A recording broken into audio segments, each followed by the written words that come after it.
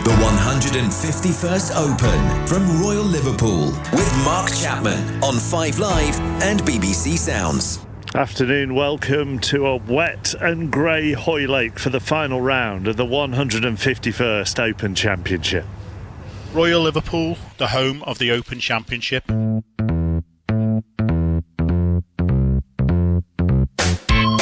Good morning, one and all, from the links of Hoylake on the Wirral, and we are on the first tee. On the tee from USA, Tiger Woods.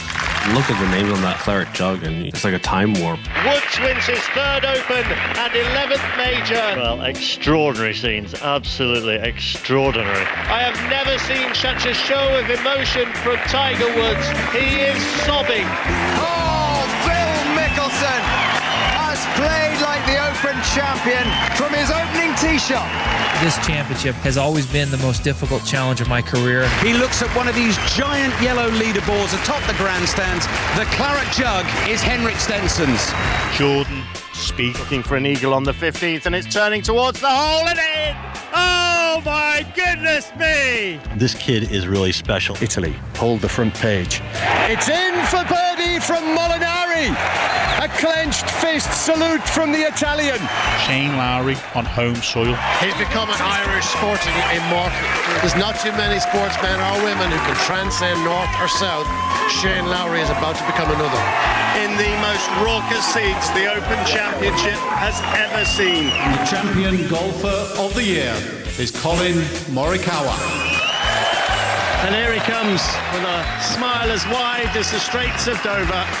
This is by far one of the best moments of my life. Cameron Smith is the new Open champion at St Andrews after snatching the claret jug from Rory McIlroy. He's got 4 in a row, and Cam Smith has come from almost nowhere. It's nice to be back. I just had to hand back the trophy there. I thought I was going to do it right, but I was actually holding back some tears. Rory McIlroy. Every single person is standing to applaud what has been a truly magnificent golfing performance from Rory McIlroy, the superstar, the coming superstar of world golf. It's got to be Rory McIlroy. It's got to be. The Open is the one that we all want. And that claret jug glints in the sunshine. Can Rory repeat at Royal Liverpool?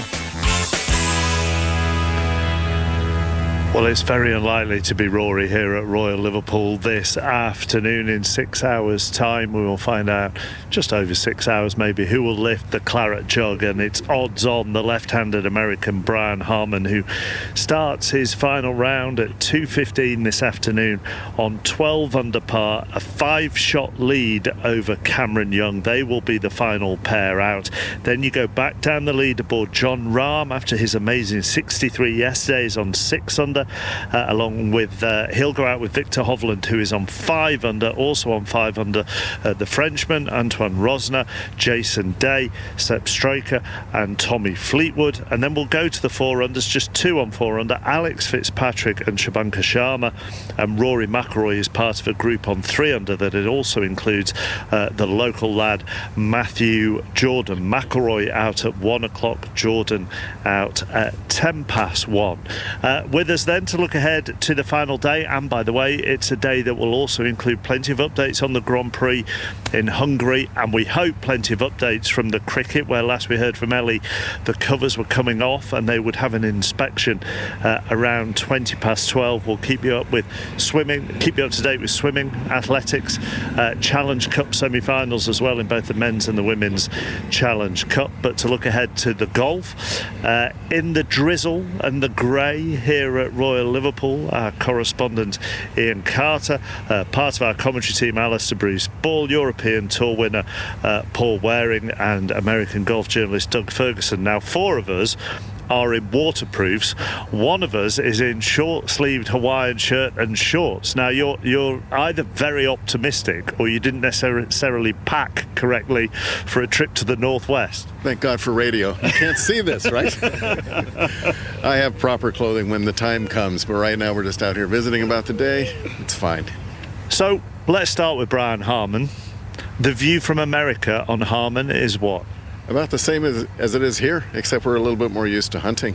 That'd be the biggest difference. Brian's a good, solid player. And so is it surprising? Yes, because he's not done this before. But no, because we've seen him play and we've seen him perform well. It's still a mystery to me that if you look at his career, and he said yesterday that he was most proud of having made the FedEx Cup playoffs for 12 years in a running. Basically, that means keeping his card. I keep going back to the fact that he's played 355 tournaments in his 12-year career, and he's won twice. And there's a reason for it. Doesn't mean he's not a good player. Some guy, Charles Howell, is another one who just never really got across the line. What's that reason then? What's that reason? I don't know, and I'm not sure he knows either. He talked earlier in the week about he thinks about these things. What is he doing wrong? Why can't he cross the line?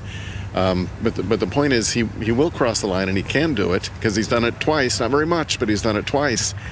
And I think with guys like Brian, if one of those weeks every 6 years happens to be one of the greatest and grandest championships in golf, so be it. I think he's up for it. I do think it's difficult to sleep on a lead not once but twice, and we'll see what effect that has today. But he's more than capable. He's shown that. I think that's a fascinating thing with golf, Paul Waring. Maybe more so than any other sport. I don't know, if you look at snooker, or myself and Ian have this discussion about tennis, because it's knockout, you're one-on-one against someone, knock them out, then one-on-one against someone else. But as Doug says, if you have your stellar week in golf and it happens to coincide with a major and you are just a solid pro, and I don't mean that disrespectfully to him, then bring it on. Yeah, if we look back to Louis Oosthuizen's career back in 2010 when he won the Open at St Andrews, it's almost reminiscent of that. He had a big lead which he held on to all week, and I think he'd only won once prior to that. So it does show this calibre of player, this level of player. Once they get over that line, look at Louis Oosthuizen's career from that point, Masters winner, multiple DP World Tour winner. Is this the springboard that Brian Harman's career needs? Ian? He's 36 years of age, and I think the one thing that is sort of different about him is that he's had a very successful PGA Tour career, but he doesn't have the reputation of someone who's frittered away winning opportunities. He turns up, he performs, he finishes top 10 ones. He's had 29 top 10s since he last won, but I'm struggling to think of times when he's frittered away a lead or squandered a winning opportunity. He has just kind of maxed out his week. He's set a score, and other players have played better. That's been the hallmark of a career that's yielded well over $20 million. He's number 26 in the world. He's absolutely no mug whatsoever, and he's having an inspired week this week. Now, he has slept on a major lead once before, 2017 at the US Open, but it was only a single shot, and he was blown away by Brooks Koepka at Erin Hills on that occasion. This is a completely different, unique scenario for him, if you like, because he's never been in this position before. And I'm not just talking about at a major, I'm talking about week in, week out at a PGA Tour. But he does say he spent his whole career dreaming of winning a major. So this is a massive deal for him. I find the fact that he is leading the Open after 3 rounds, and all of our reaction to that, both within the team, other journalists and the sporting public, it's a real interesting insight into our psyche towards good, solid, professional sportsmen and women. Because let's be honest, and we have to be, I would say the majority of people are massively underwhelmed about this. Yeah, I think, Mark, if you divorce it from the Open Championship and all the other names in the field and the people we've been talking about in the build-up, and particularly the home hopes, Rory McIlroy and Tommy Fleetwood and Matthew Jordan, who got the whole thing underway, and you just analyse it as a single golfing performance, a little bit like Louis Oosthuizen in 2010, you can only stand back and admire what Brian Harman has done so far. I totally agree with Ian just in terms of the mental side of things for him. I mean, he had a little wobble at the start of his round yesterday and coped with that absolutely brilliantly, and he has putted fantastically all week long. I do think it is different going into the second round of the Open Championship as leader, going to the third round, but the fourth round is an entirely different thing. I was watching that men's Wimbledon final the other day when Alcaraz came out to serve for the match, and I was just thinking to myself, when you do that, and professional sports people find themselves in this position all the time, how do you divorce those thoughts of what you are potentially about to achieve. So Brian Harman is thinking about that this morning, about potentially going on to win a first major and lift the claret jug. How do you divorce that and purely concentrate on the technical aspect of your job, which is what he did. He served it out brilliantly to win the fight. That's what Brian Harman has got to do today, is not think about... But Brian Harman has to do that over 4 hours and 15 minutes, not over... I mean, I don't know what the last Alcaraz service game lasted. One of those games lasted 25 minutes, didn't it, last week? But Brian Harman has got to do that over 4.5 hours. Yeah, exactly, which is what makes it more difficult. And again, I just look back to last year, Rory McIlroy, in terms of his lead over Cam Smith. Last year, he led Cam Smith by 4 shots going into the final round. He lost by 2. That's a 6-shot swing. Cam Young is 5 shots behind Brian Harman at the start of the day, and there's a whole host of others, 6 shots, 7 shots, not too far away. It can happen.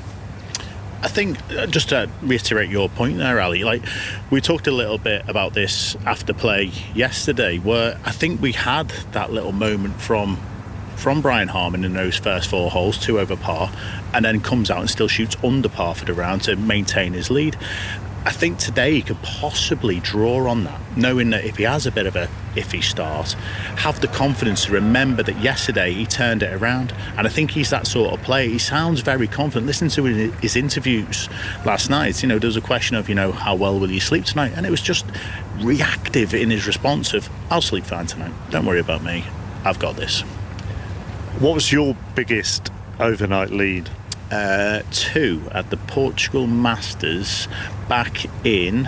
I've cast it from my mind because I didn't go on to win, so I can't remember what year that actually was now, chappers. So what happened? I doubled the first and gave up my lead straight away. No, to be fair, I was young. It was one of my first few years out, so taking a lead, even though it was only a 2-shot lead, I didn't sleep well. I was thinking about it. I was thinking what it'd be like to win on tour. It was always a dream of mine to win on tour, and I think the occasion got to me in that regard. And I can openly say that because I just had never experienced it before. I didn't know how to deal with it. I'd never been in that situation. Like Ian just said, Brian Harman has had this situation. Okay, it was only by 1 shot, and like we say about Brooks Koepka storming on the last day, but he knows what this is like. He has won twice on the PGA Tour, albeit a long time ago now. But winning on the PGA Tour is almost like winning a major week in, week out. You're competing against this same field week in, week out. It's just that for 4 weeks of the year for the majors, we call it something different, and we have all the history around it. Is that fair? I know you are competing against a similar field, Doug, week in, week out on the PGA Tour. But there can't be anywhere near the same amount of nerves around, I don't know, winning the Travelers or something, as opposed to winning the Open. Travelers just sounds bad. That's a terrible example, but it's you need to go with John Deere Classic. That sounds much more prestigious. I think I agree with Paul to a degree that you are playing against such strong fields on the U.S. Tour. What that means is if you can win there, you're capable of winning anywhere. But this isn't just anywhere. Augusta is not just anywhere, and you look at the surrounds, you look at if it's as simple as the yellow scoreboard, Amen Corner, all these different things that remind you of where you are. I do think it takes a different toll, especially with a big lead. Wayne Riley on Sky last night said something I thought was really interesting about if you have a 5-shot lead at the Open going into the final day, it would only be natural within your mind to think, if I don't win this, I am going to be infamous. I am going to be a man that, rightly or wrongly, is considered to have blown a 5-shot lead at the Open Championship. And if I do that, how will my peers react to me? How will family react around me? How will fans, the media, all of that? Would it be only natural for that to be playing through his mind? I'd say yes for any of us stood here. I think this modern US player, I don't think that even crosses their mind anymore. I really don't. I think they're so hardened and so driven, so confident. You look how Brooks behaves at times. I just don't think it's even in their remit to think negatively. They only look forward. They're gritty. They're competitive. They're almost gladiatorial in that regard. They're built differently, this modern player now. There's also different ways, Mark, aren't there, of potentially losing the Open Championship. Well, you could lose it or someone else win it. Well, so that's exactly what I was going to say. So if Brian Harman goes out there and shoots 71 today, and Jon Rahm goes out there and somehow manages to repeat yesterday's round and goes 64 and wins it, I think there's absolutely no issue there. Brian Harman has still played 4 great rounds of golf. And you just have to take your hat off to the other guy. I think the problem being Brian Harman has shot 3 rounds in the 60s and has played quite brilliantly. It's just trying to match those levels of performance today. And if he does shoot, say, 74, 75, then what you're talking about does come into the equation. And what's been really impressive has been the strategy that he's employed. I've watched him the last 2 rounds. He's been in 1 bunker. And the way to win at Hoylake is to avoid the bunkers. He went into 1 bunker on the 12th. He played out backwards. He ended up chipping in and saving par. Those are the kind of things that happen to champions. But strategically, he has played quite beautifully to just avoid trouble. And looking at the pin positions today, he can just aim for the middle of every green. And he's going to be just fine. And other players are going to have to go chasing flags, which are going to be tucked away. Now they might yield birdies, but they can very equally yield drop shots and multiple drop shots if you get caught in one of the bunkers. So it's really tough for the chasing pack. And sometimes players will say, Rory McIlroy has said when he had his big wins, big leads, and Tiger Woods, well, when I'm 6 clear, I want to get 7 clear, and I want to get 8 clear.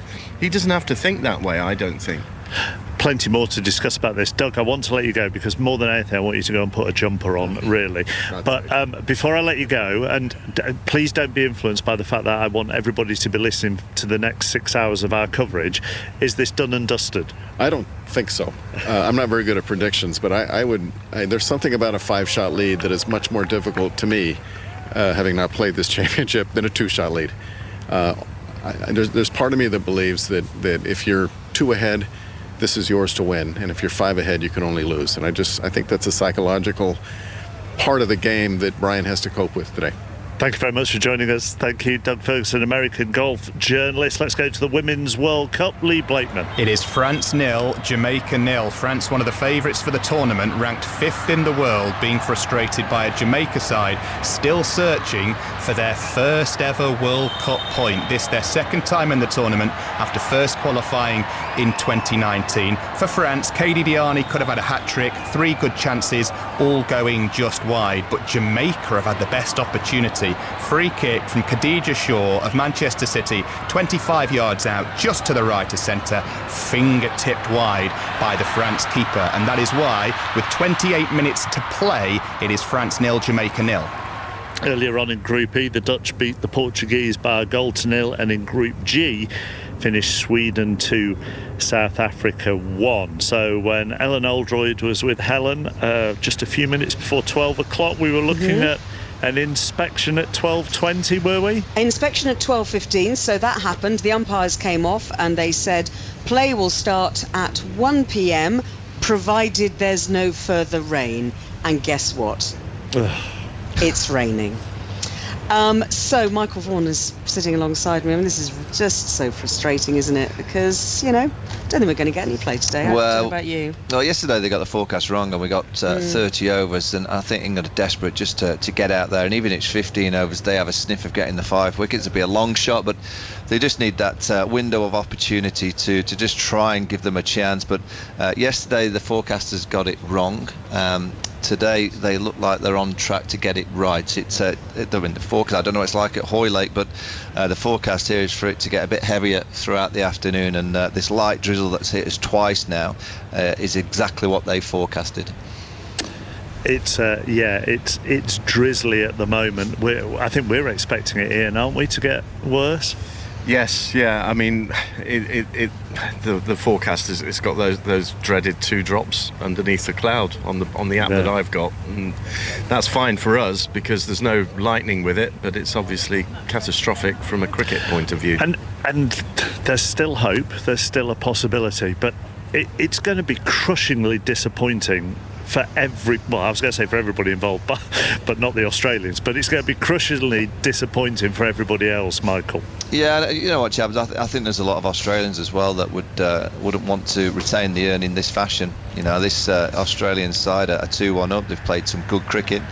The first 2 test matches, they just won the key moments. Even though England played some good cricket, Australia just knew how to win the key moments. And then, obviously, the test match at Headingley, England played a really good game, got over the line.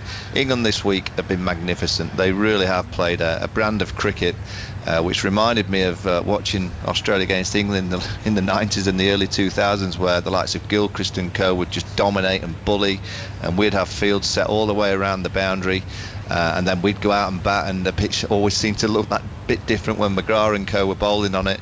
Well, it's been reversed this week. England have just completely bullied Australia, played brilliantly, played with great positivity, a sense at time. Even though they scored at 5 runs and over, it was sensible batting. It was just knocking the ball into the gaps, 1s and 2s when the ball's been there to hit, they've whacked it.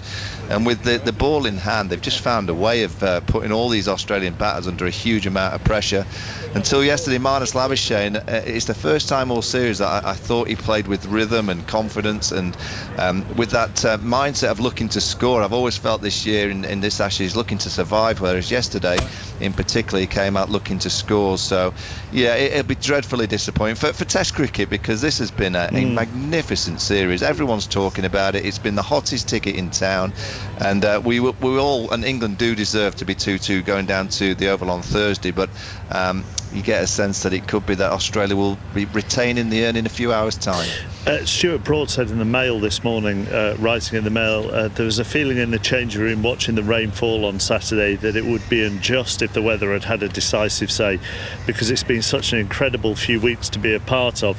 It'd be such a damp squib, such an unemotional way for a series between 2 great rivals to be defined. I sort of feel in some ways, you know, Michael, that it being settled this way is going to be harder to take for England than if they lose, because every time they've lost a test match in this series, they've still talked about, well, they're doing it the right way and they're entertaining. This, they've got no say over. Yeah, and I'm with him with that. You know, I always say in a 5-match series, you know, the best team always wins. It's 5 games, and you know, it's such a long process that you always end up with the best team winning. I honestly think England have been a better team. You know, for the 4 matches, yes, Australia won the first 2 games, and England will look back, particularly at Edgbaston, when they missed so many opportunities in the field. They had that period with the bat at Lords when the Australian Nathan Lyon had just been walked around the outfield injured. He wasn't going to come back on. England were 180 odd for 1. Pat Cummins turned to the bouncer theory, and it worked. You know, England lost all those wickets with silly batting and a mad approach. And for me, yes, it's going to be dreadfully disappointing. It's the wrong way to decide a test match, never mind an Ashes kind of defining test match. But England will have to admit that they did make mistakes early in the series, particularly on those first 2 games. But they have played a brand, and particularly this, I've not seen an England side.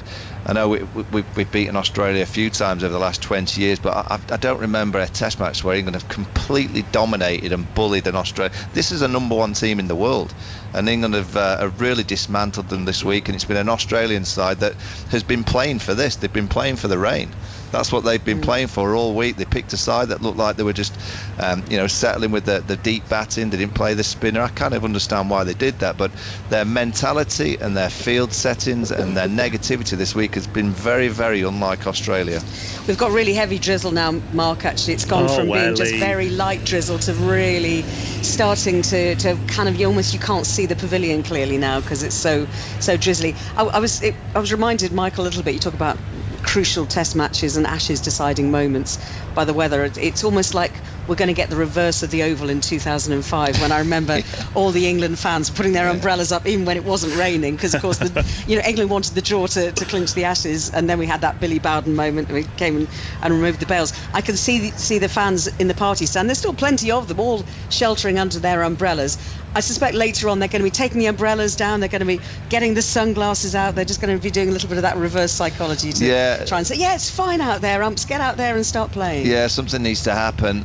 You go back to 2019, Australia won the Ashes here, they retained it, but England won that last Test match at the Oval. It was a 2-all series. So as much as England may be disappointed in a few hours' time that they can't win the Ashes, they've certainly played well enough to make sure that they win that last Test match, and it's a 2-all series.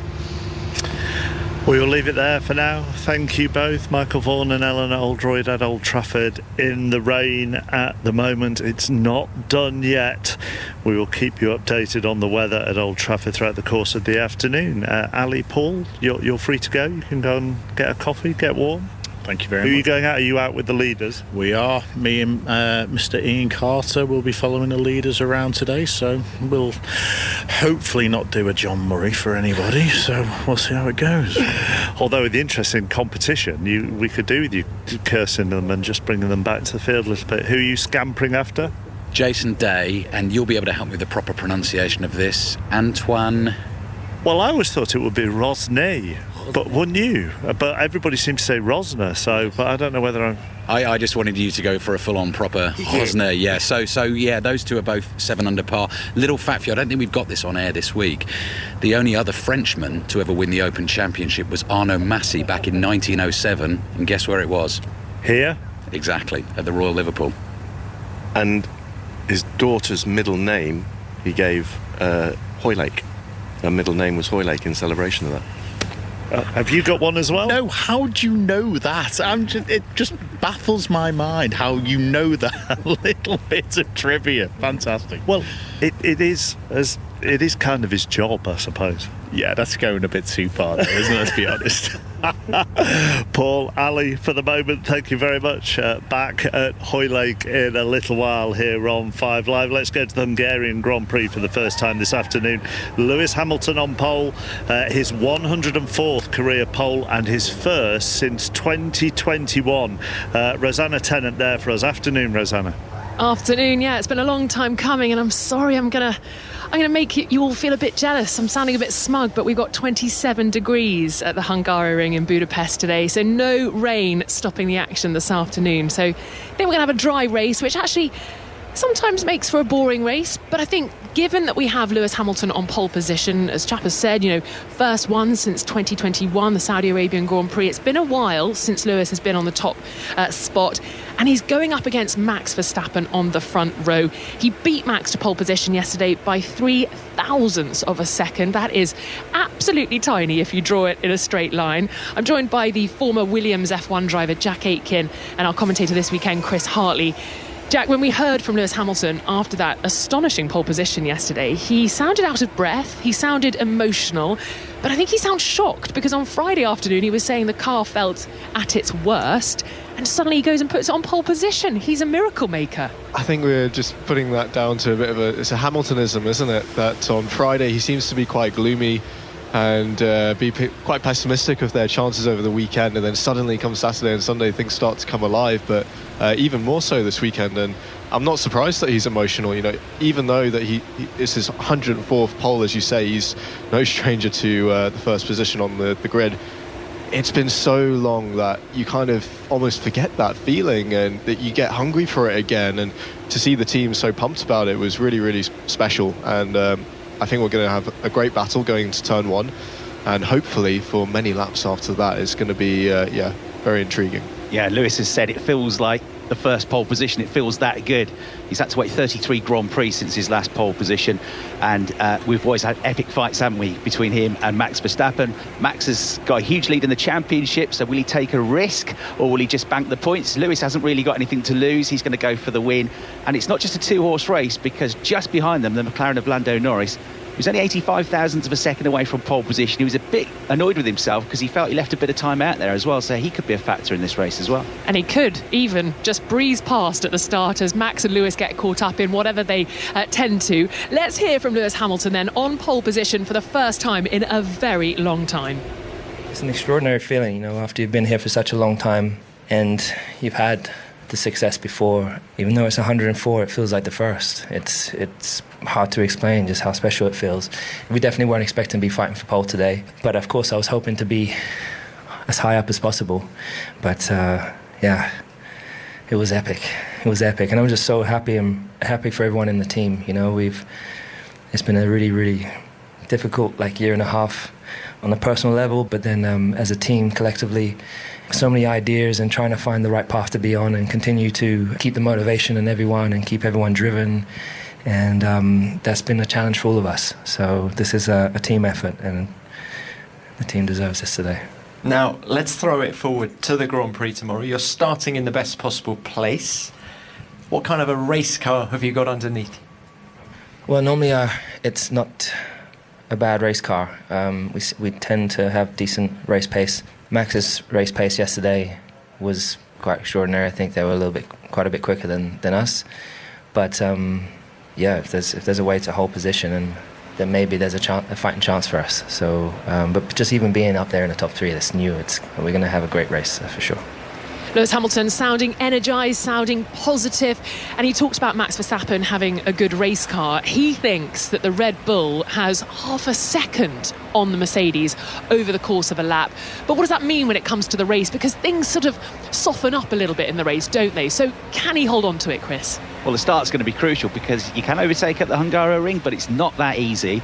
And Lewis had a really good start off the line here last year. He had a really good start at Silverstone. He's pretty good off the line in that Mercedes. He got 2 places off the line last year. If he can get to that first corner and maintain the lead of the race, then it's going to, even if he's quicker by 2 or 3 tenths of a second, it's still going to be difficult for Verstappen to find a way through. Then you've also got softer tyres than they had last year, so there's going to be potentially, a bit of unknown in terms of the tyre strategy here, isn't there, Jack? Because it's the sort of place where you have to react to somebody else's pit stop. You have a plan A, but if somebody else in and around you makes a pit stop earlier or later than you think, you have to react to that, and it's kind of suboptimal in that sense. Yeah, it's a place where strategy is absolutely key because of what you said about it as being very hard to overtake here. So if things settle down as they are on the grid, so Hamilton holding the lead through the first few corners, it will then become almost a game of chess of who's going to be the first one to blink, who's going to try and go for the undercut, maybe an overcut. We don't really know how the tyre degradation is going to play out because teams have not had that much practice time with a rain-affected Friday as well. So there are a lot of question marks going out. And as well, when you factor in the 2 McLarens on the second row, they can split their strategies because they've got both cars there. So they could really, throw a spanner in the works. Well, plenty to look out for as Lewis Hamilton starts from pole position for the Hungarian Grand Prix this afternoon. Lights go out at 2 o'clock. Thank you very much. You'll be able to follow that uninterrupted on the BBC Sport website and app. The rain has got heavier here at Royal Liverpool. It really is miserable. The cloud has closed in as well. I mean, at least yesterday when it was drizzling, you could spot breaks in the cloud, and eventually we did get some watery sunshine yesterday afternoon, but it looks set here this afternoon, doesn't it? What we always do around now, before leaders go out, final groups go out, we look out to what's happening on the course to see if we can get any indication, Ian, of conditions and what might be ahead for the final few pairings. Yeah, there aren't too many players under par, although Laurie Cantor, the Englishman who plays on the Live Tour, has just picked up a birdie at the 12th to go to 3 under for his round, 2 under overall. Early birdie for Wyndham Clark, the US Open champion, into the group at 2 under par. That's where Richard Bland is as well. The best golf so far today has come from the world number 1, Scotty Scheffler. He's going to be coming down the 18th at 4 under par for his round, so he's got it back to level par. But then there are only a handful of players who are under par for their rounds, and only by one shot or 2 at best. So it's going to be a slog out there for the players. Birdies at a premium. European Tour winner Andrew Murray has joined us. Catherine Downs with us as well, part of our team. As I asked Paul Waring, what was your biggest overnight lead, and how did you sleep, and then what happened, bearing in mind our leader is 5 clear? Well, I was 3 clear at the European Open, and that evaporated pretty quickly. I didn't sleep very well, it has to be said, the night before, Mark, and after 3 holes we were even Stevens, and as it happened I went on and won by a shot. But listen, nothing in this elevated category like an Open Championship. So no, but there's a similar psychology with a big lead overnight. Yeah, I mean 3 shots is not massive, but I had a 5-shot lead in a lesser tournament. I slept okay because it was a lesser tournament, I guess. But sporadic sleep, and it's what you do between waking up throughout the night and then having to wait till 2 o'clock or thereabouts to play as well. It's a long way. It wouldn't be so bad if you started at 9 o'clock in the morning. But did you win it with the 5-shot lead? I did, as it happens. Yeah. Is a good start imperative, do you think, for Harman? Bearing in mind he didn't have a good start yesterday. No, I thought he showed his fortitude yesterday, Mark. I think after that, I think everybody in the right around the place, the whole atmosphere changed when he bogeyed the 4th, I thought, and everybody got a bit revved up about Rory and Tommy Fleetwood, locals, well, relatively locals, obviously, and I think he showed great tenacity in coming back. This is a really difficult golf course, and it's proven it. It's showing its teeth this morning. It's brutally difficult. The bunkers will be even more difficult, and finding the fairway will be crucial. But he drives it so well, Harman, and he puts the best in the field. Do you think he can be reeled in? Well, it's happened before, hasn't it, at an Open Championship? Think back to 1999 and Paul Lawrie coming from 10 shots back to catch Jean van der Velde. I mean, unfortunately, there are no creeks and burns on this course for you to take off your shoes and socks and get in on the last hole. But, stranger things have happened, haven't they? Let's talk a little bit more about the American perspective again. Cara Banks, how are you? Oh, I'm delighted to be out here in the rain with you chappers. The TV compound was not, no, I'm joking. I'm very well, very well. It's always good to be in an Open. I mean, I can understand the attractions of the PGA Tour week in, week out when I'm standing here. Yeah, it's crazy, isn't it? Because we have some weeks it's bright sunshine. I think of St George's, it was just beautiful all week. But this is what the Open's about. Obviously, I'm working with the Americans, and we were in the bus back to our hotel the other night, and one of them said, "So when does summer start over here?" So it's a pretty valid question. We got away with it, I think, yesterday, and obviously Thursday, Friday, but today the forecast is living up to the hype. We had Doug Ferguson on earlier, just talking about Brian Harman and the Americans' perspective on Brian Harman and their thoughts towards him. From the American broadcasters' point of view, how would you describe the profile of Harman? Do you know, it's not that big, and I'm sure it's obviously it's pretty small over here, and we're learning over here. Obviously, the audiences in Britain are learning a bit more about Brian Harman. He's not a superstar. He's just not. He knows that. Padraig Harrington had some really good comments about him. You may have seen or read them this week, and it was after the second round on Friday, and he said he is the perfect chippy kind of player for the Open, and it's because he has a chip on his shoulder, because he knows he's not the typical major champion, and that's kind of fueling him this week. It's kind of impressive what he did yesterday. I think he was 2 over through 4. The fact that he managed to hold on to his lead and still have a 5-shot lead going into today. I spoke to him after the round yesterday and I said, how did you steady the ship? And he said, left foot, right foot. It's as simple as that. I don't think it's anything spectacular. It was just him and his caddy, Scott, here this week, and he is just doing what it takes. In the US, they talk about him being a bulldog because he went to Georgia and he's known to be a bulldog, but he's a scrappy fighter on a golf course like this at an Open in these conditions today is probably what you're going to need to win the Claret Jug. Is that chip on his shoulder because he is 36 and others have gone past him, or there's more attention on others? He hasn't been in a Ryder Cup. Why is he chippy? Because of things away from golf, or is he chippy because of golf? Because of golf. He hasn't won enough by his own standards, or really by everyone's standards. He's had opportunities and he hasn't converted before. And don't forget, he held the lead through 54 holes at the US Open in 2017. We will be talking a lot about that this week. He's learned a lot from what he did then, thinking about it, envisaging it too much. He's put a huge focus on sleep and rest and what he eats overnight with these leads. And I said to him last night, so what will you eat? Because you also captured the headlines with your hunting activity that you enjoy doing back home, which I know is very alien to us over here in the UK as well. And he said, whatever they've got in player dining, probably some couscous. So I think he's just very aware of preparing his body to perform as well as it can today. Just on the sort of story around him, which I think is I read somewhere, so he's 36, and I read somewhere, Kat, that means he's too old to be the next bright young thing coming through that everybody root for, but he's not old enough to be the veteran that still hasn't got a major, and therefore everyone's rooting for him to go and get that major because he's 45, or it might be his last chance. He's kind of, with all due respect to people in their mid-30s, he's kind of in a no man's land when it comes to people rooting for him. Well, that's what you were saying earlier, the point you made about this psyche of us as golf fans. We're looking for the next chapter to be written in the sport. We're looking for, Rory McIlroy to break the drought. We're looking for Tommy Fleetwood to land a home major championship and a first PGA Tour win. We're looking for Jon Rahm to back up his Masters win. We're always looking for the big story. And sometimes we just have to accept that it's not a big story, it's just a really good golfer who comes out and does what he needs to do.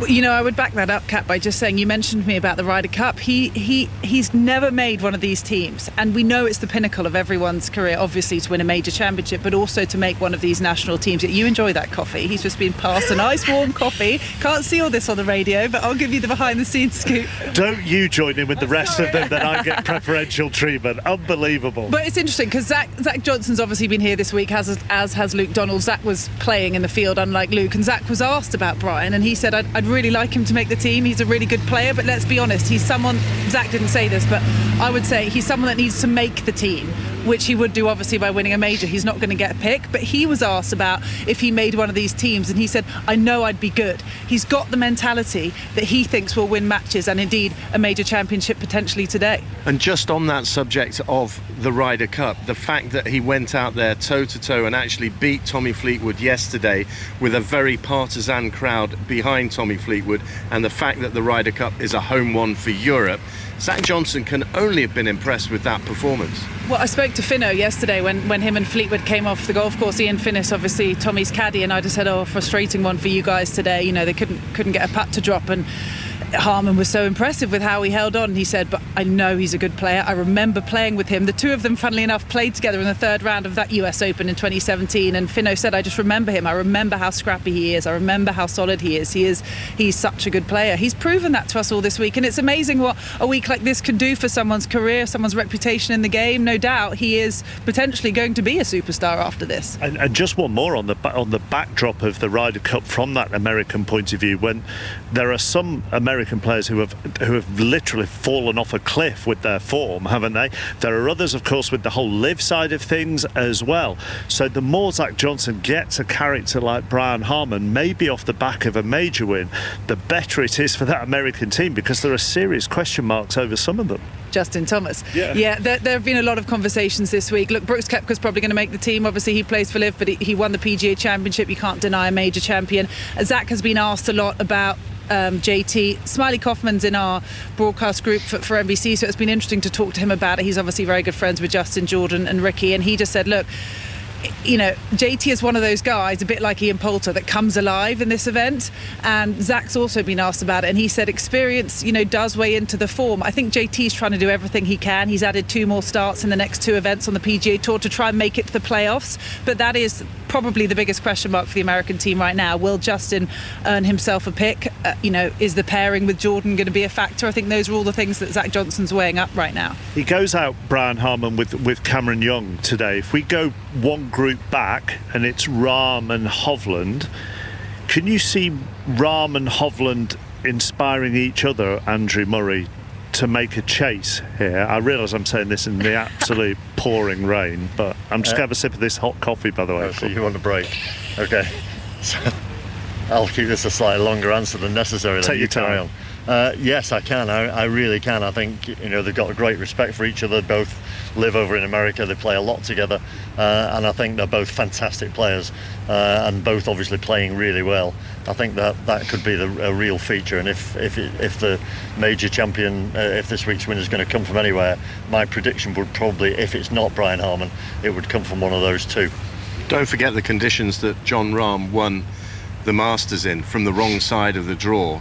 Yeah. And when the Americans start cracking on about our summertime here, springtime in Augusta wasn't exactly a picnic in the park, was it? No, it wasn't. I mean, to be fair, 9 times out of 10 it is. So I'm not sure we can really have a weather off with Augusta. Don't forget as well, with Victor Hovland, I spoke to him yesterday. I actually didn't recall this at the time, but afterwards he played in the final group last year on Sunday with Rory McIlroy, and that was a little under the radar given the Rory hype, and then obviously what Cameron Smith went on to do. And it's only his 3rd Open Championship. He's finished tied 12th, 4th last year, and now he's in contention again. Jon Rahm has been on a heck of a journey this week to open with a 74 and turn it round to that 63 yesterday. I mean, that is just the kind of fight that you need to suddenly put yourself in contention. But you mentioned Cameron Young. again, runner-up last year. These guys are proving that it was no fluke. And he said to me yesterday, I love the rain and I love the wind. So he could be a performer today. I have to say, I was with the Cam Young game yesterday. He was so impressive. He hit better iron shots than anybody I've seen all week. He was really, really impressive. His putter went a little bit cold. He got it up and down at last for a great birdie, but he could have been 2 or 3 shots better with a relatively easily. He missed 2 or 3, 4 or 5 footers that really would count, but he was striking the ball as good as anybody. And the other thing to learn from last year is that Cameron Smith made that charge from behind the McIlroy-Hovland group and almost not took them by surprise, but before they knew it, he was ahead of them. And it was, again, wasn't it, a question of putts not dropping? You're saying about Cam Young not getting putts dropping yesterday. Tommy Fleetwood couldn't get a putt to drop. Rory McIlroy couldn't get a putt to drop. And it's a question, isn't it? Was it the players whose putters went cold, or is it something to do with the greens? No, I don't think it's anything to do with the greens, Kat. I think it was really... Listen, putting, golf is difficult, and sometimes it goes your way and sometimes it doesn't. And whether you see the lines early doors, I said this last night, Rory looked like he was in the frame early on, didn't quite happen for him, and it is frustrating. I mean, I was as frustrated as everybody else was, and I'm no more than him. Obviously, he's playing fantastic golf and just not converting it, and it's a frustrating part of the game when the putting doesn't quite go your way, and he's had more than his fair share of that. Studio for the afternoon for you? No, I'm actually doing the post-round interviews, but still it's covered. Although, a little exposed, I will say. But I can maybe hang out in the compound for a while because I don't think we'll be speaking to anyone for a bit. But the one thing I would say is this weather today, first of all, the caddies. Oh, yeah. Today is going to be a massive day for the caddies. And someone like Cameron Young, don't forget, he's got Paul Tesori on his bag now, who used to caddy for Webb Simpson forever, a really, really experienced caddy who I think will really help him in this position of being in the final group of a major on Sunday at the Open. But this is the kind of day that caddies, this is when they earn their money. It is pouring sideways rain at Hoylake right now, and it's not forecast to really stop like it did yesterday. This is really going to be, a battle. Anything could happen. We could see some disaster because, who is most used to and prepared to playing in these conditions? Tommy Fleetwood did say on Friday he loves playing in the rain. He just, didn't get it going yesterday and didn't really have to deal with the rain that much. I'm fascinated to see with who can deal with this wet, soggy golf course that we're gonna have to watch. But your hunch is? At this point, you expect Brian Harman to do it. He is. You expect him to win. It's almost more of a. You kind of hope that he wins from here, dare I say, because you hate to see anyone lose a 5-stroke lead at a major. Having said that, my British heart's still with Tommy. Enjoy your afternoon. Stay dry. Thank you for coming out. Thanks. Nice to see you guys. Cara Bice with us on 5 Live Sport. Drew and Ian and Kat are all huddled under an umbrella together, and it is properly pouring down here. If you were listening to Alex Maselli around this time yesterday afternoon, you know how he described it, and that's probably very accurate. At the moment, let's talk Swimming World Championships next. They're taking place in Japan. Stephen Parry, part of our team, he was here at Hoylake on Friday. You've got to Japan quickly. I happen to be in Media City indoors. Thankfully though, Mark, I could send you guys out some armbands. Actually, it's not looking very good at all out there. I was going to say I could do the 50-metre free through some of these puddles. I would have thought. Did you enjoy your time at the golf? I had a wonderful time. I went with loads of old has-beens from the swimming world, like the likes of Mark Foster and co. And we spent a lovely 12 hours on the course. Yeah, but it's not a very good advertisement for Liverpool in the summer, is it? All these days of rain, it's not good at all.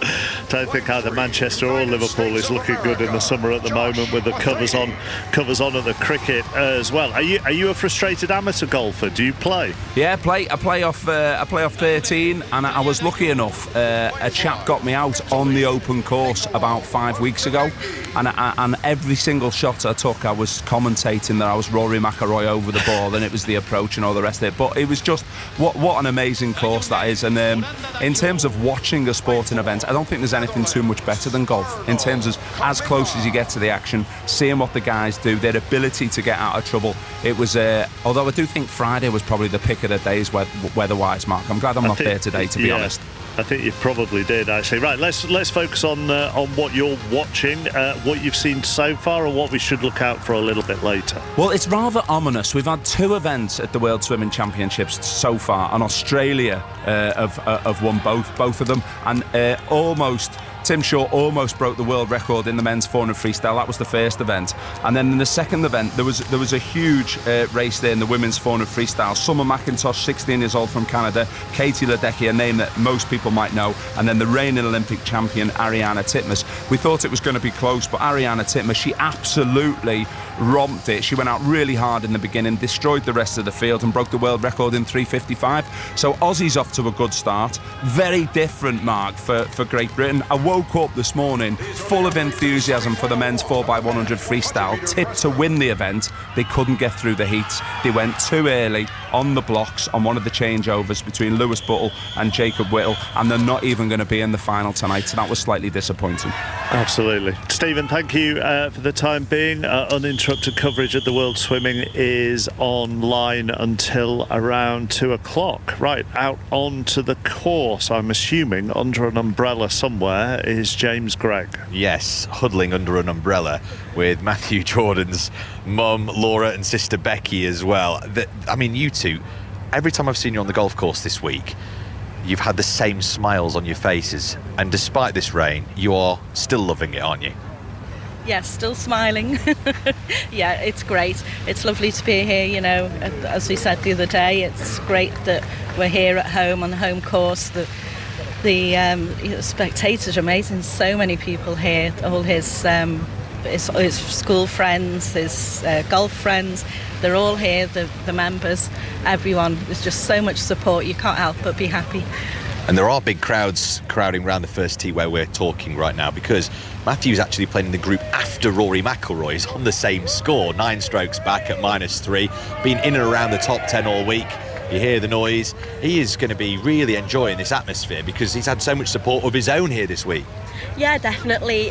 He's played with Rory before as well, and every time we see him, he's just such a nice guy, and that's the same for all of the golfers here, really. So it'll be amazing for him to have that experience of having loads of people around him and just sort of getting used to that atmosphere and all the cheering and everything.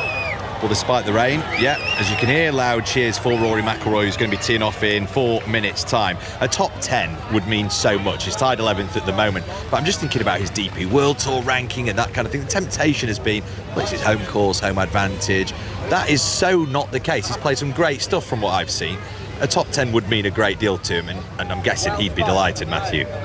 Yeah, I mean, it cements what happens over the next few months and into next year. He's working hard. He's been playing quite well, you know, the last few tournaments. He's had some good finishes. So he's on a bit of a roll himself. So, and he's used to hearing shouts for Rory. So I'm sure he'll be getting some big shouts as well. You know, it'll boost him, and it'll boost his friends into, you know, giving him some cheers as well. So. Are you actually going to brave the rain the entire way around today? Like you've not walked this golf course enough times before? We're going to try our best. It depends if it gets much worse. It might start snowing in a minute is what it feels like. So I might end up inside the clubhouse, but I just won't tell Matthew. I'll just pretend that I've been there the whole time. You have been his biggest supporters all week long. Well done. Have a great final day if you possibly can. Keep dry. And congratulations for what's been a fantastic week already, and thanks for talking to us. Thank you very much. Mark, that is two very delighted members of Matthew Jordan's family, and it is absolute bedlam around this first tee. Brolly's blocking the view. I'm going to try and get myself in position for Rory McIlroy's opening tee shot in 2.5 minutes' time. That's a brilliant family answer, that, James, isn't it? Yeah, we'll see. If it just gets worse, we'll tell him we walked all the way around, but we'll have sat in the clubhouse having 3 hot chocolates. Yeah, absolutely. And you know what? I mean, they have had, I say this, and this isn't the smoke and mirrors of radio, every time I have bumped into them on the golf course when I've been dashing across a fairway, they've been beaming from ear to ear this week. And just think how much it has meant to them. And I know we've talked about this an awful lot, but being a member at a golf club from 7 years of age and then having the Open there for a start is special, but then to even be playing in it, and then not just playing in it, but in and around the top 10 all week long, that has got to be so special, especially when your grandfather and father were both members of said course. I'm trying to put myself in that position. It's just, a magical week for them. We'll be back with James very shortly for Rory McIlroy's tee shot. He goes off at 1 o'clock. Let's just nip to the Women's World Cup. France, Jamaica, Lee Blakeney. What a surprise scoreline this is. Final score, France 0, Jamaica 0. France, one of the favourites, semi-finalists at last year's Euros, held by a Jamaica side who've scored their first ever point at a World Cup with this result. Jamaica did finish with 10 players. Their top scorer, Khadija Shaw of Manchester City, was sent off right at the end for 2 bookable offences. She'll now miss their next game against Panama. For France, it's Brazil. Next up on Saturday, this one's ended France 0, Jamaica 0. Let's go back to James Gregg on the first. Massive gallery. It's not really a surprise, that is it, but a week that's been a frustrating one, a disappointing one for Rory McIlroy, a week where the previous winner of the Claret Jug at this venue has been nearly but not quite a cold putter and a back 9 of the leader, 9 back I should say, 9 strokes back of leader Brian Harman going into this final round. Look, stranger things have happened. Rory McIlroy is close to heading into a 10th year without being able to say that he holds one of the 4 golfing majors. Who'd have thought that when he celebrated with his parents here on the 18th hole back in 2014. But here he is, playing alongside the Argentinian golfer Emiliano Grillo. And if he can start hot today, it's going to get the place going. And they're just about ready to go here at the first.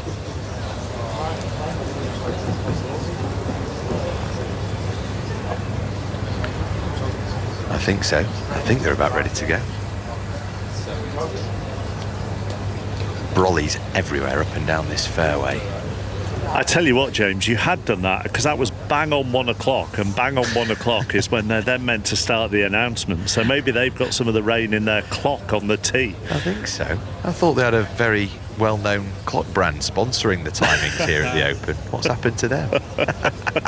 Well, look, you know, I mean, like we've seen all week for Rory McIlroy, it's absolutely packed, and it's coming down sideways, this rain. This first hole is going to be playing mighty long today. I would say we've been stood here for an hour. We're the other side. We're at the other side of the second fairway, but the first and the second fairways run alongside each other, and I reckon the galleries have tripled, maybe quadrupled in the time that we've been standing here, and they'll be getting ready for Rory, but they'll also be getting ready as well, won't they, for Matthew after you know, you did the interview with his family there, and he goes off at 10 past, and every time I've seen him over the last 3 days, he's had big galleries with him, and virtually every time, I think I've seen him twice come down 18. I didn't see him come down 18 on the first day, but twice down 18 the grandstands have been packed to welcome him home. So the galleries over there and the grandstand is packed around the first tee, and it's a small grandstand, but they will be there for both Rory and for Matthew.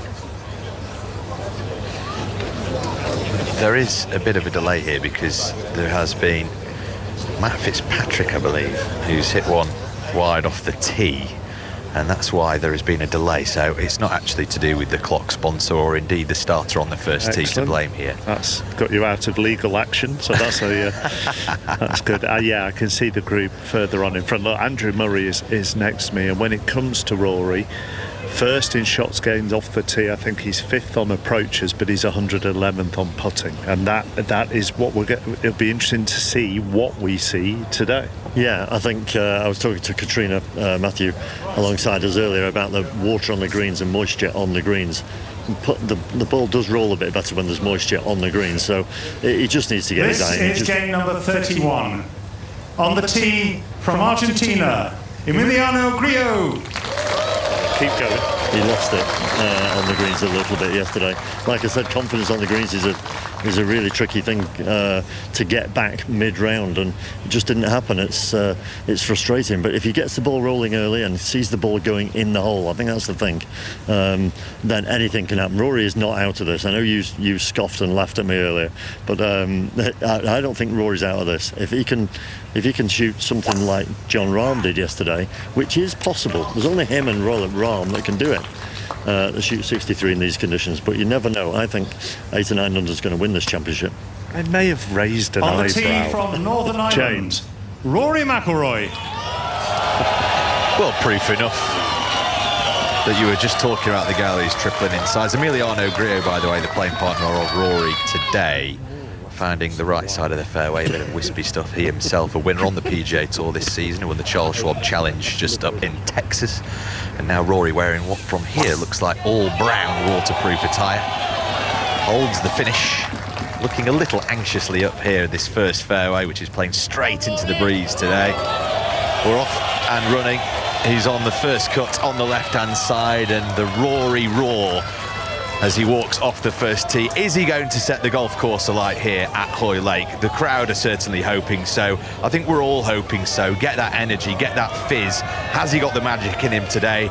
We're going to find out over the course of the next few hours. Just a quick one, and I'm sure we'll have plenty of time to discuss this. Why only Rahm and McIlroy who could do that? Why couldn't Hovland do it? Well, you're picking me up on that now.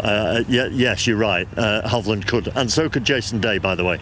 I'm sure there are more, but I think that once those two get their bit between the teeth, they are so good that that's the reason they're in world number 2 and number 3 spot.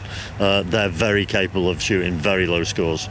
Andrew Murray with us here at the 151st Open Championship. Katrina Matthew will join us as well in a little while.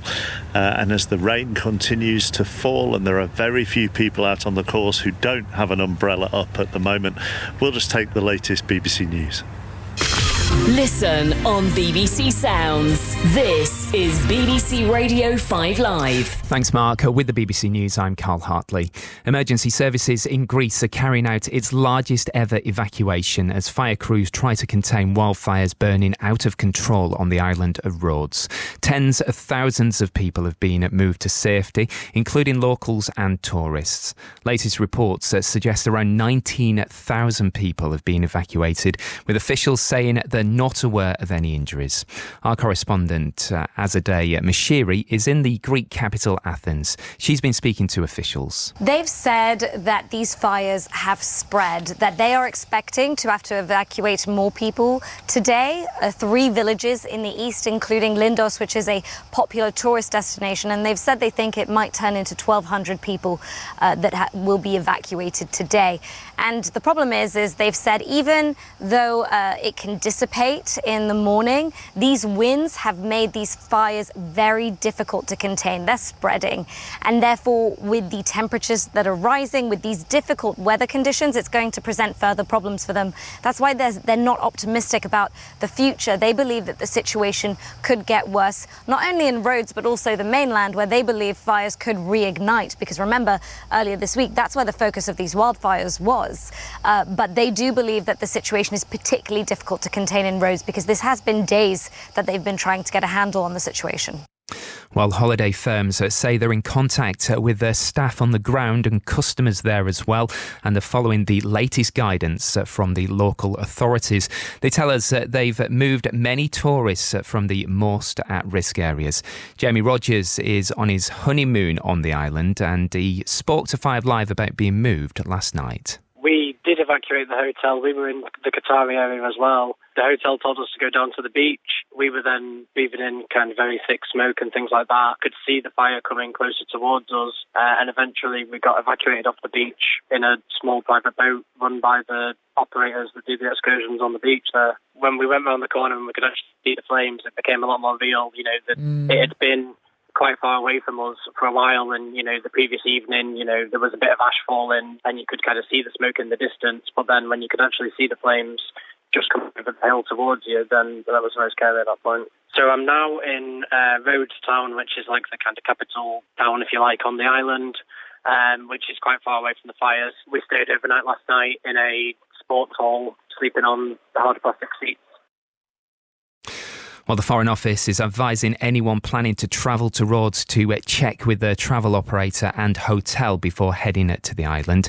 In newly issued advice, it's urging visitors to follow the guidance of the local authorities. You can follow all the latest developments on the BBC website and the BBC News app. In other news, a bridge under construction has collapsed in western Greece, killing one person. Police say some people are trapped. The cause is unknown. The government has written to banks warning them against closing accounts for political reasons. Bosses have called a meeting at the Treasury to discuss concerns raised after Nigel Farage had an account withdrawn by Coutts, a private bank owned by NatWest. Ukraine's third biggest city, Odessa, has been hit by a barrage of Russian missiles overnight, which has left at least one person dead and more than 20 injured. And an inquiry will get underway shortly into how many people died at the only Nazi concentration camps ever to exist on British soil. 2 SS camps were established in the Channel Islands in the 1940s. The Hungaroring Circuit.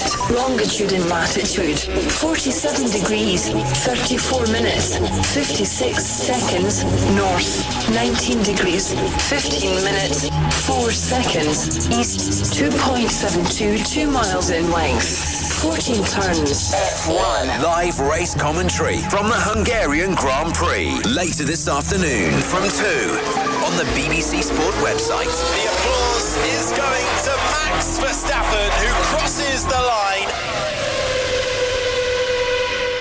The 151st Open from Royal Liverpool with Mark Chapman on 5 Live and BBC Sounds. Just over an hour until our leader Brian Harman goes out with a 5-shot lead here at the 151st Open Championship, and you would think that he will be heading out in filthy conditions. It is breezy at the moment, the rain is falling, the cloud is low. There is absolutely no chance of seeing the North Wales hills across the Dee estuary, and it feels like the weather is set in for the afternoon all the way through until sometime around 6:15, 6:30, when that claret jug will be presented, and you'll hear everything with us here on 5 Live. If the cricket gets underway, it will be on Sports Extra, but it's raining at Old Trafford as well. The Hungarian Grand Prix uninterrupted will be on the BBC Sport website and app. So with us for this next section, Katrina Matthew, dressed like the professional athlete she is, in proper full-on waterproofs. John Murray as well, in his big coat with the tuna baguette pointing out of the pocket. Are you two together this afternoon? We are. I've drawn the long straw. Do you have plenty of other food in those rather oversized pockets? I've got a double-decker in there as well. So you know where the snacks are later if you need them. I've asked everybody. I've asked Paul Waring this, asked Andrew Murray this. Your biggest lead overnight, third round, where was it? How much was it? And then how did you feel going to sleep that night ahead of the following day? I was playing in the Lorena Ochoa Invitational down in Mexico, in Guadalajara actually, and I had a 5-shot lead going into the last round, and I don't think you ever sleep particularly well if you've got the lead, to be honest. I think by the turn I had a 7-shot lead, and it's amazing how you're still nervous even with the 7-shot lead. You drop one shot and then you think, oh god, could you drop another one? And then I think in the end I managed to get over the line with a 4-shot lead, but I think as a player you never really think you've got a big enough lead. So that was going to be my next question. Mentality-wise, obviously not scoreboard-wise, but mentality-wise, is a 5-shot lead worse than a 2-shot lead? No. I mean, I think you definitely want a 5-shot lead, because then you can make the odd bogey, and perhaps you've still got the lead. If you've only got a 2-shot lead, it's a birdie and a bogey on the first hole, and you're back to tied. But so the bigger the lead, the better. But I don't think it stops you being nervous. Because I suppose the thing is, if you blow 5 shots, then there's going to be greater scrutiny on you than if you blow 2 shots. Don't know if you've had this discussion already, but there was a little bit of talk this morning over what would constitute, to use that American phrase, choke. And remember the size of Rory McIlroy's lead last year, but of course Cameron Smith played the round that he did. So, did he lose it, or did someone else take it away from him? But I think if you go into a major with a 5-shot lead, you are clearly expected to win, and if you don't, there'll be questions asked. Well, yeah, and there are varying degrees of how you can lose a lead or how someone can win it. We'll come back to that in a second. Rory McIlroy may have a birdie opportunity, which Andrew Murray will like the sound of on the first. James Gregg. Yes, 18 feet or so, fairly straight as well, but Rory was straight up and out of that one, I'm afraid. It would have got him within 8 of the lead, of course. Remember, yesterday he started so brilliantly. Not quite the same here at number 1. Back to you, Mark. Yes, so the point being, Brian Harman today shoots a 1 under par 70 and ends on 13 under, and Jon Rahm somehow does a 63 for the second day running and ends up on 14 under. Brian Harman hasn't lost the Open. No, not in these tough conditions. Obviously, that would just be a miraculous round from Jon Rahm today if he could go out and do the same as yesterday. But yeah, I mean, there are different degrees, obviously, of winning and losing.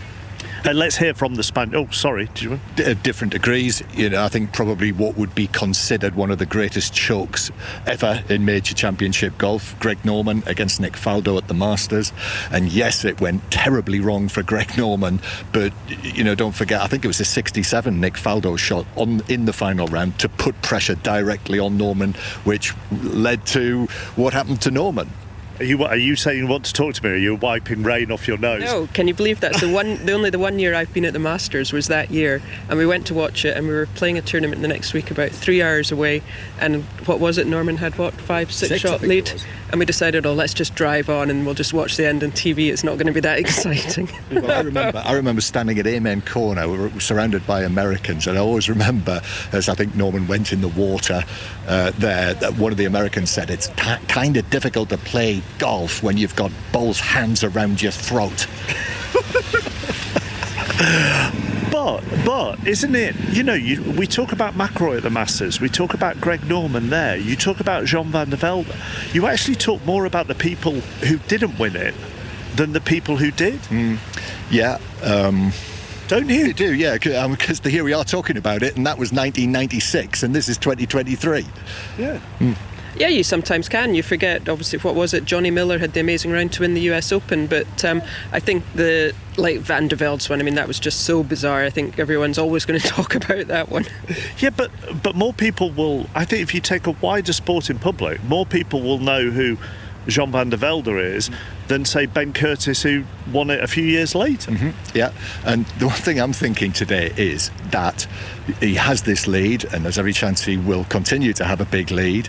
But what have we spoken about all week? We've spoken about what might happen on 17 and 18 in the final round. Yeah. We've talked about it all week, and now there seems to be he's got this lead, he'll not let this go. Are you saying we're quite contradictory? I'm saying we've got a lot of airtime to fill. I think, though, this weather, certainly the chasers would be relishing this weather more. I think if it was a day like yesterday, nice weather, calm winds, I think, Brian Harman, the way he's playing, this week, would have gone out and felt quite confident of shooting, even 1 under, and then they would really have had to go low. But I think the chasers, Jon Rahm, Victor Hovland, Cam Young, someone's going to come out. It doesn't matter what the weather's like, there's always someone who comes out and plays well. And for Brian Harman leading, it's just easy to let a few shots slip away. And by God, haven't we filled our airtime with some nonsense? We have, certainly have, and here's some more. The number of times it feels like over the years I've looked at a golf leaderboard on a Saturday night and thought, that's over. Yeah. That's absolutely over. And the number of times midway through the next afternoon I think, I thought this was over, and it's not. That's exactly it. You two are going out with Jon Rahm and Victor Hovland. You are, aren't you? Yes. So let's hear from Jon Rahm, 63 yesterday, which has kind of put him back in contention. Here he is. The bit of frustration was from knowing how I really knew I could be playing. There were some mistakes that could have been avoided the first few days, and left a couple too many shots out there. That was the frustration, right? Obviously the wind was different, the weather conditions were much easier, the course was a little bit more benign and took advantage of it, but it's just one of those days where things went my way, and I took advantage of it. There's been plenty of comebacks in the past from pretty far behind, and an Open Championship you can make out some shots if the weather conditions allow it. So I'm not going to say anything. I'm just going to see how it plays out. So he said there at the end, Katrina, it's a little bit what you said before we heard from him, that the weather conditions can allow you to make up some shots. So Ian mentioned earlier as well, let's not forget, his Masters victory was really built on how he played on the Friday when the weather was, and Saturday when the weather was absolutely filthy. Yeah, he's a real fighter. He's going to go out there and he's going to scrap, and he's going to know he still thinks he's got a legitimate chance of winning this. And I can guarantee you Brian Harman's not sitting there thinking, I've got a 5-shot lead, I've got this one. So in golf anything can happen, in sport anything can happen. Obviously Brian's in the driving seat right now, but you saw Cam Young last year at St Andrews come out with an amazing last round, didn't quite get it done, but anything can happen. That's why we love watching it. I was in the media centre yesterday morning, and on the big screens in there, he was pictured walking to the first tee, and at the time he was 2 over par for the championship. And I overheard someone in there say, look at him, Jon Rahm, he doesn't want to be here. And now, was that one of our team? I can't remember who it was. I just overheard it, and I thought, yeah. And then he might win the Open, and that was just over 24 hours ago. And the big question is, as very often it seems to be the case, that when you see someone go very low, it tends to be very difficult to do. I don't know if I've got no scientific evidence to back that up, but it does seem very often it's very difficult to do that again. But the fact is, he is 8 under par for the last 14 holes he played on this golf course. It can be difficult. You've seen that, like you say, in the past. It's difficult to have 2 low rounds together. But, as world number 3, I think he's certainly got the capability to do that. He came back from, 6 shots from Morikawa in Hawaii at the start of the year. So, he knows how to overcome a big lead, and he's not going to be one. He's to kind of, not that any of them give up, but not think, I'm never going to get there. He's just going to hang in, and on a day like this, you never know what's going to happen. And from your experience, can you look at who your partner is for the day, your pairing, and think, wow, we are going to suit each other here? Because to the amateur, to the fan, you're looking at those two and thinking, cool, they could bounce off each other today. Yeah, I think you're right there. I think especially on a day like this when it's kind of miserable, if you're playing with someone who kind of gets off to a bad start and their shoulders slump and they're kind of making a few bogeys and not doing well, it kind of, the whole atmosphere in the group gets down a little bit. But if they both are bouncing as birdies off each other, like you say, can really fire each other up. Hovland is 5 under for his last 14 holes that he's played on this golf course. Andrew said Hovland, Rahm, he said McIlroy as well, and Jason Day as the 3 to watch to chase Harman. You would throw Cameron Young in there, who's obviously in that pair with Harman. Are they the ones? Yeah, I think McIlroy is maybe just a little bit too far back, but I think those other ones definitely are in with a shout, and I would expect at least one of them to make a little bit of a run. For the moment, Katrina, John, thank you very much. Just going to go to the rugby league. It's definitely more, even though it's meant to be a summer sport now, it feels like it's definitely more rugby league weather than anything else at the moment. Dave Woods in position for the day's 2 semi-finals, women's and men's Challenge Cup. Should we just focus on yesterday first of all, Dave, because both semi-finals were remarkable. Yeah, and one produced one of the loveliest sports stories of the year, I would suggest. In the men's game, Lee reaching Wembley for the first time since 1971, having beaten St Helens. It was just an incredible game in a fantastic atmosphere. But in all honesty, the match before, the women's semi-final, St Helens 17, York 16, was the game to watch yesterday because the story was Faye Gaskin, who kicked the drop goal that won it for St Helens in the very last seconds of the game. She's been out of rugby league for 2 years, having broken her kneecap a couple of years ago. She's come back this season, and then, as only sport can do, she was there in position to kick the drop goal, and as only 5 Live can do, chappers, we've got Faye here with us, right here, Faye Gaskin. I mean, what was the mood? What were you thinking as that drop goal sailed over? You knew you'd won the game after everything you've been through. What were you thinking in that moment? It was a dream come true, really. It couldn't have ended any better. And to be fair, York really give it to us. There was times where I thought they were going to edge it, especially when they took the penalty under the sticks. I thought, we've got literally 3 minutes now and we need to get up the other end. We was on our own line, and then M. Rudge breaks his 60-metre run, and I thought, Jodie took it in, and I was like, I've got to go for it here. And you got to back yourself sometimes. Matty's very much like, practice on your weaknesses, and I was just like, trust us, we can get it when it comes to it. And then as soon as it left me boot, I sort of knew it'd go, because you can just tell when the connection was good. And then I looked round and the whole stadium was cheering, and I was like, what a perfect end. Are you in an environment, Faye, there at St Helens? We were talking yesterday about the effect that the England men's cricket team have had on not just other cricket teams but other sports. A sort of no fear culture. If you make a mistake, it's not a problem because at least you've tried it. Are you in a similar culture with Saints women? Yeah, pretty much. Matty will always, to have him, someone who's been to Wembley before, won a Lance Todd, had so much success in his career, to have him as your head coach, you've just got to learn from him every day. And he's always like, go for it and back yourself. He rang me straight away last night after the game to have a chat, and he was just like, you backed yourself and you took that opportunity, and we're going to Wembley off the back of your drop goal. So I always think, if you go for it, the girls will respect you. If you miss it, we'll go again. But we got it, and we just had to party hard after that. Yeah, that's Matty Smith, isn't it? The former Lance Todd Trophy winner. But, I mean, it's the first time the women will play at Wembley this year, long overdue. And I know you need an operation, don't you? I don't think we're giving any secrets away. But the dream of playing at Wembley for the women's sides this year has just been massive, hasn't it?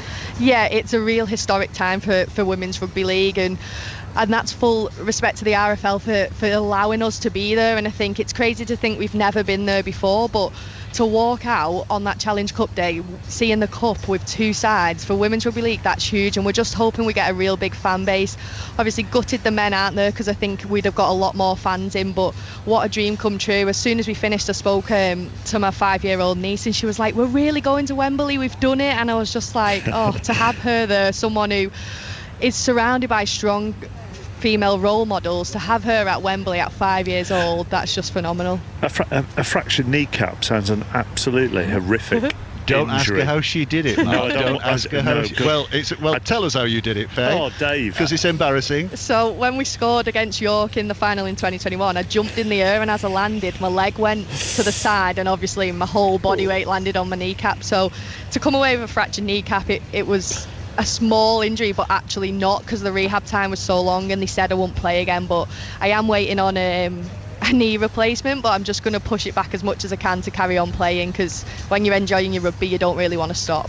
So how dark were some of those days then? Yeah, I think at first everyone rallies around you, your team's there, and then it gets harder and harder as my rehab wasn't progressing very well, and every time I went back to see the surgeon, it was bad news really, and I weren't able to grow any strength in my leg. And then your team's getting a lot of success, and you're sat just watching, and you don't really feel part of a squad anymore because you're on that injured list. And it was really tough. I had a lot of support from Rugby League Cares, and I've never been one to really struggle with my mental health or admit I was struggling really until it got to that real dark point. And I'll forever say my niece always saved me a bit there. She was always around and always that smiling face. But to be back with the girls this year and to be alongside some of them phenomenal athletes, it is a dream come true to be back on that rugby pitch. Mind you, Dave, we once did a Challenge Cup game at Castleford where one of the Castleford men dislocated his knee, and we thought he was going to be stretchered off, and then they just popped it back in, and he walked off, and he was like matter of. Who was that? He was that so was matter. It was Westerman, Joe Westerman, wasn't it? Who just sat there and just readjusted his knee as we all watched on and go, "Don't do that! Not what we're watching." No, exactly. Don't show a replay of that. Whatever you're doing. No. Right. Anyhow, Leeds the favourites to meet Saints in the women's final. Yes, I think they are. I mean, Faye they played each other the other week, didn't they? Leeds and Wigan's women's teams, and Leeds were quite convincing winners. So you're expecting to meet Leeds in the final, aren't you? Yeah, we are, and I think it's a semi-final, isn't it? I think Wigan will come out, they won't roll over and let Leeds walk it. I think they will put up a good fight. I just think the experience of Leeds, the players they've got, the Amy Hardcastle, Caitlin Beavers, they will have so much more experience in these semi-finals. I think they'll just be too tough today for Wigan, but Wigan can come up with some shocks. In the nines, they got to the finals, so they've got a few young kids. I think 4 17-year-olds are playing today. What a stage for them. So hopefully it'll be a good game, but I just think Leeds will edge it today. And on the men's side of things, I mean, we're set up, aren't we, Dave, for a fascinating final, whichever way this goes. I mean, Hull KR and Lee, if that was the final, would be so different to anything that we've had in recent years, and the enthusiasm from both fan bases would be huge. And yet, on the other hand, we could have Wigan against Lee. Yeah, well, I mean, Lee getting there for a start. I mean, not wanting to turn Faye's emotions down a notch or two here, because obviously she wanted Saints to be there. But Lee getting there yesterday was fantastic, real historic. I mean, what that club has done, newly promoted Lee are second in the Super League with 8 rounds to go, and are now in a Wembley final. And you know, hats off to Derek Beaumont and Adrian Lamb, the coach there. They've refashioned the club as the Leopards. You know, 1 or 2 people took the mickey out of that, but they wanted their own identity. They didn't want to play in red and white hoops like Wigan down the road. They wanted their own identity. They've got that, and they backed it with some great signings and a terrific performance yesterday against a champion St Helens side. And then, as you say, you know, if Lee have been the story of the year this year, Hull Kingstown Rovers have not been far behind. New coach for them as well in Willie Peters, ex-Wigan player, by the way. And you know, if he can get, they've not won at Wembley since 1980. So if it's Lee against Wigan, somebody's going to rewrite the record books for those two clubs. Lee against Hull KR, rather. But then Wigan, like you say, you know, if Wigan win today, then Wigan against Lee, the battle of the borough. They're both in the same metropolitan borough. So, you know, all that local rivalry as well. So whatever happens, it's going to be a fantastic final at Wembley on August the 12th. 3 finals at August the 12th. 4 finals on August the 12th. The women's, the men's, the kids, and the 1895 as well. I can't wait for August the 12th. That's going to be a super day, isn't it? They might have even got another fifth one by Do then. We start at 6 a.m? They would do with our previews, yes, on that day. So yeah, you might have to stay overnight there, James. Faye, thank you very much for doing that with us. Well done yesterday. We'll see you at Wembley. Thank you very much. Cheers, Faye. Faye Gaskin with us, who kicked the drop goal for St Helens women yesterday. So Wigan Leeds, and then Wigan Hull KR women first, then the men in the second round of Challenge Cup semi-finals. You can watch them on the iPlayer, the men's semi-final on BBC Two from 4:30. News of Rory McIlroy here in the rain at Hoylake. James Gregg. It's a massive hoik left off the second tee, so much so he hit a provisional ball. As it turns out, his first ball was just in bounds. He got a free drop onto a pretty nasty patch of grass where all the spectators had been walking down the left-hand side of the second hole, playing down the breeze 160 yards or so. He's found himself over the back of the green in a little swale, and Rory McIlroy playing his third shot now. He's taken yet again another free drop from a bit of a standing water puddle. A fairly straightforward chip shot here for Rory. He'll be trying to hole it, and he's played it beautifully. Should be good enough for a par. It will keep him at even par here after 2 holes on the day, and at -2, still 9 strokes adrift. -3, I beg your pardon. Sorry, James, I didn't hear that. What did you say? -3, I beg your pardon. I'm giving you the wrong score. Apologies. That's right. Thank you, James Gregg. Out on the second with Rory McIlroy. Galleries are huge following McIlroy at the moment. Raining here at Hoylake, still raining at Old Trafford. If we get any update from Eleanor Oldroyd, we'll go straight there on the final day of the 4th Men's Ashes Test. We've also got Diamond League Athletics this afternoon. Let's join Catherine Merry and Alison Kirbishley. We have indeed, Mark. There's no rain here at the London Stadium at the moment, and we're hoping it's going to stay like that all afternoon.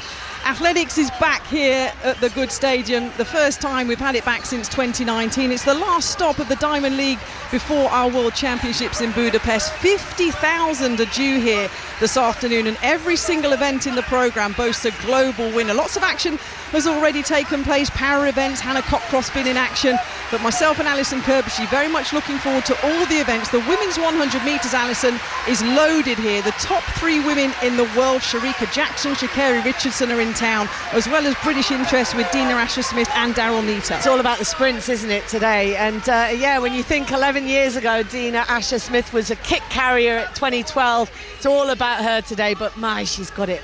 She's got a challenge in her hands with Sha'Carri Richardson and Shericka Jackson, as you said. Ta Lou, who's already won 2 Diamond Leagues. So to get into the top 3 is going to be an ask for her and the likes of Daryl Neater as well. So 3:40 is the women's 100 metres, with the fastest in the world here. And the men's 200 metres mark. Now, Zarnell Hughes, the British athlete, has already taken Linford Christie's long-standing 100-metre British record. He's up against the world champion Noah Lyles from the USA. Another mouth-watering prospect, shall we say, Alison? And what a year it is for Zarnell Hughes, the 28-year-old. He seems to just have found his purple patch. And we caught up with him yesterday at the press conference. He's very calm, very much focused on his own performance today. But Noah Lyles was very buoyant when Zarnell was asked about the British record, John Regis's British record of 1994. Noah turned to him and said, "We can do that." And I'm thinking, what, are you going to pull him round or something? I genuinely think Zarnell can take a really impressive scalp here. Noah Lyles has already won the World Championships the last 2 occasions, so going for 3-peat in Budapest, and he wouldn't like to go in under a defeat, but I think Zarnell, with the British crowd here today, could do it. And let's not forget, Zarnell Hughes ran very, very quick a couple of weeks ago in torrential rain in Manchester. That one's at 3:30 this afternoon.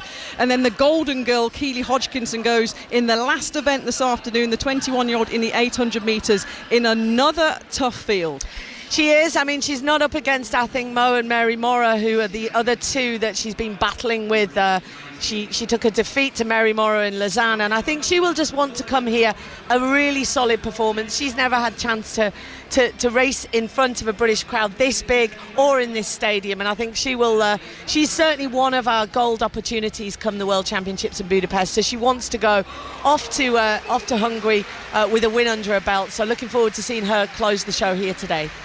Lots of Brits in action. Matthew Hudson-Smith's here, Femke Bol from the international scenes here, and lots of British athletes are trying to book their World Championship places, Alison, because this is the last opportunity for them to get on the plane for those World Champs in Budapest, which start on the 19th of August. Yeah, and as you said, it's twofold, isn't it? It's about Diamond League points, this being the last Diamond League before the World Championships, the 10th on the calendar, and then those British athletes. We've just seen an all-Brit field in the men's 800 fighting for those qualifications to Budapest. Looks very much like Max Bergen might have just booked his way into that team, and we're just about to see the 4x1 relay go as well. So yeah, all action is it's just so good to be back here, isn't it? It is good to be back. West Ham can have it back on the 20th of August when they have their first home match against Chelsea. But for this afternoon, Mark, 50,000, a sellout here at the London Stadium, and some of the best in the world are here.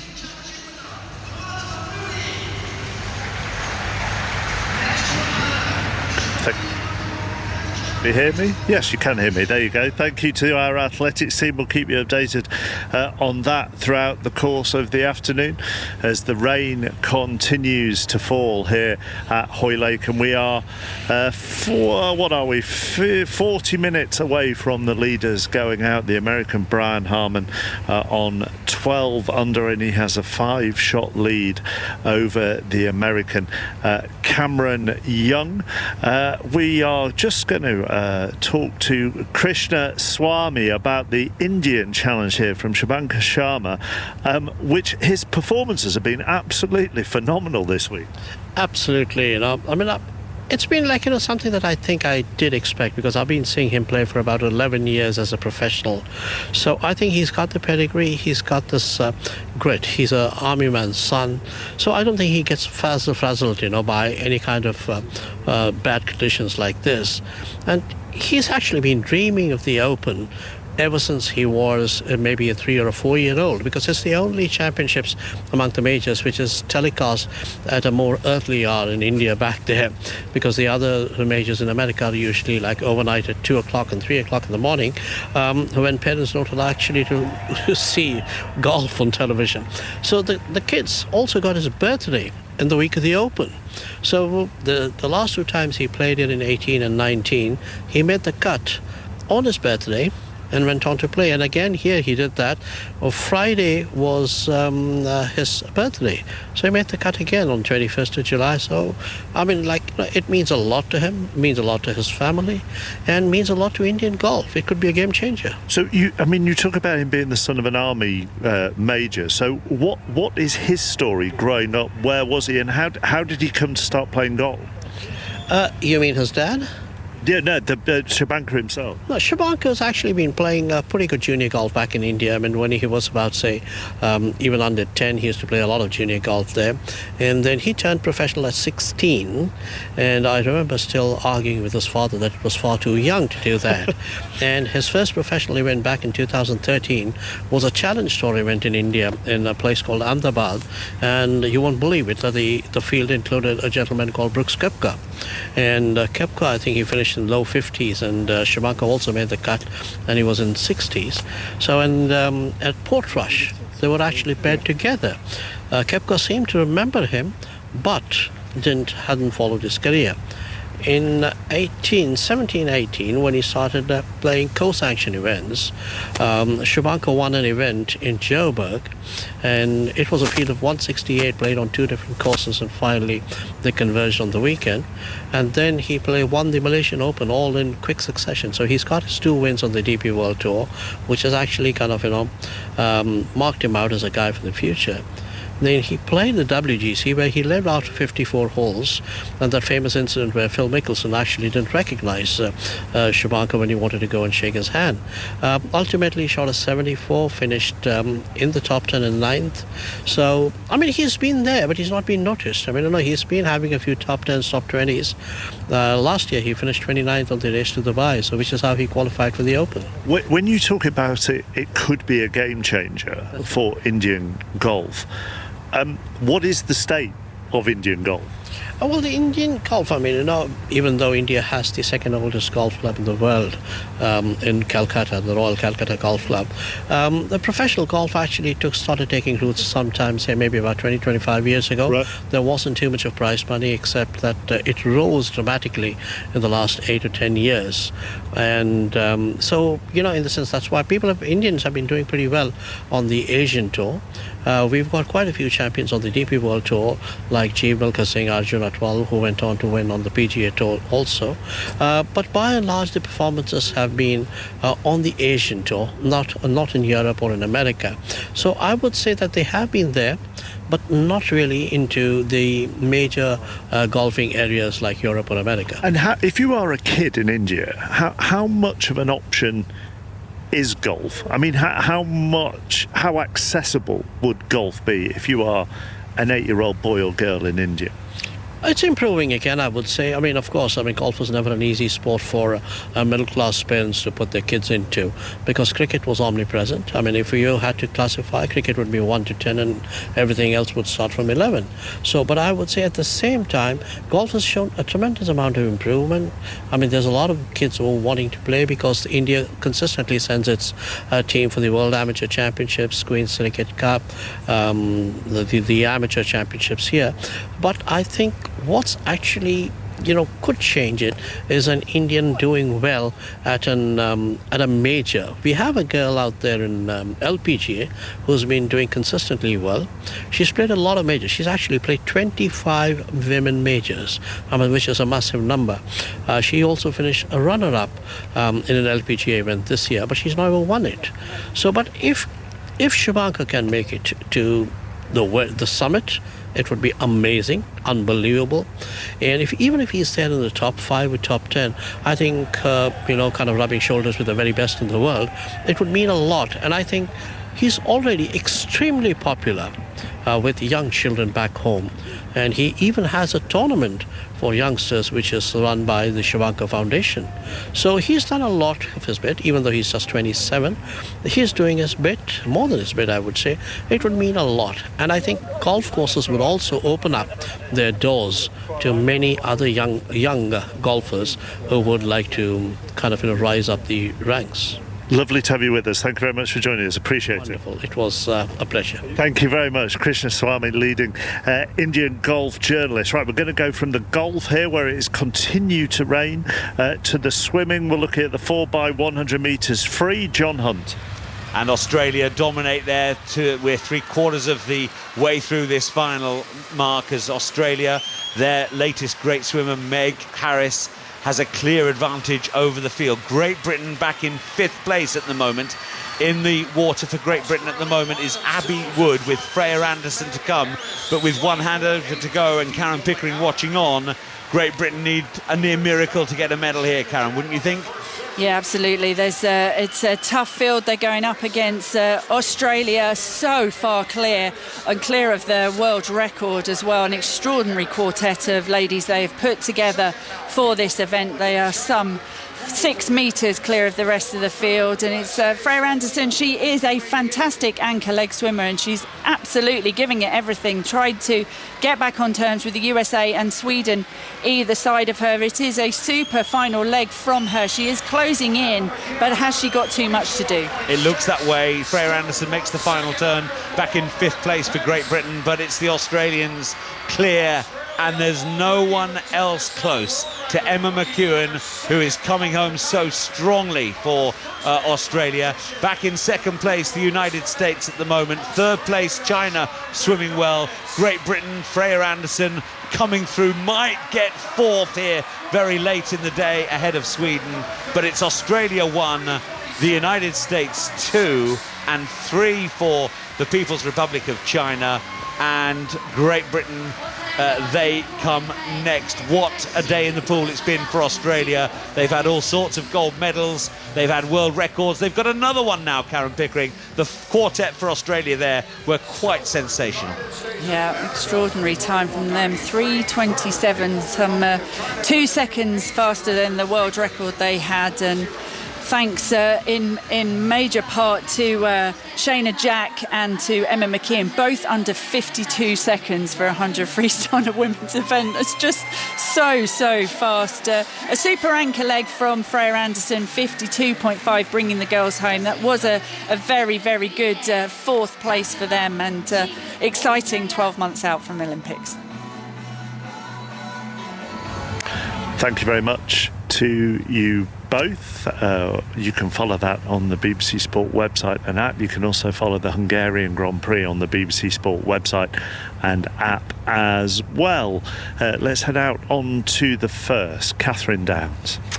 Yep, waiting for Tommy Fleetwood and Sepp Straka, the Austrian, to make their first foray into this final round. The rain is absolutely beating down. I'm huddled under an umbrella to the right-hand side of the first tee with Graham Storm to watch this group. Twice at a major championship he's had to watch on as someone else took the spoils. Tommy Fleetwood, 2019 at Portrush.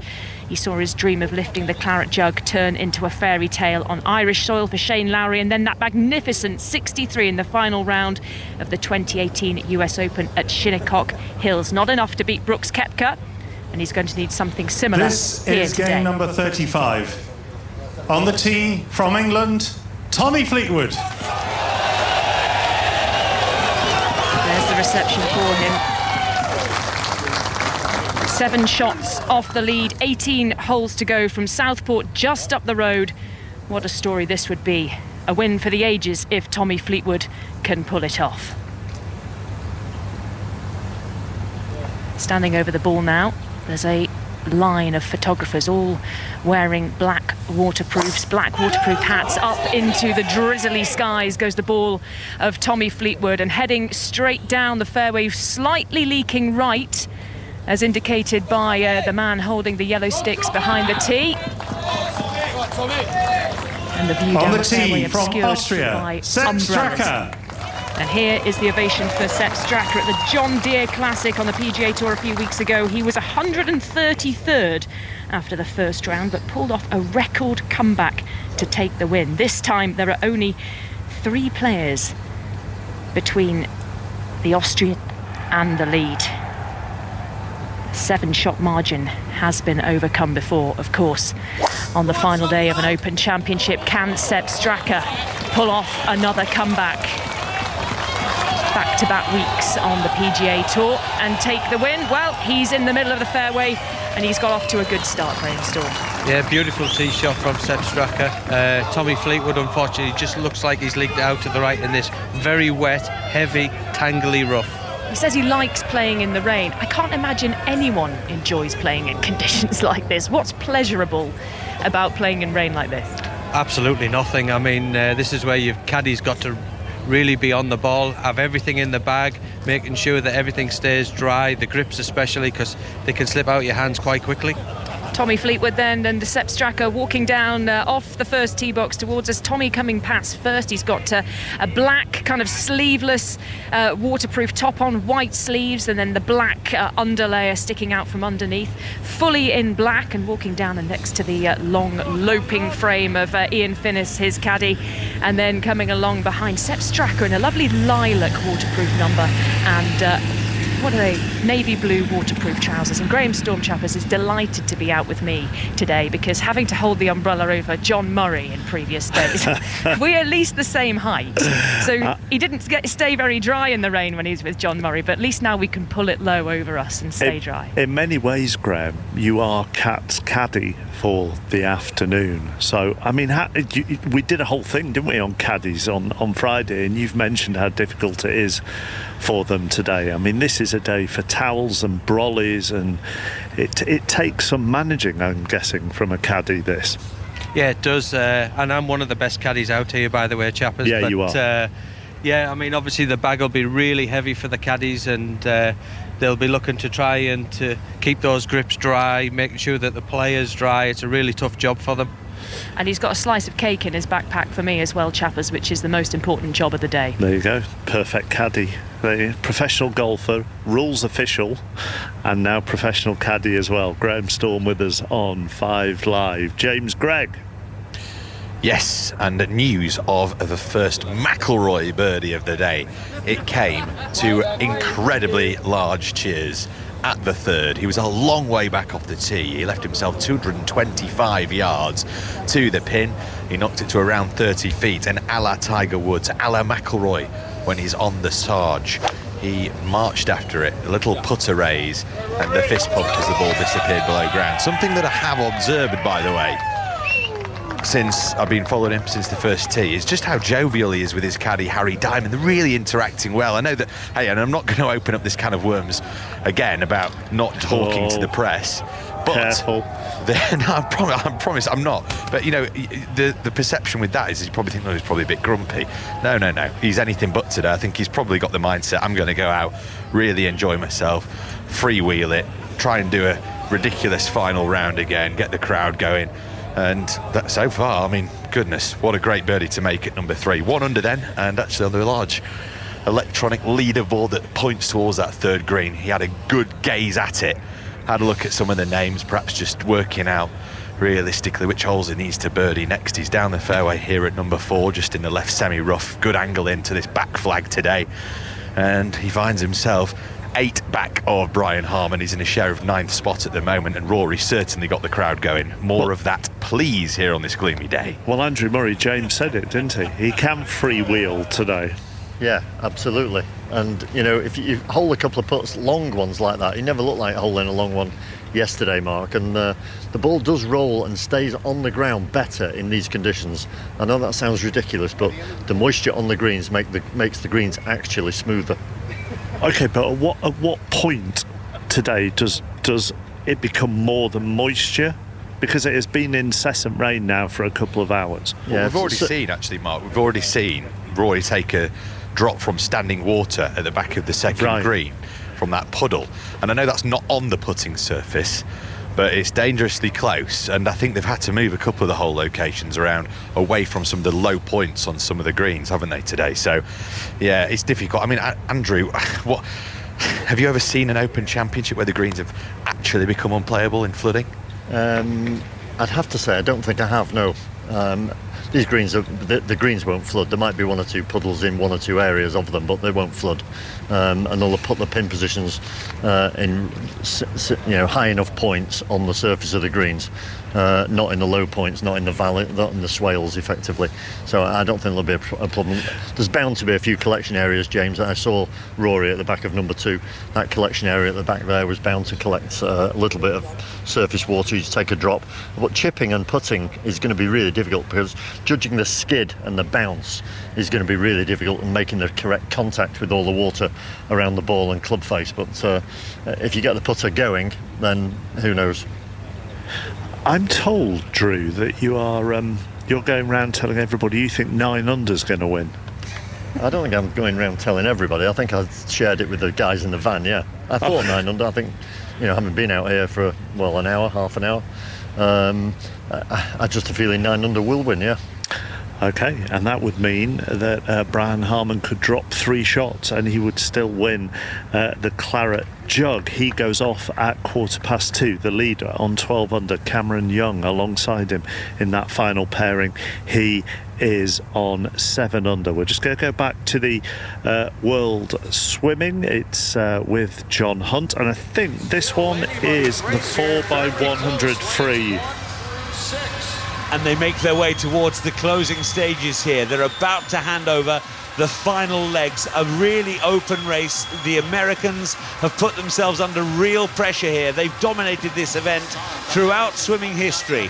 The Australians will be launching very shortly. Kyle Chalmers, a former Olympic champion, and there are 3 countries in line then as they go out on their final leg. Italy with Thomas Ciccone, Matt King of the United States, Kyle Chalmers of Australia, Karen Pickering. What a finish in store.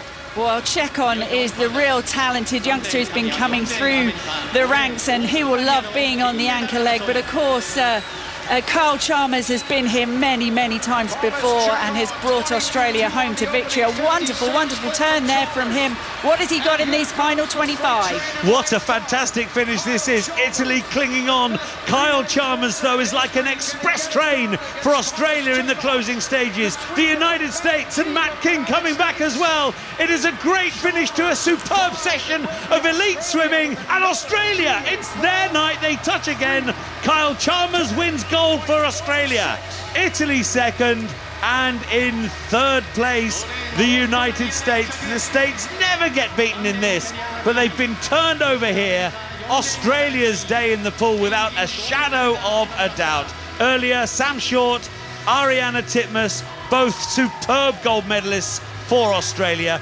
They've won again, Karen Pickering, and that was Kyle Chalmers at his best. Yeah, they almost can't believe it, can they? They look as surprised as anyone. And I have to say, I'm looking down at the times they did there, and I'm just absolutely ruined. That missed opportunity for Great Britain. They swam 3:10 this morning before being disqualified. It was 1 in 3:10. What an opportunity lost there for Great Britain. But Kyle Chalmers absolutely deserved that. He worked for that one.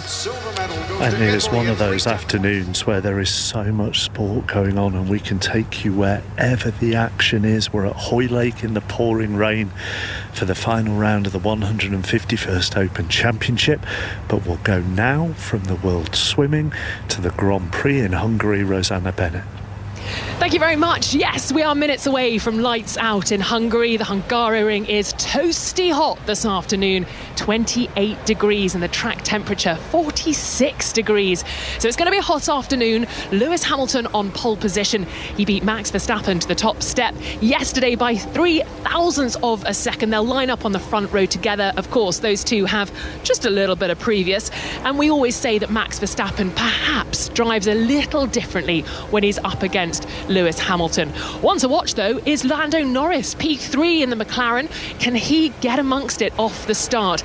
And is it all about the start? Well, for a quick chat about what we can expect this afternoon, I'm joined by former Williams F1 driver Jack Aitken, our lead commentator Chris Hartley, and the BBC's chief F1 writer Andrew Benson. Jack, this has got all the makings of a pretty tasty start. Is that where this race finishes, essentially, or have we got more to look forward to this afternoon? Certainly not where the race finishes, but it's going to be a massive part of this Grand Prix. This track is notoriously difficult to overtake on. It's very, very twisty, very little straight line And even though we do have the DRS helping for the main two overtaking spots, which are turn 1 and turn 2, it's very tricky to follow through that final sector to get a run on your opponent. So if Lewis can keep the lead, he greatly increases his chances of winning, and it's going to come down to the pit stop strategy after that. I think we're all excited to see what Lewis Hamilton can do. Of course, it's been a while, as Jack says, since he's been on pole position. He hasn't forgotten it, has he? He got his 104th pole position yesterday. He's looking to take his 104th victory.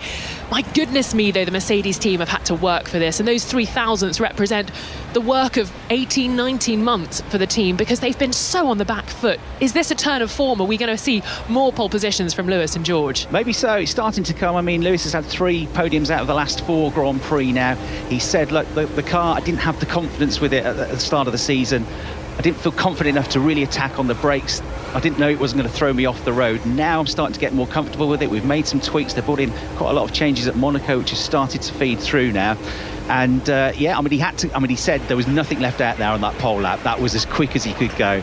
And you've still got then the 2 drivers around him, Verstappen and Norris, first and third, who reckon they have got a bit more left in the tank. So it's going to be a challenge for sure. I mean, this is one of the closest qualifying sessions that we've seen in a long, long time. The field was very tightly packed, and you could hear the difference between the driver who was on pole, Hamilton, he was happy with the car, feeling comfortable with the balance, he loves this track, versus Verstappen and Norris, who came out feeling a bit so-so. They felt like they'd maybe left a bit on the table, that the car wasn't fully there.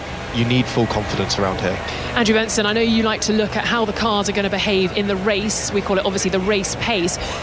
Lewis Hamilton saying that the Red Bull has half a second over them in long run pace.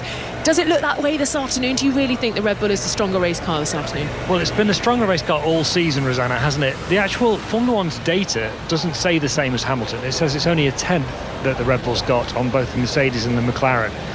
But the thing is, we don't actually know, because it's hotter now than it has been all weekend. Track temperatures, they've just dipped below 50 degrees Celsius, but it's still 49.6.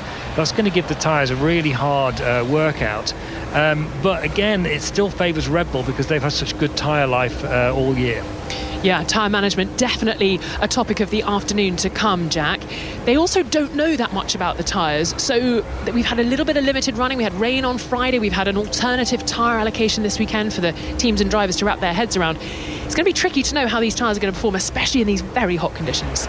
Yeah, what's held the teams back a bit this weekend is the alternative tyre allocation, where they don't have quite as many sets of tyres, and we had a rain hit first practice, so they're actually quite short on data. They did get some long running in, but not as much as they normally would have liked to. So, you know, we have seen in Grand Prix in the past years here that the expectation for degradation didn't always match up with reality, and people had to adapt during the race. Well, the celebs, the VIPs have made their way off the grid. The mechanics are just taking the tyre blankets off the cars now. The drivers are in their places, and we're getting ready for the formation lap. So I'm going to hand it over to you guys in the commentary box. Chris, it's all yours. We're ready for the Hungarian Grand Prix. Thanks very much, Rosanna. Yeah, so we're all set to go. Max Verstappen, then the championship leader, 99 points clear of his teammate Sergio Perez. And then third of the championship, Fernando Alonso, but the form has been a little bit off kilter of late for the Aston Martins. Lewis Hamilton, who starts on pole position, fourth in the championship, 121.16 points adrift of Fernando Alonso. And then it's Carlos Sainz Jr. and George Russell, who's near the back of the grid for this one, fifth and sixth in the championship. It is a hot day, 28 degrees. It is 48 degrees track temperature, and the scene is set for the Hungarian Grand Prix.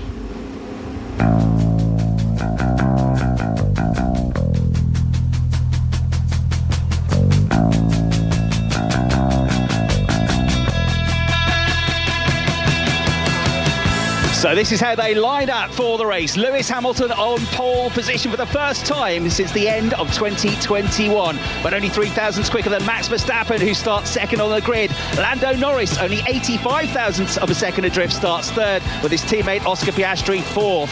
Zhou Guanyu is fifth on the grid. Charles Leclerc is sixth. Valtteri Bottas starts seventh. Fernando Alonso in 8th, and then to complete the top 10, Sergio Perez, another disappointing qualifying in 9th. Nico Hülkenberg is 10th.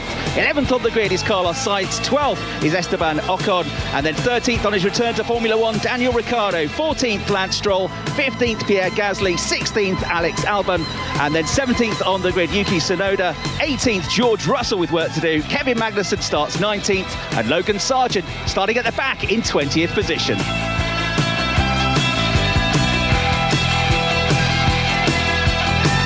We'll be back at Hoylake with Mark for the Open shortly, but we'll get the first lap of this race in.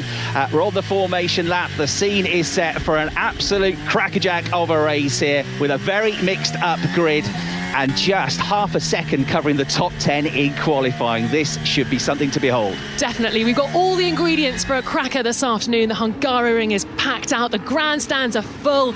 And Lewis Hamilton earlier on said that he thinks Max Verstappen's just going to breeze past and disappear. But he also said if he can pull a rabbit out of the hat, then who knows what's possible. He's got 70 laps to try and take the victory this afternoon. He's done it before. Can he do it again? Right, we're about to find out what must be going through their minds and what is going to be the approach here from the drivers. Lewis Hamilton, less to lose. He wants to get a race victory, his first of the season here if he can. Max Verstappen has the championship lead, but he has a big championship lead. Will he take a risk? Will he want to go toe-to-toe in that first corner with Lewis Hamilton? And what about the driver just behind with that first McLaren, Lando Norris? He got a great start 2 weeks ago at Silverstone to get straight into the lead of the race. If he can huck it up here, that'll be very interesting indeed. The cars just making their way onto the grid, back in the team garages. The team principals looking focused. They've done all they can for the time being. This next bit is up to the drivers.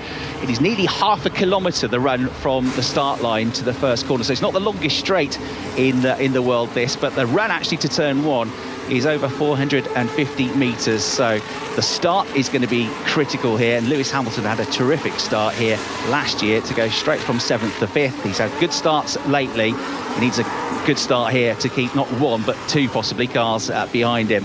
And then don't factor Oscar Piastri out of this either. He's 4th on the grid. He was a little bit away from his teammate, but he was a little bit disappointed with his own performance as well. He could be a factor here. The green flag is waved at the back of the grid. The red lights come on, and we're about to go racing here for 70 laps of the Hungarian Grand Prix. Off we go, and it looks like a decent start for Lewis Hamilton. He's on the outside though as they go up through the gears. Verstappen is coming up the inside. Right behind the pair of them is the McLaren of Lando Norris. It's almost 3 abreast, and down the inside goes Verstappen. He's got the lead of the race here. Hamilton out wide, and Oscar Piastri with a terrific start. He's going to go to 2nd place here. So he goes in on the battle here and goes up to 2nd as they go into turn 2. It's side by side between Lando Norris, who's on the outside through turn 2, and Lewis Hamilton, and he goes through as well on the exit to the corner. So down, I'm afraid, to 4th place for Lewis Hamilton. Verstappen leads, Piastri in 2nd, and then Lando Norris in 3rd place. And already, Jack, a bit of a gap forming between the top 2 and the next 2. Yeah, it was a hectic first couple of corners there between the top 4. Hamilton and Verstappen were really pushing each other hard into that first corner and almost opened the door wide open for Piastri as Norris got caught on the outside of those two, squabbling as well. So they're still fairly close. Going through the middle sector now, things are lining out as you can't really run line astern there, and heading towards the first overtaking opportunity for the next lap. Yeah, decent start from the Ferraris as well. Carlos Sainz is right behind Charles Leclerc, so they are in 5th and 6th positions. Perez trying to come up from 9th on the grid. He got into Q3 for the first time in 6th Grand Prix, but still way off the pace of his teammate. Right, so they're coming into the final couple of corners of the first lap of the race into turn 14, and at the end of the first lap of the race, it's going to be Max Verstappen, the leader, by about 7/10 of a second from Oscar Piastri, Lando Norris, and in 4th place, Lewis Hamilton. Well, there you go. Lewis Hamilton losing the start, losing the lead off the start of the Hungarian Grand Prix, and it's Max Verstappen leading the way. We'll head back to Hoylake, but there'll be full commentary on the BBC Sport website, chappers. Yes, thank you. Sorry, I interrupted you there. We'll keep you updated on the F1 here on 5 Live, although when we do, I imagine it's going to play absolute havoc with your volume of your radio, because they're going to be bellowing over the F1 engines, and we're whispering as we follow these leading golfers around the 151st Open Championship. I would suggest, John Murray, bearing in mind how John Rahmer's felt at times during this championship, that you don't have your headphones turned up loudly if we go to the M1, if we go to the F1 and you are in Rahm's vicinity. Yeah, that would put the cat among the pigeons, wouldn't it? Yeah, well, only 4 players left to tee off now at this Open Championship, and we are staring through the gloom. I think it's more than drizzle now, it's persistent rain again, and it is this Norwegian-Spanish combination, European Ryder Cup teammates Viktor Hovland and Jon Rahm, who are on the tee, and the Norwegian, who starts 5 under par from into the Spain, Jon Rahm. Viktor Hovland has played, and I can clearly see his ball on the left side of the fairway, and now it's the man of yesterday, really, in many ways, after his 63 that propelled him right up the leaderboard. The Masters champion, 2 times major winner. Many feel that Jon Rahm is an Open champion in waiting. Well, is today, in the Wirral rain, going to be the day? He's dressed, of course, in his black wet weather gear, but I can see his white glove and his white kilt. And here we go. 8 under for his last 14 holes, but this has gone left. It's gone left, but I can see it landing on the left side of the fairway in the rough, so not beyond the yellow rope, not beyond the spectators, and everyone's scurrying around there. So Katrina Matthew is with me, winner of the Women's Open, twice winning captain with the European Solheim Cup team. What do you think? Can either of these two do it today? I say that Jon Rahm, an Open champion in waiting, perhaps, and Viktor Hovland, a major champion in waiting. Can today be the day? Yeah, I think it can. I think they're both going out there, starting off today, thinking they do have a chance. I think this weather's going to help them. It's going to give them a little bit more of a chance if they can get a really good round. It's harder for Brian Harman to try and keep the pace. So I think they're definitely in it, and I think will be an interesting front 9. Yep. It's always one of the best sporting days of the year. I feel, Mark, the final day of the Open Championship. A lot of people think it's going to be a procession, but experience tells us that you never know. Exactly. I mean, it was set to be a magical sporting day with the final day of the Ashes test at Old Trafford as well, but it's raining there. There's been no play today. If we hear any update at all, we'll go back to Eleanor Oldroyd at Old Trafford as Viktor Hovland just walks past me, all in his black waterproofs with a black and white umbrella bearing the name of his golf sponsor as he heads towards his ball. We've only got one more pairing to tee off here at the Open Championship in 10 minutes time. That's leader Brian Harman on 12 under and Cameron Young, his fellow American, on 7 under. Let's head out onto the course. What hole has Rory McIlroy reached? James Gregg. Oh, he's walking up the 5th, the par 5, and he's coming off the back of 2 birdies, and because of that he's bouncing, as we know, where he seems to spring his way up the fairway a good 20 yards ahead of his caddy Harry Diamond. And they are still laughing and joking, big pearly white smiles on both of their faces as Rory huddles under the umbrella wearing his brown waterproofs. But all eyes here are on Rory McIlroy, and I'm talking thousands and thousands of pairs of eyes, 3 or 4 deep, umbrellas all over the place here down the side of the par 5, and he's hit his second shot a mere 10-15 yards short of the green on the fringe, and we just may well be seeing a 3rd straight birdie here. McIlroy at the moment 7 strokes back of Brian Harman. He's at 5 under, 2 under par on the day through the 4 holes played, and I'm not going to say he's lit the place up just yet, but he's not far off. So how long until his birdie putt, James? Well, he's got an eagle try of sorts, which I think he might just be chipping. There's a little knuckle right on the front portion of this 5th green, the par 5, the pin tucked over on the right-hand side. So, he's got a chip up yet. And you can come back to me, I think, because we've got a couple of minutes yet. Okay, I'll come back to you for that. Currently, he's 2 under through 4 is McIlroy, so 5 under for the championship. Laurie Canter 3 under through 17. And that's taken him to 2 under, and just flicking through the scores, that's one off the best score out there at the moment, set by Adrian Meronk, 4 under for the day, Scotty Scheffler 4 under for the day, and they are both in the dry and level par at the end of their 4 rounds. Just flicking through everything, I think 4 under, Ian. I mean, I know you've been doing the same thing. 4 under is the best out there at the moment. Yes, I believe so, Mark. And that's exceptional scoring in these conditions. One thing I will say is the rain's just easing a little bit. It's a lot more pleasant than when sort of 5 minutes ago. More pleasant, but not pleasant. No, all things are relative. All things are relative. John Murray with the approaches to the first. Jon Rahm's okay in the rough down the left side of the par 4 first.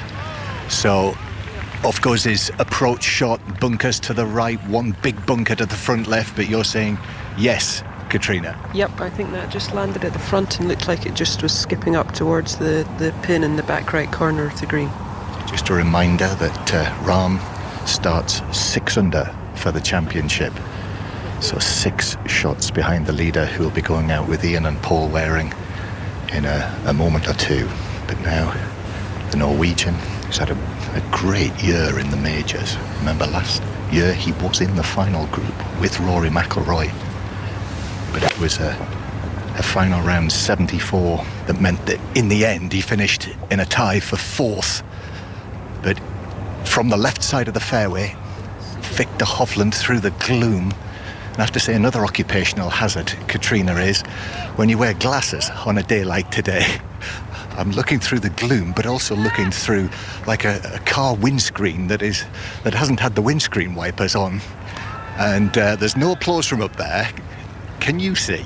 No, I must say I'd kind of lost that one in the gloom, but I think it's just missed the green. I'm honestly not certain where it went. Okay, so I bet that could be a theme of the day, Mark. So I think the lesson is get a little bit closer to the green.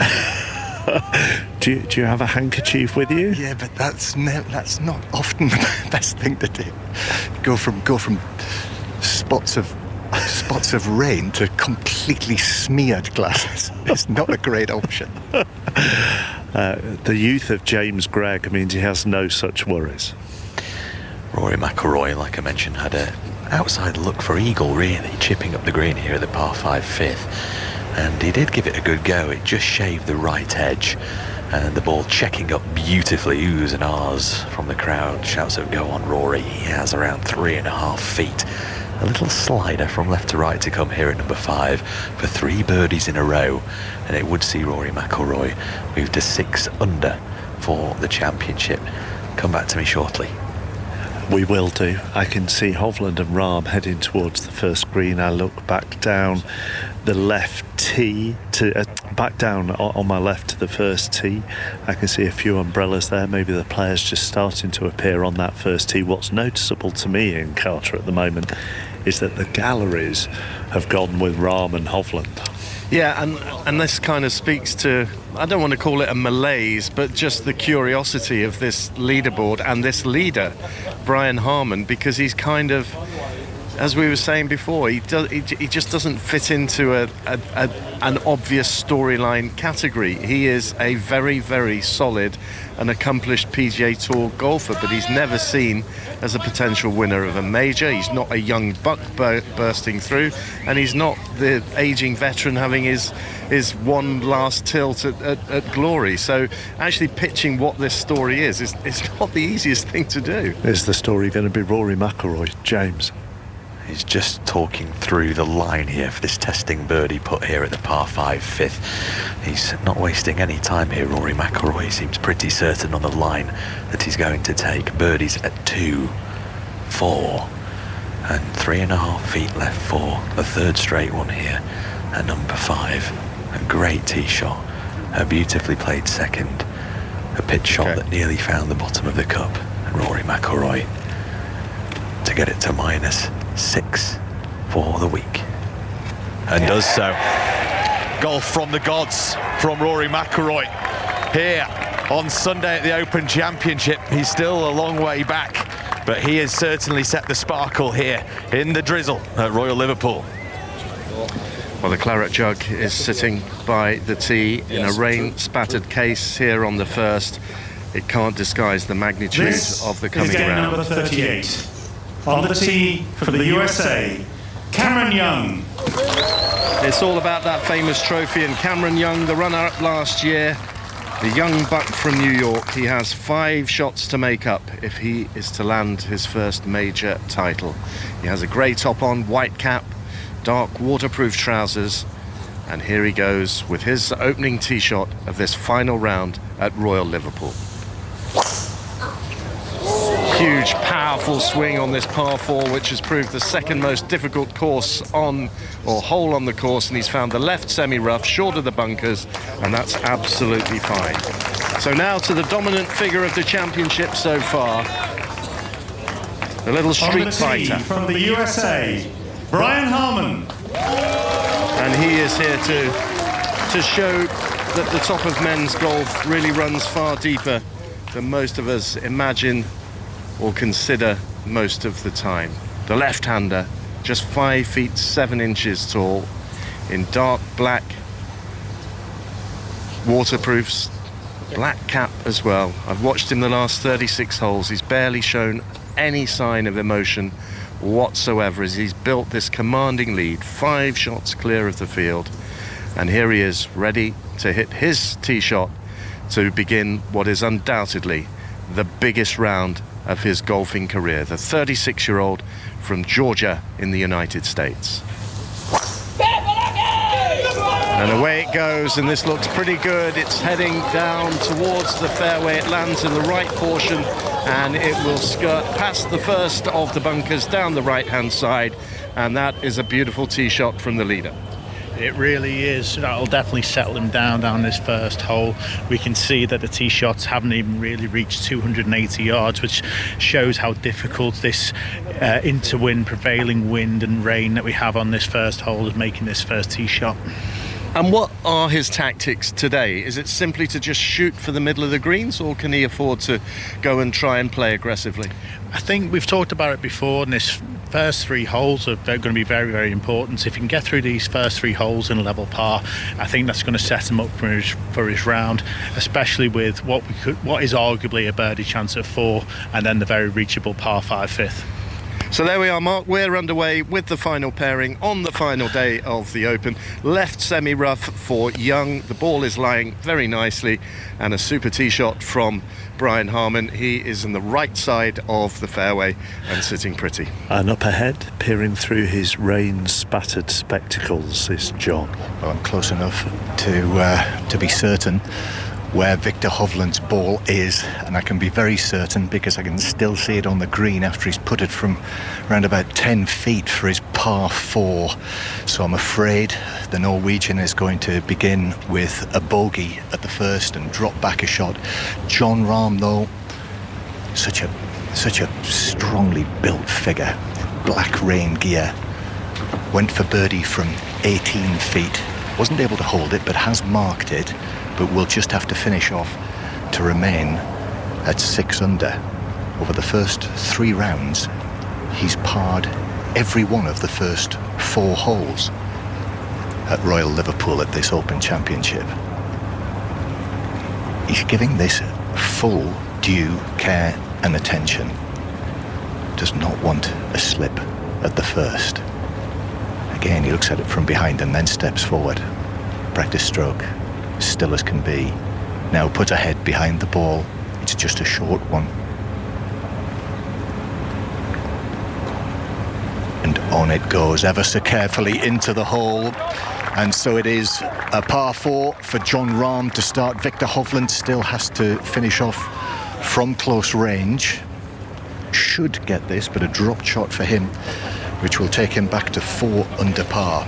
For Hovland, just to put a little bit of meat on the bones of what I was saying, 4th at the Open last year, and then in the majors, tied 7th at the Masters, tied 2nd at the US PGA, 19th at the US Open last month, and you can throw in there as well, a tied 3rd at the Players' Championship. But a dropped shot Katrina, for Hovland at the first. Yeah, not the ideal start, is it? He was slightly unlucky there. He hit a pretty decent second shot and it just trickled off down one of those little swales and actually went right down through it and then back onto the kind of downslope on the other side, and he had to kind of putt down and then up quite a steep slope, and the pin was just 5 yards from the right there. So just gave it a little bit extra, maybe just not quite certain of the pace with the rain that's got on the greens, and put it, as you say, about 10 feet past and then missed the par putt. So Victor Hovland back to 4 under, and Jon Rahm continues his record of parring the first 4 holes at this Open Championship and remains at 6 under. We go off down the second and we see Ian Carter and Paul Waring coming the other way. Yeah, Mark. and back down here, I mean, I'm stood maybe 60 yards behind Harman, who's about to take his second shot. But I don't want this to be a theme all afternoon, Ian, but he walked down the first fairway as completely unnoticed, really. I mean, no applause, no go on, Brian, no nothing. No, he's not connected with the fans at all. Here he is with his second shot, 214 yards out to this first green. He finds the front left corner of the green and the ball will settle down before being swallowed by the little hollow to the left of the green, and he's found the putting surface on a hole where there's only been 2 birdies all day long. 2 very, very solid shots. Again, as you've mentioned before, Ian, taking the bunkers out of play with the tee shot, very sensible play, left himself a long way into this first hole, but finds a putting surface. 2 brilliantly solid shots to open up his account today. Cam Young now with his approach, and this one is sailing a little to the right. It beats the bunker guarding front right and goes down into the swale just to the right of the green. So he has not found the putting surface, but not too bad there. No, I think he can get putter on it from there. It's only down a little swale. He's relatively close to the flag, like I say, though. He's got a little bank in front of him, which he's going to have to negotiate. But apart from that, I think he's just been flummoxed a little bit from the wind out the right-hand side. Just hasn't brought the ball back. And again, from his eye line with this right-hand pin, the way the green sits, it kind of looks like the pin is quite central when it's actually tucked to that right-hand side. It just shows how good and solid Brian Harman's 2 shots were. Mark, one thing I would say about Brian Harman, he hasn't connected with the fans at all, and they've not connected with him. But in a golfing sense, he does have a real swaggering presence. You know, he to me, he looks like, I used this analogy earlier in the week, he looks like someone who would, in a Western film, walk into the saloon and everyone would stop talking and they'd be somewhat intimidated, and he'd be the smallest guy in the room, but he's just got that steely look in his eye that says, don't mess with me. And he's not here to connect with fans, is he? He's here to win a major, as Victor Hovland has gone way right off the second. So I was just ducking there because I was right in that path of that ball. I mean, he's gone further on from me, maybe 60 or 70 yards, so we'll see where that ball has gone. Back to the first green shortly. Kat, where are you? The third, where the rain is now coming down vertically, so the wind was absolutely howling in our faces as we were walking down the third fairway. Looked like a really tricky shot into the third, but both Sepp Straka and Tommy Fleetwood hit a beautiful approach. And here's Sepp Straka draining a long one, about 35 feet there for birdie for the big Austrian.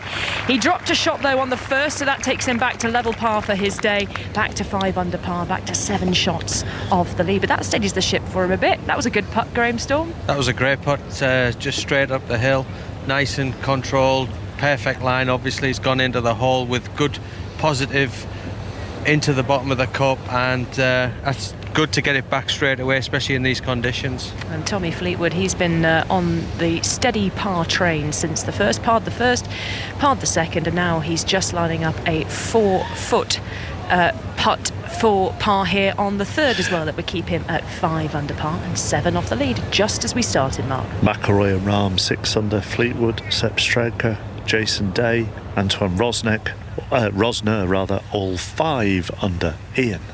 And a chip for Cam Young, and he has made a mess of it. It was lying beautifully down in that little swale to the right of the green. He didn't make it to the putting surface. He's duffed it, and he's not on the green yet.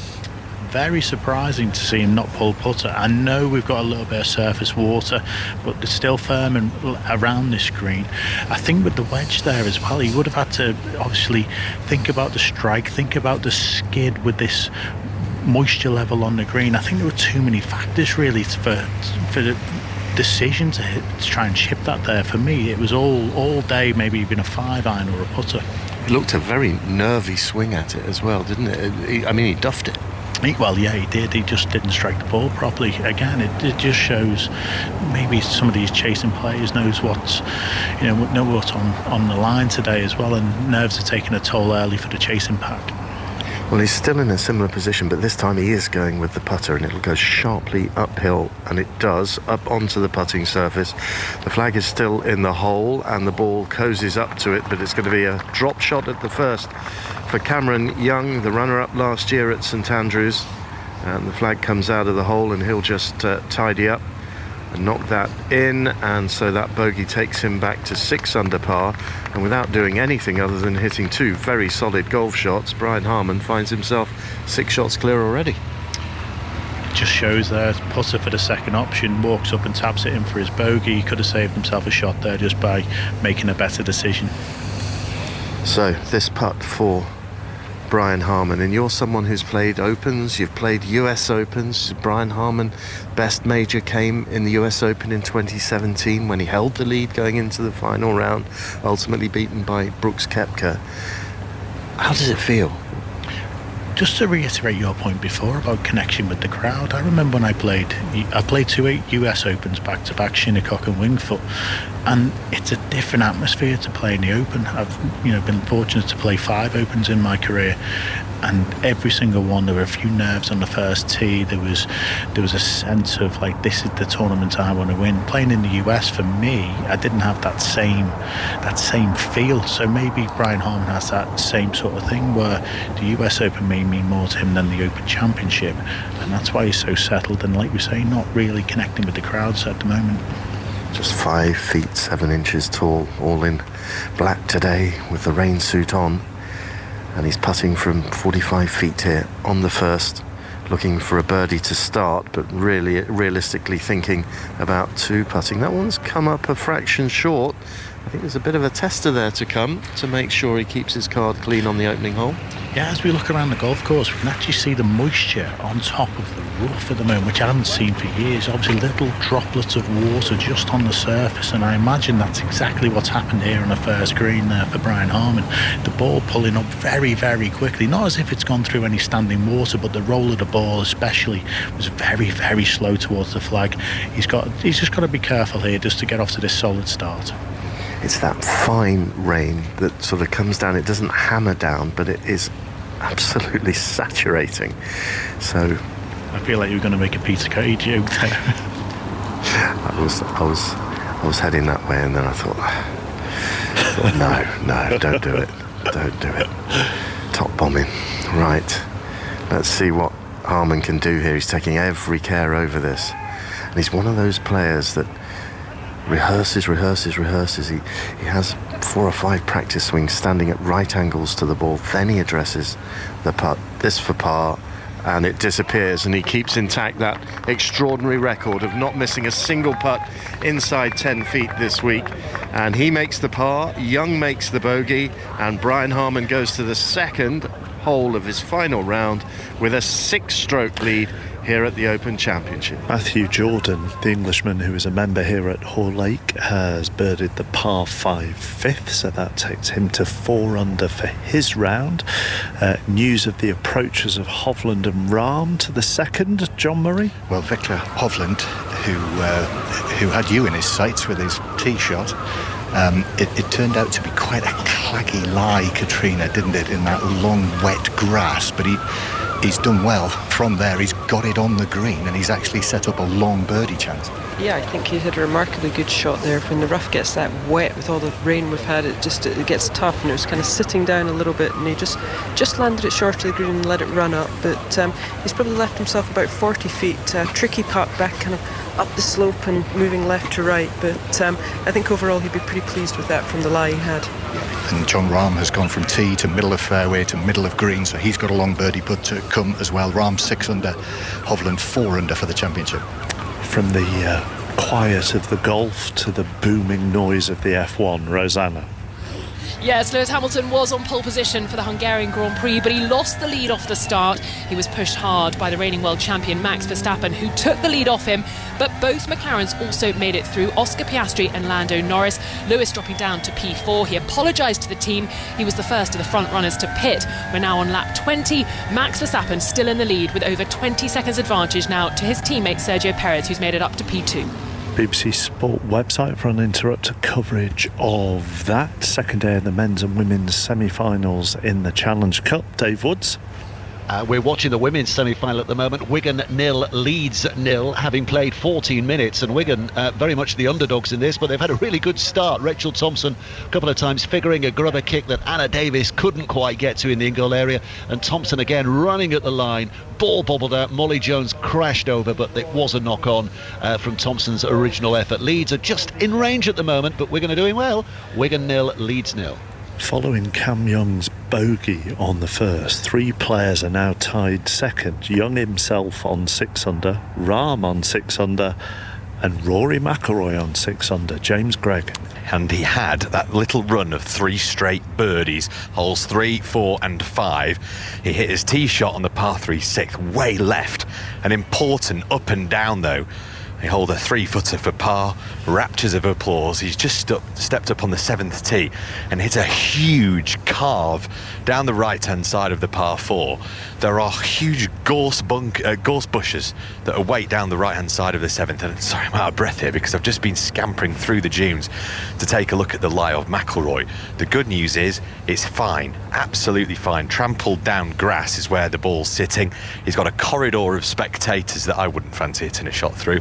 But he has left himself actually a really decent angle in to the 7th green. So we'll come back, see if McIlroy can get out in second on his own mark. And the leader is fine in the middle of the fairway here on the second. Up ahead, John Murray.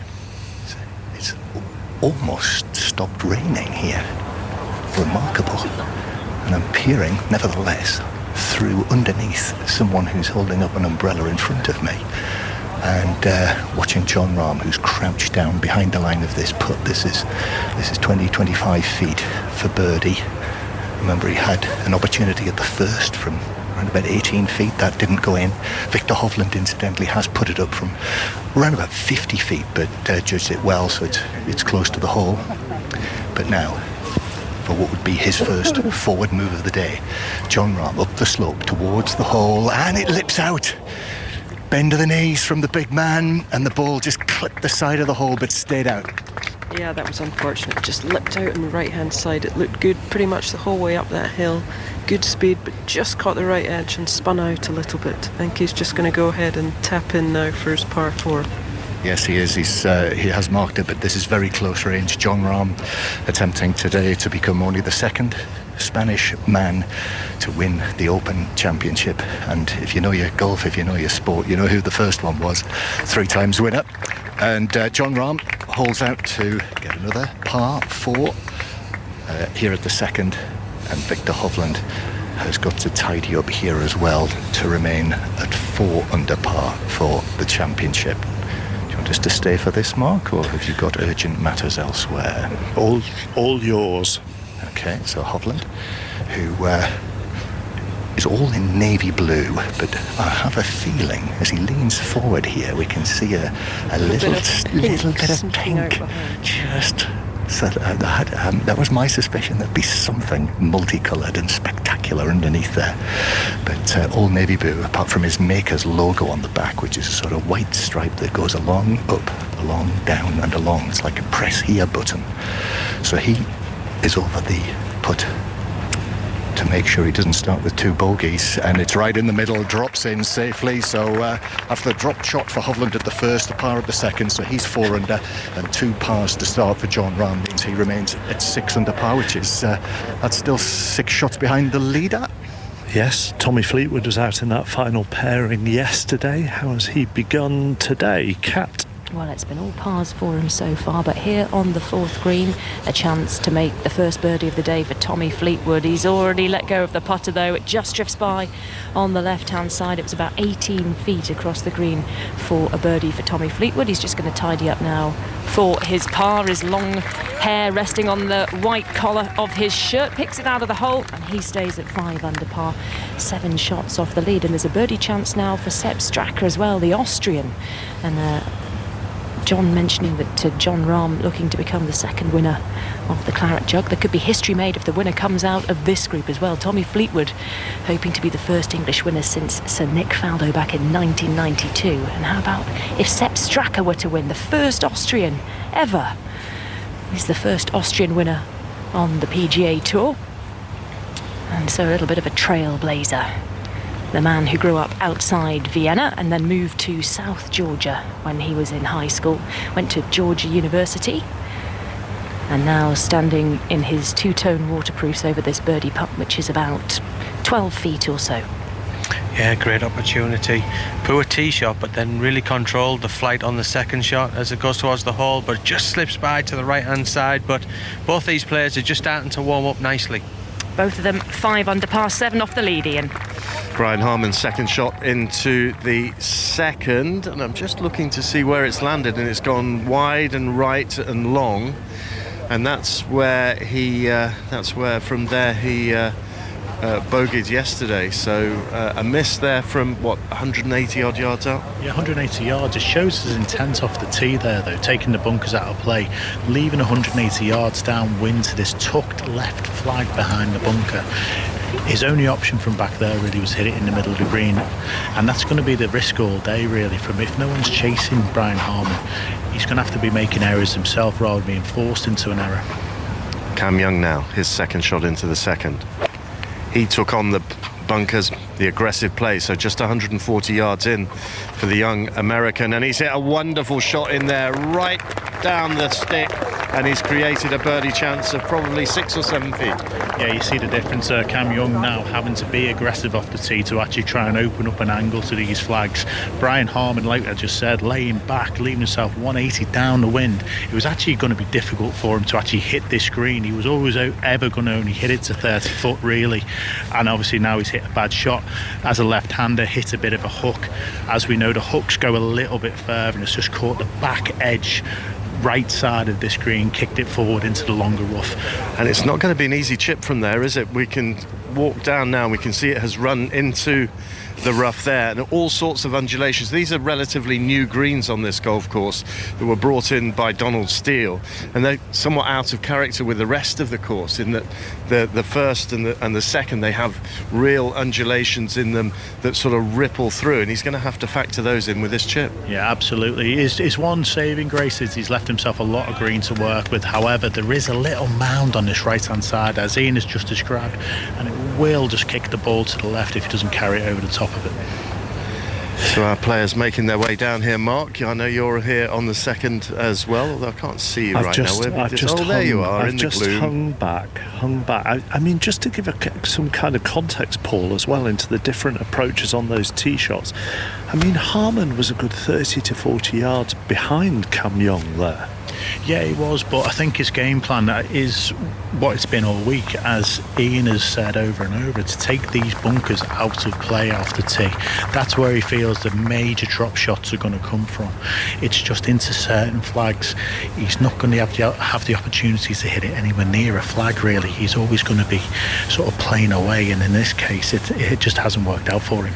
Cam Young's caddy is the Cam Young golf bag is all in black, but then it looks like it's wrapped in a waterproof as well.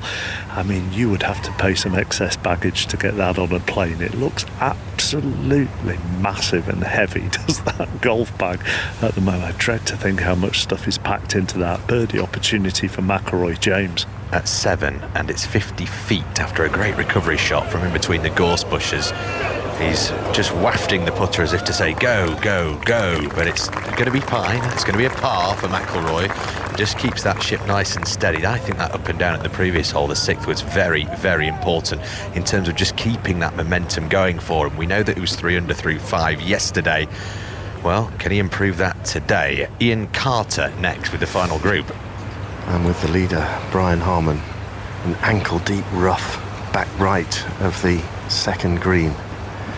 He's got a very, very lofted wedge here. He's taking 3 or 4 practice swings, taking proper divots there as well, trying to gauge how the grass is going to react when he makes contact with the ball. Now he's addressing the ball. Here comes the shot. Waggle after waggle.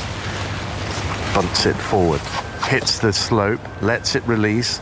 Comes down onto that ridge. Now if it just trundles down that slope, it'll move away from the hole, and it does, and it falls and tumbles down to the lower level of the green, and he's probably got 15-16 feet with a significant slope to negotiate to save par.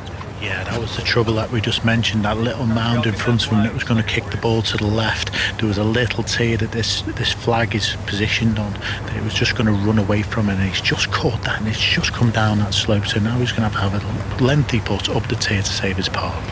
Yeah, and he's not lost his turn either, and just look at that leaderboard over there, Paul Waring. Brian Harman 12 under, 3 players sharing second place. Cameron Young, who's got a birdie chance coming up here at 6 under par. Jon Rahm at 6 under par, and Rory McIlroy at 6 under par. 3 under through 6 for Rory McIlroy, making a bit of a charge today. Yeah, I think we're going to need mistakes from Brian Harman really if we're going to make this interesting. Not that I'm wishing any bad thoughts on Brian, but so if we're going to make an interesting championship out of this, I feel like he's going to have to come back to the field. Yeah, well, he struggled with this second hole yesterday. This was one of the 2 drop shots in the opening 4 holes for the American, and here he comes now. In fact, it wasn't, was it? He bogeyed the first yesterday, didn't he? Yeah, I think he was 2 over through the first 4 holes. He was, yeah. So I think he had that position yesterday, and I think he'll try and retain confidence that even if he does drop shots in his first few holes, that he can make it back later in the round. I don't think it'll stress him too much, but obviously he wants to play as solid as he can in these early holes. So this is an important putt. Let's not dwell on the detail of those 2 drop shots in the first 4 holes, because he was making a big zero of it. It has to remain at 12 under par for the leader. And of course, if he misses, then the chasing pack edges that little bit closer, which then brings the prospect of a tumultuous final day that little bit closer. So he's gone through all his routines here, a very deliberate player, left hand below right, otherwise a very conventional setup. That huge head on the putter goes through the ball, sends it up the hill, and he's missed, and it is a drop shot for Brian Harman, and he slips back to 11 under par, taps it in, and that'll get Cameron Young interested now with his birdie chance, because he knocks that in, then the lead is down to 4. Yeah, from the lead being stretched to now obviously having a chance to actually close again with a 2-shot swing here at the second hole. I'd love Cameron Young to hole this, because he's been brave off the tee, he's been brave into the second shot, taking on that front left bunker. I feel like he deserves to make this 2 great shots so far. One of the most exciting young talents in the game, Cam Young, reserves his best golf for the biggest events. Can he get a birdie here at the second? Sends the putt on its way. No. Just dribbles away from the hole, and he'll tap in for a par, and the lead is 5. Brian Harman at 11 under, McIlroy, Rahm and Young at 6 under par. Yeah, the lead is 5 as they head to the third. This was going to be an amazing sporting afternoon with the cricket as well, but it's still raining at Old Trafford. No update there, and you have to say we're getting to that stage where you'd be very surprised if England could get a victory out of this. They still need the 5 wickets, and as long as the rain falls, it's then going to take time to mop up, and it's not looking good. If anything changes at Old Trafford, we'll go straight to Eleanor Oldroyd. There's been a try in the Rugby League. Dave Woods. This is a lot tighter than we were predicting. It's Wigan 4, Leeds 4. Leeds first to strike in the 17th minute. Amy Hardcastle, one of their real star acts, the England international, after a spell of pressure plunging over. Ruby Enright missed the goal, but a moment ago Berry Salihi, the full-back for Wigan, has plunged over at the corner. She's missed a conversion from the touchline, but it's all square, 4 points apiece with 26 minutes played. Back to the Hungarian Grand Prix, Rosanna Bennett. Rosanna? Yes, we've got same order as before. Max Verstappen leading the way in Hungary, lap 30 of 70. He's got a 6-second gap back to Lando Norris, and it's Oscar Piastri in P3. Lewis Hamilton not doing so well, still down in P4, and his teammate just had a nice little battle with Carlos Sainz. They got incredibly close, and also with Sergio Perez almost touching at turn 3. So plenty of action, but it's pretty quiet out front. Max Verstappen leading the way. Rosanna Tennant at the Hungarian Grand Prix, thank you. You can follow that uninterrupted on the BBC Sport website and app. The rain has just stopped here at the moment, still by the second green, about to move on to the third. Alistair Bruce-Paul, where have you reached? Yes, we're up by the side of the third green. We've just watched Jason Day and Antoine Rosner's balls arrive on the putting surface. They are out in the third last group of the day. Both of them started 7 shots off Brian Harman's lead at the start of the day. Jason Day, of course, former world number 1, major winner himself. Antoine Rosner, the Frenchman, a great story, world number 139, came through final qualifying at Royal Cinque Ports to be here this week. Decked out very patriotically, actually, in sort of French colours. He looks like he could be playing for the French rugby team this afternoon, because it's dark blue waterproof, short sleeve waterproof top with a sort of light blue base layer, the sleeves poking out underneath that. He's parred the first 3 holes, Andrew Murray, and he's hit an absolutely corking iron shot into about 12 feet here on the 4th. Yeah, beautiful shot, wasn't it? Absolutely right down the flag, about 10, maybe 10 feet, 11 feet past the hole. We were right alongside the green. You could see the behaviour of the ball as it came in, down the wind in the rain, and it skidded, really skidded first bounce and came to a halt just before the swale at the back left. Beautiful hole. There's 367 yards. Most of the players playing it conservatively, short of the bunkers, which those guys did, probably only a 6-iron off the tee and a 9-iron in, but the marshal's just told us he's seen 2 2s here already, with people being aggressive enough to go at the green with driver, but not so for these leading players. Well, Jason Day slightly frustrated with the second shot, loose second shot left of the third green. That cost him a bogey, so he's dropped back 1 mark. He's back at 4 under par, but I'm sure Antoine Rosner, just looking at the leaderboard away to the right of the third green, has seen that Brian Harman has dropped a shot, so he's 6 shots back with a birdie chance to come on the third. And Andrew Murray, having rescued that umbrella so brilliantly yesterday, went racing back to the ice cream van at the 16th to get it. It's been very useful so far today, but it has actually just gone down, so the rain is easing somewhat. The leaders are underway on the third. Ian? Yes, they are, and no bother for either of them. Brian Harman just hitting it right up to the corner, not a million miles from the outer bounds down the right hand side, but in an ideal position in the fairway. Cam Young's tee shot just drifted off the left side of the fairway, but is sitting very nicely in the semi-rough. Paul Waring. Yeah, you know, as we walk through from the second hole onto that third tee, through the little tunnel that's been created by the grandstands, you have this expanse of the golf course now down this third hole, and it just looks fantastic. We're getting more and more crowds getting involved now to this final group. We're starting to get 2 and 3 deep each side, especially with the umbrellas up and everything. You can start to feel the atmosphere sort of grow now as we move into the golf course. What about the position of Harman's tee shot here, which is tight down the right-hand side, bearing in mind he's a left-hander, and the flag is on the right-hand side of the green, and out of bounds does stretch all the way down the right side of the hole. Yeah, the actual beauty actually of being on that side is even though the flag is on that right side, he's extreme right off the tee. He's actually technically playing away from the out of bounds, so it actually helps the angle to hit it for your golf shot.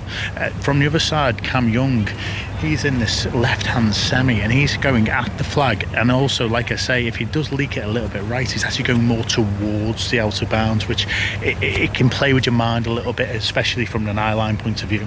So some interesting second shots to come here on the par 4 third, Mark. And Paul is right. Once you get away from the first 2 holes, the third hole, which is the members' first hole, you start to feel you're getting into the thick of the action here, because as you walk up the third fairway on the right-hand side, you've got some of the sponsorship areas, you've got the shop. On the left-hand side, you've got the golf zone and yet more of the sort of supporters village. So there are so many more people thronging around the third fairway as opposed to those first 2. I think Fleetwood has a chip for eagle. Cat. He does, off the the left-hand side of the par 5 fifth, but that one's come up short, Graham Storm. Yeah, very unlike Tommy. Didn't quite get the right connection, get the strike on the ball, and it's just clambered to about 18 feet just above the slope, and it's going to be a difficult putt for a birdie now. Yeah, we were kind of counting on this, weren't we, to keep the fairy tale alive for Tommy Fleetwood. Sepp Straka, though, he's got a good opportunity here. He hit a beautiful second shot, very towering high 3-wood into this green, actually landed it on the green and got to stop on a sixpence, and has got a great opportunity from 25 feet. Ali, what's going on with you?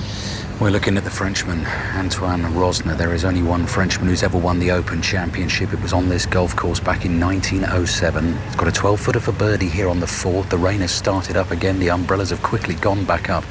Big canopy of umbrellas around the 4th green. Putt on its way through the rain from Rosner, and it doesn't quite drop. So that is going to be a 4th consecutive par for him, Andrew Murray. That will keep him at 5 under par.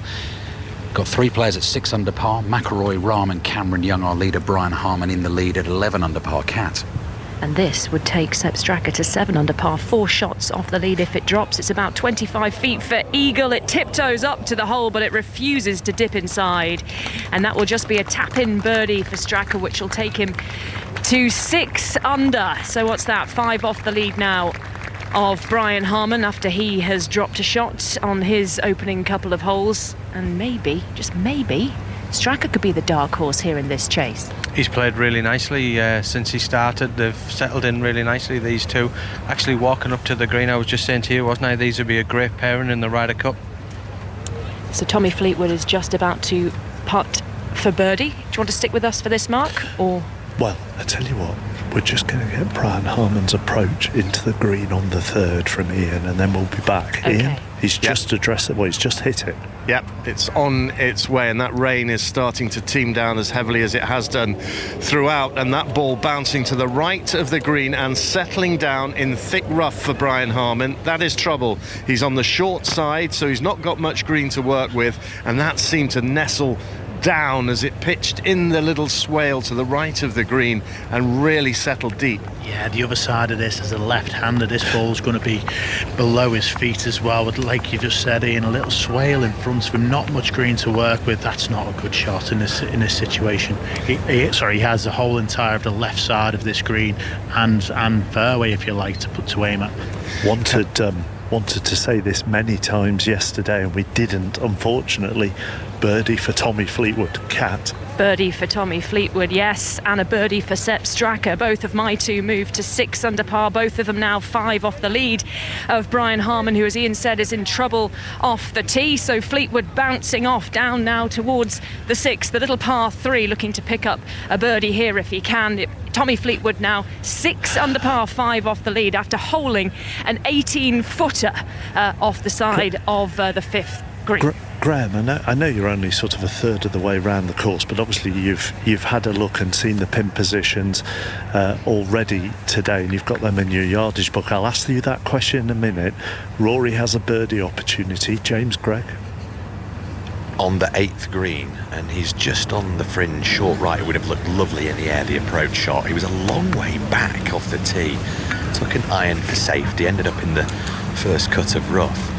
But actually, this definitely has a little air of Rory McIlroy fancying this one. The whiff of a Sunday surge in the nostrils of the Northern Irishman. The pin tucked over on the right hand side, up and over the ridge it comes. It looking very good. The putter raised from Rory. It's just lacking in legs ever so fractionally. 2.5 feet shy. He should knock that one in for par. It will keep him at 3 under par on the day through 8 holes, and of course in that 4-way tie for second alongside Fleetwood, Straka and Rahm. Oh, and of course Young as well at 6 under par, 5 strokes back of Brian Harman. Okay, Graham Storm, who's alongside Cat. I was just going to read you what Padraig Harrington said after his round today. He says the setup is generous. Pin positions are easy with the softness in the greens. They knew the weather was coming in. They knew the difficulty of the wind. If it clears up, you could definitely see someone shooting a low score. Yeah, and I think the R&A have been really kind to the players, making sure that the pin positions are nice and fair. With these softened greens, like Padraig is alluding to, that they're able to get the ball a lot closer to them, and that could play into favour with the guys that are queuing up right behind Brian Harman. Brian Harman may have wanted the conditions to be like this and the pin positions to be really difficult, so it was difficult to score. Well, he's got himself in a pickle here on 3. Ian. Yeah, real trouble here. Paul Waring, you sprinted over, looked at his lie. Yeah, terrible. Absolute terrible lie. Ball below him, big clump of grass behind him, grass into him.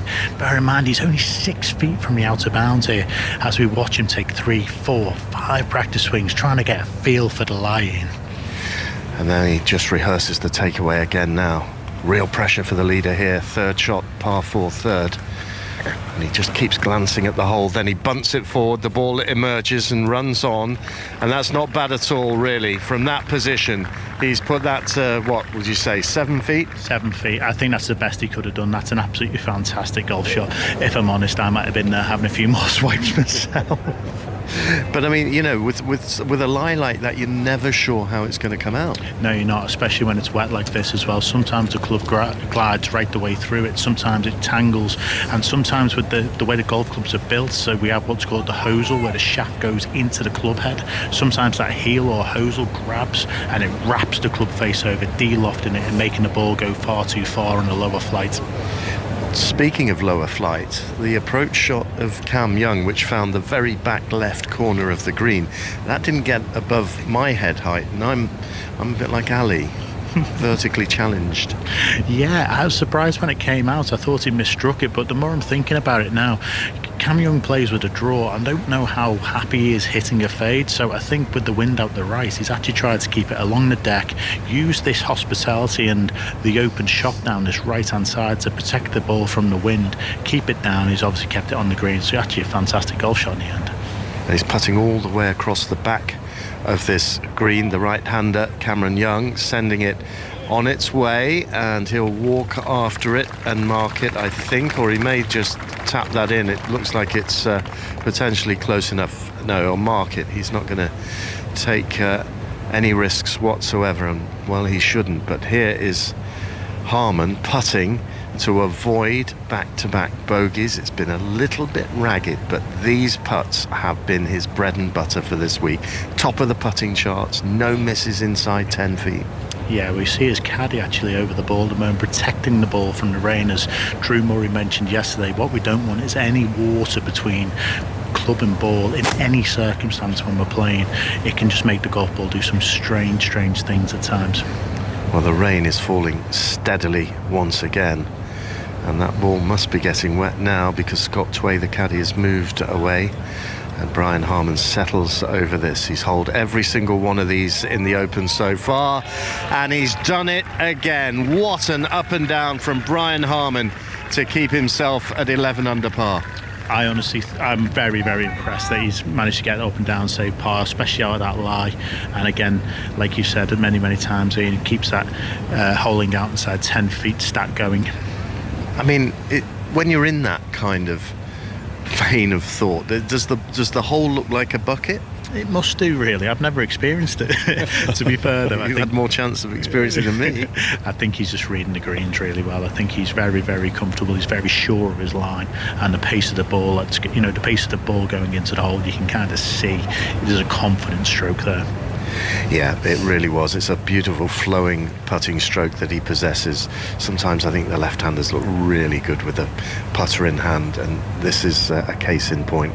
Now Cam Young wanting to make sure he doesn't make any mistake here. He's over his par putt, and this would keep him in the hunt, and in it goes. So Cam Young with a par at the third mark, and that means that he remains at 6 under par. Can Jon Rahm close the gap on the leader, John Murray? Well, he's on the 4th green. He's got his 4th consecutive birdie chance, and this one from 20 feet or so stays up. So that means, I reckon, Katrina Matthew, he's had on the first 18 feet, second 25 feet, third 25 feet, fourth I think maybe just over 20 feet. None of them have dropped, and he's parred all 4 holes, just like he has on the first 3 days of this Open. Yeah, I mean, there are chances, but they're not great chances, are they? 20 feet, 25 feet, still a long way to go. He's hit good putts, though. They've looked as though they've had a chance, and he's just had tap-ins to for the par. But he just needs to try and get the ball perhaps slightly closer. Yep, so on the previous 3 days, he's birdied the par 5 fifth on 2 of the opening 3 rounds. But Jon Rahm still on 6 under, and Viktor Hovland has got to put out here to remain at 4 under. Cat. Tommy Fleetwood just drifting by on the left-hand side of a very long-range birdie putt on the par 3-6. He picked up a birdie on the 5th to move to 6 under par, but just tidies up there. And listen to the crowd here shouting for the local boy to make a push on this Open Championship Sunday. Sepp Straka, though, he's going well, the Austrian, just crouching down underneath the umbrella held by his caddy, Dwayne Bock, who I'm a bit disappointed to see is wearing waterproof trousers because, Graham Storm, his calves have their own Twitter account. I've seen them on the internet. I've never seen them in real life. Yeah. Wow. I did see yesterday, though, that his knee was heavily strapped as well as he was walking down the first. Birdie putt drifts by, though, for Sepp Straka for his boss, and that'll be a tap-in par as well for the Austrian. So pars for both Fleetwood and Straka on the 6th, leave them both at 6 under par, 5 off the lead mark. You've got to wonder who decides to set up a Twitter account on behalf of someone's calves. Well, it depends Haven't how you? impressive they are. Doesn't Jack Grealish, his calves have their own Twitter account? I'm sure there's all sorts to do with Jack Grealish that has their own Twitter accounts, to be honest with you. It's 3 o'clock on a Sunday afternoon, and here at Royal Liverpool it feels like it's November. The rain is pouring down, the cloud is thick and low, there is a little chill in the air. You look across this golf course out towards the coast where you should be able to see the North Wales hills, and you can't see them. All you can see is the light shining brightly above the various hospitality tents. And our leader, Brian Harman, has reached the 4th. He's teed off on the 4th, and he is 11 under at the moment, and it gives him a 5-shot lead over Rory McIlroy and Tommy Fleetwood and Sepp Straka and Jon Rahm and Cam Young, who are all 6 under. The Frenchman, Antoine Rosner, is all alone on 5 under. Max Homa and Matthew Jordan, who is 1 under for the day. Tom Kim and Shubhankar Sharma, the Indian, they're all on 4 under, as is Alex Fitzpatrick and Jason Day and Viktor Hovland. But as we walk down the 4th in the rain, Brian Harman has looked solid. Yes, he's bogeyed 1 hole, but he saved his par on his 3rd, and he has a 5-shot lead to Dave Woods at the Rugby League. Where it's half-time in the Women's Challenge Cup semi-final. Leeds for Wigan 4, Amy Hardcastle for Leeds after 17 minutes, not converted. And then Berry Salihi, the Wigan fullback, in the 23rd minute, in at the corner, again not converted. So 4-4 at half-time here. And don't forget the men's semi-final, the second men's semi-final to come, Wigan against Hull Kingston Rovers, which kicks off at 5 o'clock. Yeah, the women's semi-final on the iPlayer now if you want to watch it. The men's semi-final will also be on the iPlayer, and it will be on BBC Two from 4:30. You're listening to 5 Live. Still no play at the cricket. Let's get the latest BBC News. Here's Carl Hartley. Listen on BBC Sounds. This is BBC Radio 5 Live. Thanks, Mark. Firefighters on the Greek island of Rhodes are struggling to contain large fires that are burning out of control, with emergency services saying strong winds forecast for tomorrow could make the situation even worse. 18 to 19,000 people, including British holidaymakers, have been evacuated from resorts on the east of the island, with officials saying it's the largest evacuation operation they've carried out on Rhodes. Andrea is on holiday there and has described to 5 Live the situation when she was getting out. We were running down the beach. People had suitcases. We had towels wrapped around our head because there was ash falling on us. And then a boat arrived, which I think was from the authorities. And they were only taking women and children. A friend that I was with was having severe breathing difficulties and was in shock. So I was trying to get her on the boat for them to take her. And then I was a little bit tricky, and while they were dragging her up, I did actually crawl under her legs, which I did more for her than anything, because she actually needed me to be with her. So we were really lucky we got off the beach, but there were hundreds and literally thousands of people still on the beach, and everybody was screaming, they were fighting. It was like Armageddon, and they were in the sea. There was nowhere for them to go, and we could see that the fire was chasing us down. There was nobody there. There was no one telling us what to do. This boat took us to Lardos Beach. They left us at Lardos Beach. There was no taxis. There was no phone signals. 3 hotels are reported to have burnt down and many more are in the danger zone. The British ambassador to Greece says the Foreign Office has sent a rapid deployment team to help UK tourists stranded in Rhodes. While here, holiday firms are cancelling flights and holidays to the area affected. A few minutes ago, I got the latest from the BBC's Sanchia Berg. So the latest is that Jet2, the airline, has said it has cancelled all outgoing flights to Rhodes until at least Sunday the 30th of July. Now, it is actually sending planes, confusingly, but they'll be empty. It's going to be concentrating on bringing people back. And the company TUI has said it is going to be cancelling all flights until Wednesday. And British Airways, however, Ryanair and EasyJet say they will be flying to Rhodes as usual. And that's why it's worth remembering that so far this fire is only affecting a proportion of the tourist business on the island of Rhodes. Last August, for example, over the course of the month, 500,000 people from all over Europe had a holiday in Rhodes, according to the Greek government statistics. So what's happening now is having a huge impact, but on a small part of the island. So there'll be people listening who maybe have holidays booked for later in the month. What should they be doing right now? Well, they should be checking, because this is a very fluid situation. Things can change at any time. There may be people also who have friends and family who are currently on Rhodes and thinking about coming back early. People can come back early on some of these flights. The operators are saying the critical thing is to find out from the operators, be it an airline, be it a holiday company, what's the latest, because it does vary from company to company.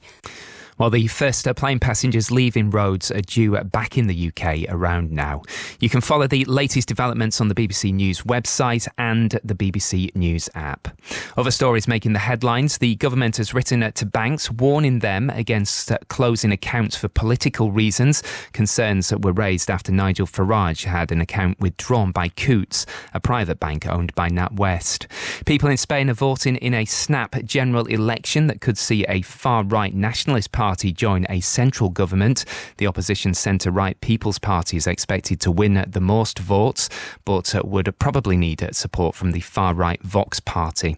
And the Israeli parliament has begun debating a highly contested bill that would limit powers of the judiciary ahead of an expected vote tomorrow. The proposed bill has triggered months of protests. The FIFA Women's World Cup. It's Stanway from the spot again for England. Straight run up again, and this time she scores! England versus Denmark. Friday morning at 9:30. Ultimately, 3 points is most important, and it's positive, but there's lots to come. Listen to the Football Daily podcast with all the reaction and analysis. This game belongs to all of us. The FIFA Women's World Cup on 5 Live and BBC Sounds. The 151st Open from Royal Liverpool with Mark Chapman on 5 Live and BBC Sounds. Need to move off the fourth fairly quickly because the smells of a Sunday roast are wafting across the fairways, making me starving up ahead on the fourth green. Ian. With Brian Harman, the leader, after an excellent approach to 15-16 feet here. Downhill, this putt. But a good chance for his first birdie of the day. The ball on its way, heading towards the hole and missing just on the right-hand side. Yeah, what we've got to be careful of here from Cameron Young's point of view is that he doesn't get too aggressive, trying to force, trying to get his round going, and then never putting any pressure on Brian Harman, as we saw Cameron Young miss the green long here, chip up, and now left himself with 4-5, fought himself to save his par. Yeah, and a really important putt coming for Cameron Young, because he's currently at 6 under par. Logjammer players at 6 under par. That now includes Tommy Fleetwood. It includes Rory McIlroy, who's gone to the turn in 3 under par today, and also Sepp Straka at 6 under par. I'm just trying to dodge through the Jon Rahm also at 6 under par. It's just view was obscured by all the umbrellas of one name on that leaderboard, but the leader is safely at 11 under par after that par at the 4th.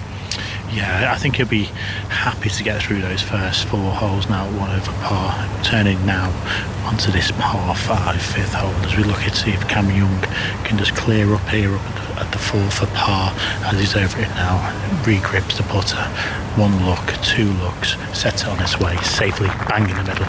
Yep, bang into the middle of the hole for Cam Young, so he remains in that logjam of players sharing second place at 6 under par, but that's 5 shots behind the leader, Brian Harman, who's ticked off another hole on his quest to land a first major title.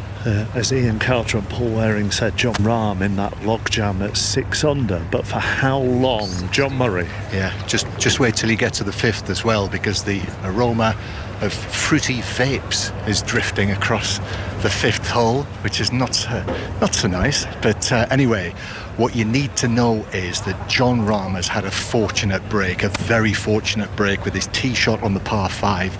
It sailed right towards the gorse, a thicket of gorse down the left-hand side. He thought about playing a provisional, then one of the spotters indicated that it had been found, and not only had it been found, it was right in the middle of a little clearing in between the gorse bushes, and he's totally unimpeded for his second shot, and he's just on the front of the green in 2. Yeah, that really was a lucky break. When he hit that, he probably thought he was going to be unplayable or lost, and to come up there and, as you say, actually had a much better lie than Victor Hovland, who had just missed the fairway by a couple of yards. And these are the kind of breaks you've got to make the most of. He's hit a lovely long iron, just as you say, just to the front of the green with an eagle chance. Yep, so there is that real possibility here of a first move forward of the day for Jon Rahm on 6 under. Victor Hovland, I think, has missed the green with his second shot. Yeah, left rough, and he is 4 under for the championship. Would you advise I stay on the 4th, simply from a Roma perspective? I mean, there's nothing going on golf-wise, but would you suggest that? Well, it's gone now. It's drifted on past now. We're not in a fog of vape smoke here. The Sunday roast is still wafting across the 4th fairway. Let's go to the Hungarian Grand Prix, Rosanna Tennant. Just a waft of rubber here, I'm afraid. Lap 49 of 70 of the Hungarian Grand Prix, and it's still Max Verstappen out front. We've just seen a flurry of drivers make their second pit stops, which has slightly jumbled up the order. At the moment, it's Lewis Hamilton P2 ahead of Lando Norris, and then Sergio Perez just made a nice move on Oscar Piastri in the second McLaren, but that incident has been noted, so it remains to be seen whether there'll be a penalty there. But it's Max Verstappen out front, leading the way in Hungary. The final pairing are on the 15 news of their shots after we go to the athletics, and Catherine Merry.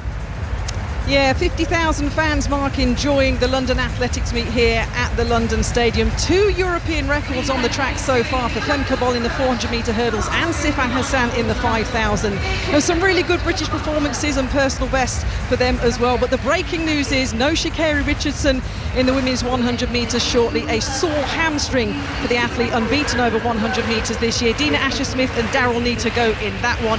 And also breaking news, Keely Hodgkinson, who is closing the meet here in London over the 800 metres, is out because of a sore throat. But we do have Zarnell Hughes, the new 100-metre UK champion and the world leader, going up against world champion Noah Lyles over the 200 metres in about 20 minutes' time.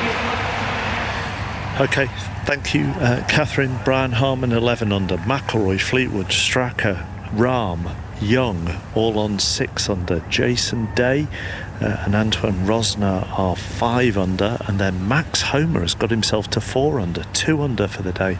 He must be thinking, if only John Murray hadn't have cursed me over the first couple of days, I could be within a shout here. Tom Kim is also on 4 under, Matthew Jordan 4 under, Thomas Detry 4 under, Shubhankar Sharma 4 under, Victor Hovland 4 under as well. Henrik Stenson 2 under through 17, 3 under for the tournament. Where are you, Ali, at the moment? Back at the par 3 6th, and just speaking slightly sotto voce because the Australian Jason Day, clad in the all-black waterproof white baseball cap on his head, he's just come off the back of a birdie with a brilliant up and down at the par 5 5th. Goal comes swooping in from the right-hand side to have a look at this birdie putt from outside 20 feet on the par 3 6, sends it on its way. We're on tiptoes to see if it's going to drop, but Jason Day is up early and out of it and a little frustrated. He's not out of it, Andrew. Some of us were on tiptoes. Oh, that was a really great tee shot there. 205 yards is par 3, and it's glorious tee shot, back left corner. Such a beautiful hole. This green perched up above the players' run-off areas, big deep bunkers right and left. And that was a fantastic opportunity, but he's tiptoeing along really well. Andrew Murray, Mark said at the start of the day, didn't he, 9 under as winning score. We were quite interested to hear from the other commentary teams out on the golf course what they think. Brian Harman's at 11 under, Jason Day 5 under, and Antoine Rosner on this green has a par save coming. He's at 5 under at the moment as well. What do you make, Drew, of Padraig Harrington's comments that I mentioned earlier, saying pin positions are decent for a low score, weather dependent? Yeah, I think the weather. Listen, nobody knows how the weather's going to spring, where the wind's going to spring from next. It's predominantly steady from the steady direction at the moment, but there's definitely a score to be had, as Rory's proving, and Max Homer, of course, is proving 2 under par after his first 11 holes. So the score's to be had, but it's treacherously difficult. The rough is so wet. If the guys miss the green, the green skills are really being tested, and the skid of the ball on the surface is really difficult to predict. So it's still a proper test. Yeah, the rain has just eased slightly. It is definitely drizzle at the moment here on the 5th fairway. Paul Waring, would you say 9 under? That's what Drew was saying? I would, but Ian Carter. Yes, news to impart, Mark, of the leader, Brian Harman, because on this par 5 he has driven into a gorse bush. He is going to have to take a penalty drop. He can do that within 2 clubs lengths of where the ball has landed, or he can go back and keep the point where his ball is between him and the hole. So those are the 2 options that he has here, but the next time he hits the ball on this par 5, it'll be his 3rd shot. Yeah, I'm standing just behind him at the moment. I don't know where are you two? I can't see you. We're just a little bit further up, up the right-hand side, Mark. I'll keep an eye on what he's doing from behind him. You watch him from your perspective. What do you? Yes, back to that target score, Paul Waring. Yeah, again, we talked about if Brian Harman keeps going and he's just going to play himself out of the tournament being a clear winner, because there's too much work to do for the players behind chasing. It's just not going to happen. So it's in Brian Harman's hands at the moment, and like we've just seen, errors can happen around this golf course. I don't want to say it's Brian Harman's to blow, but in my eyes it actually is. Well, he's just walking back at the moment. I don't know if you can see him, Paul. He's probably gone 20 yards back from that gorse bush that he thought that he has gone in. He's still got the rules official with him, and his caddy is there as well, just looking at the yardage book as Harman stays under his umbrella. He's pacing, he's looking at the ground. Obviously, he's trying to find somewhere which hasn't got the thick, claggy rough, Paul. Yeah, I think he's looking at an area so he can go back online with the flag from the point at which he's marked his ball. And I think he's looking for an area that he can drop his ball. He's got enough loft on the golf club to get it over this course. He's probably leaving himself now around about 260 yards to this front edge of this fifth par 5, so he can actually hit this green now for 3. It's going to take a really good golf shot to do that, but at least he's trying to give himself the option of saving par. And he has dropped, and now he's in conversation with his caddy. Quickly to John Murray. We're up ahead of you on the green at the par 5 5th Jon Rahm has got a birdie putt for his first of the day from 4 feet. He went for eagle from the front of the green from 50 feet or so, and he's now facing this to get to 7 under par. And remember, this is classic final day at the Open Championship Golf. Remember how Jon Rahm avoided the gorse, and on this hole Brian Harman is in the gorse. And actually, Jon Rahm steps away because his baseball cap, his white baseball cap with the Lancastrian drizzle, it's clearly dripping off the peak of his cap. So he stepped away and actually has now put it on backwards. So Jon Rahm, looking very 2023, is about to go for birdie from 4 feet with his baseball cap the wrong way round. Ready again. Rolling in, birdie for Rahm, baseball cap right way round or wrong way round. That's a birdie 4, and that takes him to 7 under. Yeah, that's a huge boost for him. As he's standing on that tee after his tee shot, he was probably thinking, God, could be bogey here, and he's walked off with a birdie. That could just be the boost he needs. He's got a spring in his step now going to the 6th tee. We might be talking about this hole later, Mark. The gorse incident, honestly, it was such a break for Rahm to miss the gorse off the tee. He's ended up making a birdie, and he's now, within four shots of the lead. He's 7 under par. And Hovland, incidentally, a bogey here, 3 under now for the championship. Okay, so the lead is down to 4. News of Rory McIlroy, James Gregg. A drop shot, the word that we heard yesterday with Kat and Katrina following Rory McIlroy. An awful lot was frustrating, and that's exactly what I'd describe Rory McIlroy's final round here as being. We obviously had that wonderful little flurry of birdies, 3, 4 and 5. I will caveat that with saying that he had some excellent up and downs to keep himself at -3 at the turn, but a drop shot at 10, having missed the green from a great position, sees him move back to 5 under par. Ian Carter. Brian Harman's taken his penalty drop here on the par 5, and he's going with the fairway wood. This is his 3rd shot at the 5th. And there it goes on a low trajectory, heading up towards the green, heavily guarded by bunkers, and it just misses the front right one and heads up towards the front of the green, and that is a magnificent shot. He's on the very front edge of the green in 3. Yeah, that was his priority there, to get that ball back in play. He was actually brave with that 3rd shot of his. He's actually set up a great opportunity now to save his par. And Cam Young, who hit a monstrous tee shot, has been patiently waiting while all the drop shenanigans were going on, and he's got a long iron in hand. He's thinking one word here, and that's eagle. And he fires that one up towards the green. I have to say, I've lost it in the grey sky. It seems to be going back left of the green, just hopping up over the back of the green. Is that right, Paul? Yeah, just in that sort of middle left bunker. So obviously it's going to be lie dependent. We've seen what's happened with some of the bunkers here so far this week at Royal Liverpool. So we'll have a little scurry up this hole, and I'll check the lie up for everybody. I think at the moment, Paul, I think Harman will, well, not now because he's maybe 80 yards ahead of me coming up the fairway, but I think he was fairly oblivious to where that ended up, because he would have had no sight of it from his position, and there was very little reaction from up ahead. Yeah, I think, again, I don't think he's getting too drawn in from what the crowd are doing. Obviously, it's difficult for crowds a lot of time when they've got umbrellas in their hands to clap or cheer. They're obviously all hunkered down themselves, so the mood is sombre. It hasn't got that electric sort of feel that we felt in the first few days in the sunshine, but there's a growing element of tension. I think the whole crowd, like yesterday, are just waiting for something to happen. Yeah, I mean, it doesn't help when you're drenched as well, which everybody is.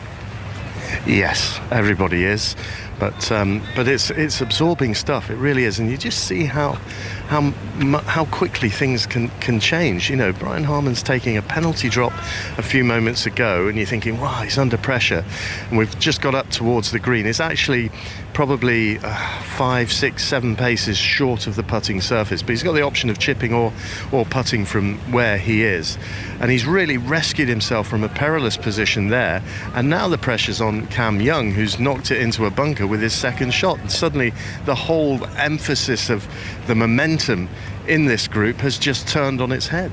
Yeah, Cam Young, like I said on the previous hole, he's got to be careful not to chase too hard and make mistakes himself, because that just makes it so easy for Brian Harman then just to hit it in play, hit it in the centre of greens, 2-putt, par, walk off, and it almost helps the leader in that regard. So if Cam Young is going to be aggressive, he's got to be aggressive in the correct way and hit some quality golf shots. Unless Brian Harman starts playing to what Cam Young is doing and forgets about Jon Rahm behind. Yeah, that's the other side of it. Again, that's going to be his caddy's job to keep looking at leaderboards. I don't know whether Cam looks at it, if Brian Harman looks at leaderboards himself. I'm sure his caddy will be keeping a close eye on that though, Mark. I reckon as Brian Harman goes up to the flag and just tries to get a read of the green at the moment, we've probably got time to nip for a Tommy Fleetwood, and then we'll be back. Yeah, we're just walking down the 8. Graham Storm has just furled our umbrella again. He keeps getting it wrong, though. It'll be back up again in a couple of seconds. It's wishful thinking from him. Tommy Fleetwood has flown through the back of the green. A really badly judged approach here on the 8. Yeah, very poor decision making, actually. It looks like he's gone straight for the flag. Had a kind of an iffy lie in the semi-rough, which looked like he had no control over the ball flight, but he's been aggressive. That's the one thing I can say. And so too is the Austrian Sepp Straka. He nearly pitched it into the cup on full flight, Ian. Harman now chipping from just short of the 5th green. 4th shot on this par 5. Animatedly just eyeing up the flag. Now he bunts it forward. Good contact. The ball runs up towards the hole, but then it runs on. Little heavy-handed, and that's run on maybe by about 10 feet. Yeah, we're back into this illustrious 10 feet range for Brian Harman that the statistics say he hasn't missed yet inside this week. So another testing putt for Brian Harman. Meanwhile, Cameron Young, right leg out of the bunker, left leg in the bunker. A really awkward escape for him in prospect. Yeah, the only plus point is he's got a lot of green to work with. Again, we've seen it time and time again with these bunkers here at Hoylake. The ball just drops in, and it drops in on the back lip, and it just makes the stance really, really difficult, because they're quite high, these bunkers, all the way around. There's no real entry point or exit point. They're just a similar sort of depth throughout the whole entire bunker. He keeps thinking that he can do it with both feet in the bunker, and then ultimately he comes to the decision that no, he can't. So that right leg is out there, and that means that it's very difficult for him to get any power from his hips, to get the club head speed through the ball, to get the ball up high enough to come out. And it has failed miserably. That's exactly what has happened. Thick, cloddy sand as well, and the ball has just plopped underneath the face of the bunker. Yeah, now he's got to try and get this up and down now to save his par. This is not what Cam Young wanted. He wanted to try and get the pressure onto Brian Harman in these situations. Middle of the fairway, long iron in hand, is playing, his opponent for the day, if you like, in a gorse bush, and now the tides have turned completely, and it's almost advantage Brian Harman again. So now 4th shot for the 26-year-old New Yorker, the man from the Bronx, Cameron Young. This time it does come out of the bunker. He's played a good shot there, and it's come out to around about the 8 feet range. So both these players with testers to save par. News of Jon Rahm on 6. John Murray. Ian, just over the ropes from you. Jon Rahm's on the green at the par 3 6th. He's got a 30-foot putt for birdie to come. Thank you very much indeed, John. So here's a tester for Brian Harman. What do you reckon? I think it's about that 10-foot range, but it's awkward, isn't it? Because he's coming back down the slope. Yeah, very much so. There's a little tear on this right-hand side that the ball's just nestled at the bottom of. So in his feel when he addresses it, the ball's going to feel a considerably way lower than it actually is, if you know what I mean. So it's going to feel like this putt's going to be more right to left than it really is for him. So it's going to be a tricky read for him, this one. It's been a dramatic hole, this, Mark, hasn't it? It really. And I'm watching the Harman chip, Paul Waring. You watch so much PGA Tour golf that on the 2nd or the 3rd bounce you're just expecting that check and it to stop, and it didn't. No, it didn't. It again, this little bit of moisture on the greens and on the fairways, it means the ball skids. It almost becomes a slippery surface, so it's really hard to predict what the ball's going to do. I'm surprised some players aren't going for more of a lower route and a running shot. He's gone through his routine here, and then just as he was addressing the ball, he spotted a little blade of grass that was lying there. Obviously it wasn't growing grass. He wouldn't be able to move that, but he could pick that up, and so it's just gone back to the routine of doing the practice swings at right angles behind the ball, then very carefully wipes the face of the putter. Now it's behind the ball, now it's on the way. This to save par at the par 5 and stop the front pages. We have a big headline for you. Brian Harman's missed a putt from the 10-foot range. He's dropped a shot, his second drop shot of the day. John Murray. So that means Jon Rahm is now 3 shots behind him, and Rahm settles himself as the rain continues to land pitter-patter on his back. This for 30 feet for Rahm, on its way, but no, he just hangs his head there. It doesn't go in for a second consecutive for Rahm, which would really have changed the picture, Ian, and he just has to tap this in to remain at 7 under. Not to Ian, instead to Kat. Birdie putt for Sepp Straka, which would move him to within 3 of the lead now after that drop shot for Brian Harman, and you can hear from the groan of the crowd, it doesn't drop for the 30-year-old Austrian. He'll be tapping in for par. Ian. Cam Young now looking to save his par here and remain at 6 under and be within 4 shots of the lead. Brian Harman back to 10 under. He's dropped 2 shots in the first 5 holes here. He's looking a little rocky as the leader. Young doesn't want to miss out, and he has. Oh, he's missed. Oh, what a mess from that drive. And he, like Harman, drops a shot. He can't believe it. He's furious. He's looking at his caddy there, and Paul Tesori, and he's chuntering away. And he's either fed up with the line or the way that he hit it, but either way, it's a bogey 6. He taps it in. He goes back to 5 under par, but that lead that Brian Harman has, and it's just a question, isn't it, of at what point do you start feeling really rocky? He responded brilliantly to dropping early shots yesterday, but this is the final day of the Open. It's a different kettle of fish. Just a little smattering of applause as well from back down the 5th fairway, just on my right, where once the Harman putt didn't go in, and this isn't because they want him to blow it, I think it's just because the crowd here want a contest, they want a competition.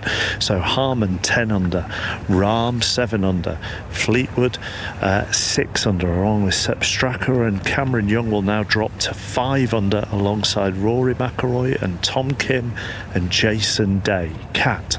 Yep, Tommy Fleetwood rolling in the par save on the 8th there, which was really vital. Keeps him in the chase at 6 under par, with Brian Harman dropping back to 10 under.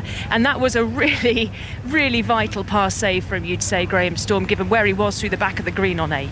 Yeah, and great concentration, because the rain was getting really heavy as he was over the putt. And that's really difficult when you're over the putt and you can see the droplets of water hitting the golf ball, bouncing off.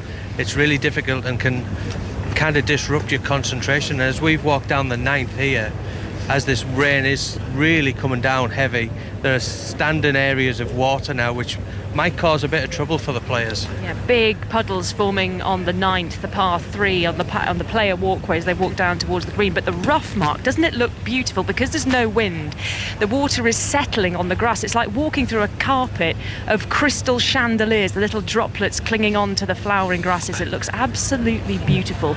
But yeah, Tommy Fleetwood managed to tap in for his par, so he stays 6 under. And Sepp Straka, well, he went full toss at the pin, nearly slam dunked it into the cup. That was quite an approach shot, but missed the birdie putt. Yeah, he did, and it was a great putt. I mean, it kind of horseshoed around the hole, but a beautiful shot into the green. He's starting to play really nicely. Yeah, watch out for Sepp Straka, Mark. It may look beautiful, but it is soaking through the shoes if you walk through the rough on these holes. News of Rory McIlroy with James Gregg. Heartily concur with you on that, Mark. Not great for the shoes and the socks. McIlroy still 2 under for the day, -5 for the championship, and his playing partner, the Argentine Emiliano Grillo, has joined him. Birdies at 10 and 11 see him get himself up with Rory McIlroy at -5. McIlroy, the momentum you feel has just disappeared. Back to you, Mark. You do. The final pairing have reached the par 3 6th, Ian. Excellent tee shot from Cameron Young. He's got a birdie chance to come on this par 3, 194 yards today. And here comes the leader. And I just wonder what he's feeling right now. he's going to have to bounce back after that bogey on a very gettable par 5. He'll be disappointed with that. As you've said previously, Ian, you almost feel like he's going to drop a shot and a half to the field there. He'll be very disappointed. Let's see how he reacts here. Tee shot on its way into the par 3, and he looks and he watches, and the grandstand waits behind the green, and it's a fine shot. He has found the heart of the green, and he's given himself the chance of a bounce back birdie because he's put it to 15 feet. Yeah, great shot, real solid golf swing. The wind has just died down now. The droplets of rain from the sky are falling vertically now. The flag is limp now on the actual flag stick, so there wasn't a crosswind there for him to deal with or anything like that. So it was a pretty routine shot for him. Would have been around about a 6-iron, but a really well executed golf shot. And that will settle him, won't it? That's the kind of thing, there are treacherous misses on this 6. It's played as one of the hardest holes on the course. The 5th that he's just bogeyed, statistically the easiest hole on the course. So to bounce back in that way, to stick it to, well, I'm going to say actually 12 feet now. Yep, 12 foot. He'll be putting first as well to put any pressure on Cam Young.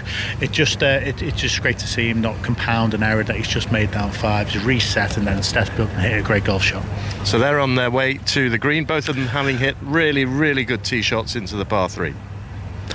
Yeah, I'd love to be able to tell you exactly what Brian Harman is looking like at the moment, but he's holding that umbrella so low as he comes up towards the 6th green that it just covers his head, his face, and it's impossible to... I mean, he's coming more towards you, Ian, actually. Maybe you've got a front-on view of him. But having said all of that, his expression has not changed over 4 days of golf. Yeah. Wide look. It's almost a sort of sinister squint to it as he walks by, that sort of stubbly beard that he has, and as you say, that umbrella very low down. There's a towel hanging from it, as well as all these pros do, so they can keep everything dry. He's got his putter in his arm with the grip tucked under his left armpit. Again, a move to make sure that it remains as dry as it possibly can in this saturating rain. And up he gets, and he arrives onto the green. But it's so noticeable, Mark, isn't it? It's difficult for people to applaud when they're holding an umbrella, but there are enough people in that grandstand not holding umbrellas, and it's only a smattering of applause. It's just, I think people just want to, it's horrible to say it, but they want to see him slip up so we can have a contest. And as a result, he's not getting any support whatsoever. No, he's not. And apologies, I kind of threw you under the bus then, because I asked you to tell me what his demeanour was when he was about 5 yards away from you. I was aware of that. That wasn't intent. It was such a long question. By the time he got to you, I realised what I'd done. So. My fealties to the listeners. I don't care about upsetting him. Ali. Yeah, sounds like bogeys are being liberally sprinkled all over the links in the last half hour or so in amongst the raindrops. That's certainly what's going on with our group. Andrew Murray and I are walking around with Jason Day and the Frenchman Antoine Rosner, who's got a loyal little band of French supporters alongside him. They've both bogeyed the par 4 7th, so Jason Day has dropped back to 4 under, 1 over for his round today. And Rosner's bogeyed the last 2, so he's back to 3 under. He found trouble on the right off the 7, Andrew Murray. What did he say in there? What did he say when he was in there with his caddy? 481 yards, really difficult hole, wind off the left. There was a massive zut alors. It was very French. It was fantastic. And anyway, he made a brilliant shot to get out of the thick clag. Unfortunately, not far enough to be able to get it up and down. It's a really tough hole today. Don't know what clag is in French, Mark. Do you? Clage. La clage. C'est ça. Ian. We've had a clash here for Brian Harman. Here he is looking for a bounce-back birdie to stretch his lead once more to 5 shots on the 6th green. 13 feet for birdie. Moving the ball from right to left, heading towards the hole and in, and in. Dead-eye. Dead-eye. This man is an assassin with that putter. And he has killed a few hopes there because he's stretched clear again by 5 shots with that birdie that gets him back to 11 under. Fantastic bounce back birdie there from Brian Harman. We talk about this all the time, and his player's ability to, in adverse conditions, in an adverse moment, to then turn it and make 2 on the very next hole. Absolutely fantastic from Brian Harman there. That is golf worthy of the champion golfer of the year, let's be fair. Yeah, absolutely. Hitting shots like that, it's absolutely fantastic. And just to reiterate, of course, Jon Rahm has moved to 7 under par, so 4 shots clear. His lead was 3. It's now 4 as he moves to 11 under par. Now, Cam Young must make for him after that bogey. He needs to bounce back. Yeah, he really does. If he's going to mount any sort of attack, he's at least got to try and stay with Brian Harman here. 6 foot or so as he just settles down, adjusts the line again, has a little look. His caddy now moving away. Again, we see the towel underneath the umbrella to wipe the putters, to wipe the ball as he has another look, moves in, wipes the putter faces. Now he settles into the putt. No waterproof top for Cam Young, which is extraordinary. He's got the pale blue hoodie on today, and this putt is only 6 feet 7 tops. Sends the ball towards the hole, borrowing from left to right and into the hole. And bigger cheers for Cam Young. He bounces back with a birdie. That gets him back to 6 under par, so 5 behind the leader Brian Harman, who was able to celebrate that birdie on this par 3/6. Paul Waring, what's striking, because with quite a lot of these Harman putts, I'm maybe 40 yards back down the fairway, and you're looking at them from a slightly different perspective, and you can't see the cup when you are back that far. The pace of his putts is phenomenal. I mean, it just drops with the last revolution virtually every single time. Yeah, it does. He's dialed into these greens from a pace point of view, which is why he's reading them so well. So he's not bolting a putt through the line or dying one in. They're always at the same sort of pace. So it's helping him with his green reading. You can see why he's only missed 1 putt safe inside 10 feet. Is that even more impressive, given how the conditions have changed over the 4 days? You know, we have had sunshine. Yesterday it was drizzle, fine drizzle. Today it's rain.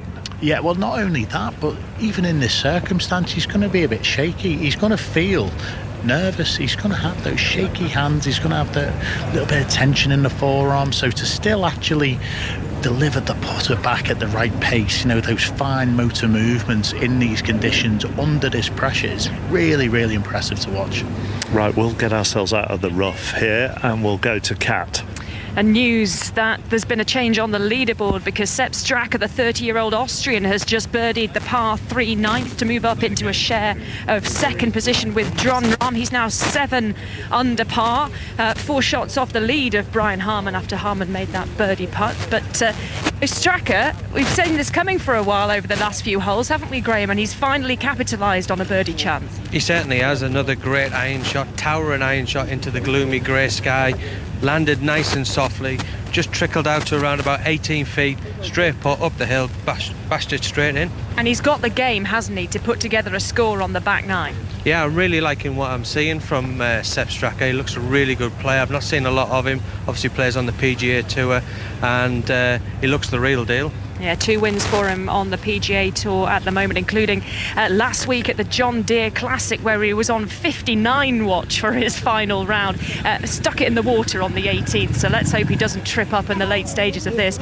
Tommy Fleetwood, though, he had a birdie look as well at the par 3 at the 9th, but it just put the brakes on a little bit too early for him on these wet greens, and so had to tap in for a par. He stays on 6 under par, 6 off the lead mark.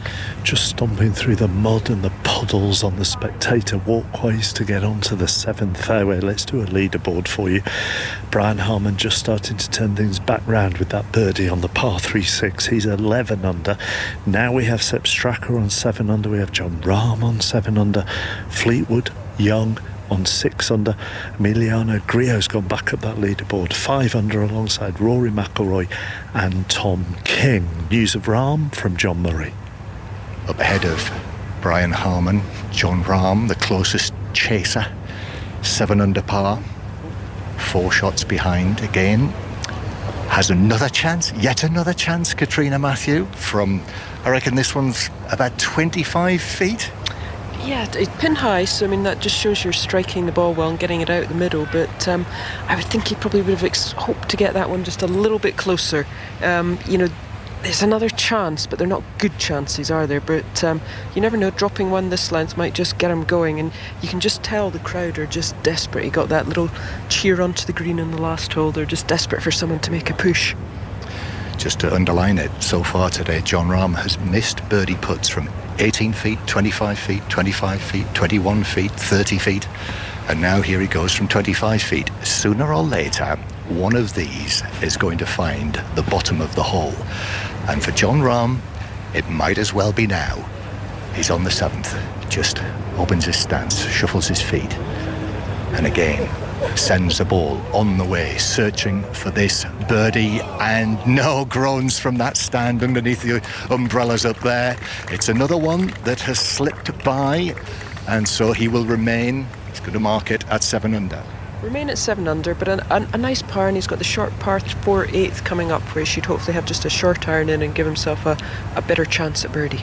Just do have the feeling, Mark, that if you said to me, is he going to put his foot on the accelerator?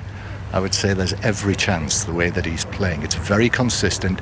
He's just ending up with putts from the wrong sort of range, and he's holed from close range now to remain at 7 under. So he's chasing the Bulldog, and you'll know this. He went to Arizona State University, Jon Rahm. So what dangerous wild animal are they associated with? Do you know what? I don't know. I think they're the Sun Devils. The Sun Devils? Very good, Katrina. Thank did you not know that? I look, as my knowledge of American college nicknames it wouldn't be my specialist subject on Mastermind, put it that way. Disappointing. I feel like I've let you down in particular. You let yourself down, you let the listeners down. Rory McIlroy's in trouble. James Gregg. He is. He just blazed one left off this tee here at number 12. It was sat disgustingly, and then he sliced one right and short of the green, very heavy-handed with the chip. When the ball was lying okay, I'm just keeping my voice down here because McIlroy's playing partner Emiliano Grillo is eyeing up another birdie chance, which finds the bottom. Oh, no, it doesn't. It doesn't. It just stays above ground. It looks so close for a second. I preempted that birdie there. He keeps himself at -5. McIlroy, though, has around 8 feet in a couple of moments' time to keep himself at 5 under par and 2 under for the round. And after that little flurry to start things off, oh, McIlroy's just turning into one of those nearly major weeks for Rory. I feel like a few people could say they've had nearly weeks. Max Homa, 5 under for the tournament, 3 under for his round through 14, and he will be another one who might think, what if, over the course of the last 4 days. No such problems for the leader, safely on the fairway on the 7th, Ian? Yes, he is down the right-hand side of the fairway, which is nice, isn't it, Paul? Because he's got an angle to attack from just inside 200 yards, that flag on the left. Yeah, that flag's just cut just in the middle of the green on the left-hand side. Again, a little bit of wind out this left-hand side as well, so it makes it even more tricky. So it will help Brian Harman being on the right side of this fairway to attack that flag. Cameron Young, meanwhile, has gone down the left side, and he's almost equidistant out, so just inside that 200-yard mark for his second shot in here, and he has to go pin hunting now. Yeah, he does. If he's going to mount a challenge, he really does have to start getting at this golf course a little bit now. The greens are skiddy, but they are softer, so he can actually start firing at some flags if he wants to. He has a bit of space around this pin, but again, it's going to be difficult visually for him because he's going to see those 2 bunkers in front of the flag, and it's going to be hard for him to go straight at it. Well, here he goes with that second shot on a high trajectory. The flag in the front left corner of the green. There's a bunker waiting for anything that comes up short, and that one has... It's just down right side. I think pin high. It's not in too much trouble, really. He'll be able to chip it, I think, or even putt it if he really wants to. There you go. Umbrella was right in the line of where his ball finished up there for me, so I couldn't see. So my wingman, he got it. Right, here's Harman. His second shot, the leader, having just picked up that birdie to get back to 11 under par. His first birdie of the day, coming at the difficult par 3 6th. Here he comes now. This ball is flying up towards the flag. It looks pretty good as well if it's got the legs, and it has got the legs, and it lands right in the heart of the green, and he's given himself a birdie chance around the 20-foot mark.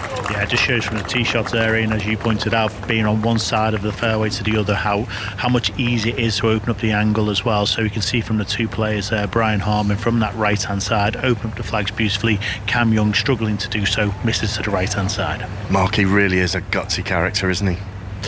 He absolutely is. And and you just watch him do that, and then he just takes his umbrella again and off he goes. And it's I feel like we're saying the same thing, but it is important. It's a smattering of applause. It's like being at a tea party.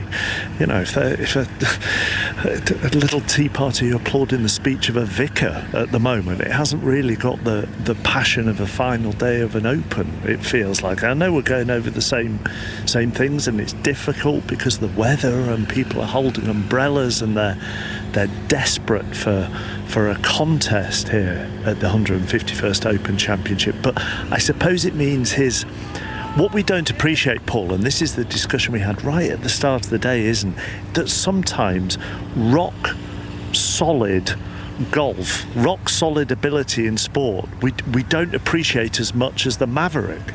Well, no, because it looks boring, it looks dull, but it gets the job done, and that's the important thing.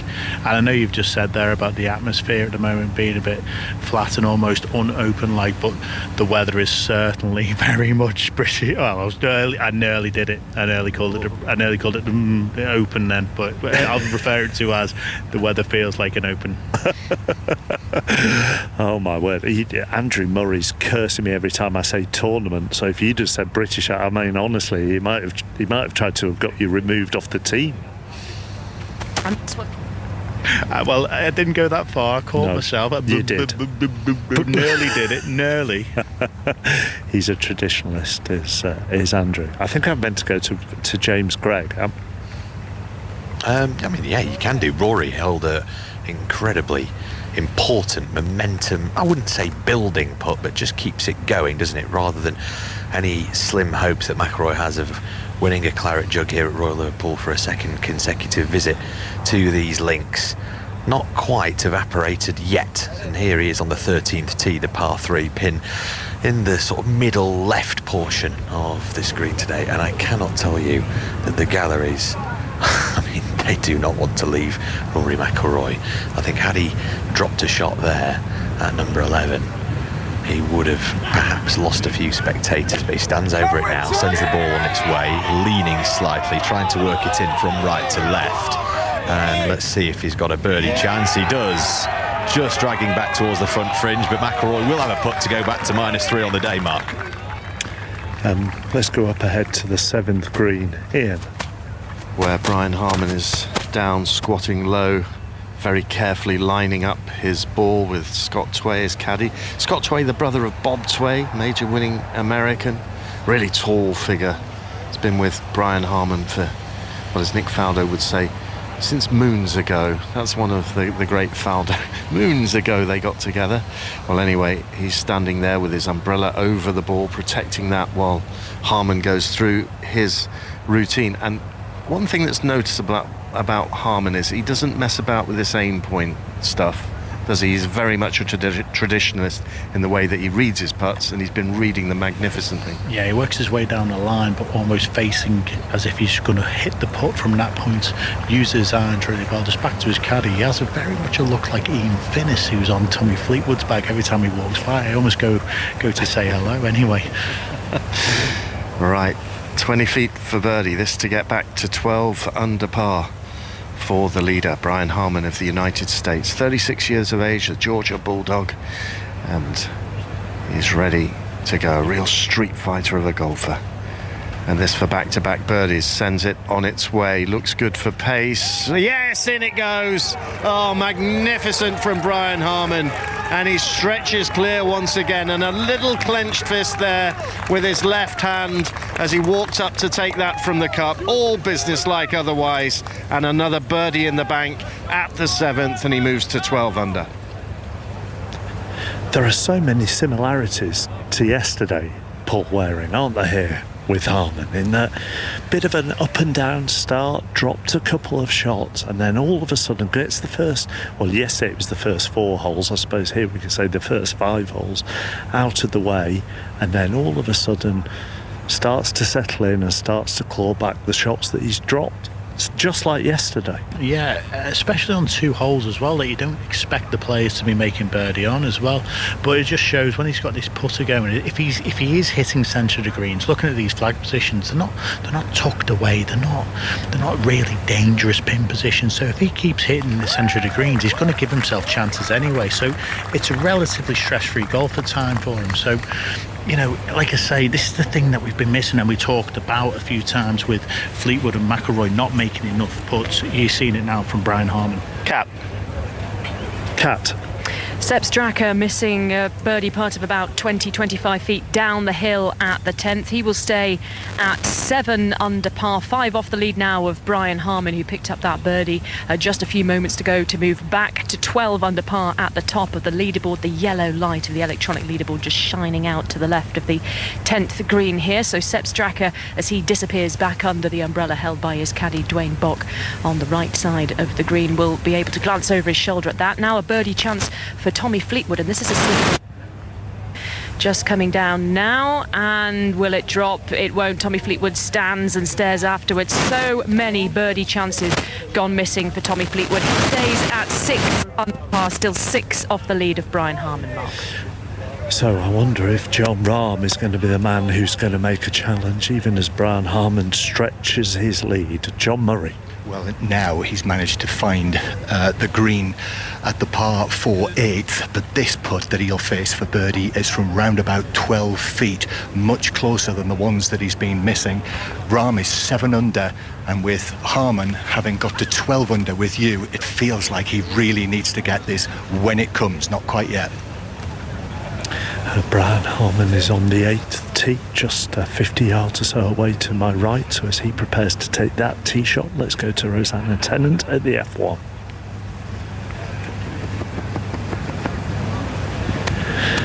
Grand Prix and Red Bull make it 12 consecutive wins, breaking the record that stood since 1988, which was set by McLaren. And funnily enough, it was McLaren also on the podium this afternoon. Lando Norris said he had a tough race, but he finished P2 consecutively after last time out in Silverstone. And it was Sergio Perez having a pretty good drive from P9 on the grid to P3, rounding out the podium. Lewis Hamilton, a terrible start, letting go of that right from the off, and he was 1.5 seconds off the podium. P4 for the Mercedes driver, but another dominant drive from the championship leader Max Verstappen. We were hoping to combine the F1 and the athletics and the swimming and the golf and the rugby league this afternoon with the cricket still raining at Old Trafford. It looks like Australia are going to retain the Ashes, because remember, England still need 5 wickets if they're going to win that 4th Ashes test. Cat. For Sepp Straka, he looked like he was going to pick up another birdie, back-to-back birdies for the Austrian, but unfortunately his little tidy up for par did not go to plan for him, Graham Storm. No, that was really clumsy. I mean, he looked like he'd rolled it down to around about 3 feet, so nothing really of any kind of pressure, you know, and he's just kind of hit a poor putt. Don't even think it even touched the hole. So yeah, maybe he felt it a little bit, but shame, because he's played really nicely all the way up this hole. He hit 2 beautiful shots and then made the big mistake and 3-putted. Yeah, so a bogey 5 for Sepp Straka, the Austrian, on the 10th. Tommy Fleetwood tapped in for his par, so both of them back to 6 under par, still 6 off the lead as we turn for home. And looking back through the gloom, back towards the clubhouse, Mark, you can barely make out the grandstand on 13 and the hospitality tents and the big shop and everything else in the distance. It's just a big grey smudge on the horizon. It absolutely is. It's even difficult to see the 8th green up in the distance, to be honest with you, from standing back here on the 7th green. John Murray, I think. And in the steady rain now at the 8th, Jon Rahm from 12 feet. Now this is to get the Spaniard to 8 under par and back to within 4 shots of the Harman lead. So it is clearly a very big moment. And the ball is on its way, and no, right to the hole side. I just felt it might make that final little drop, and it's just the tiniest touch with the putt ahead to knock it in for his par 4.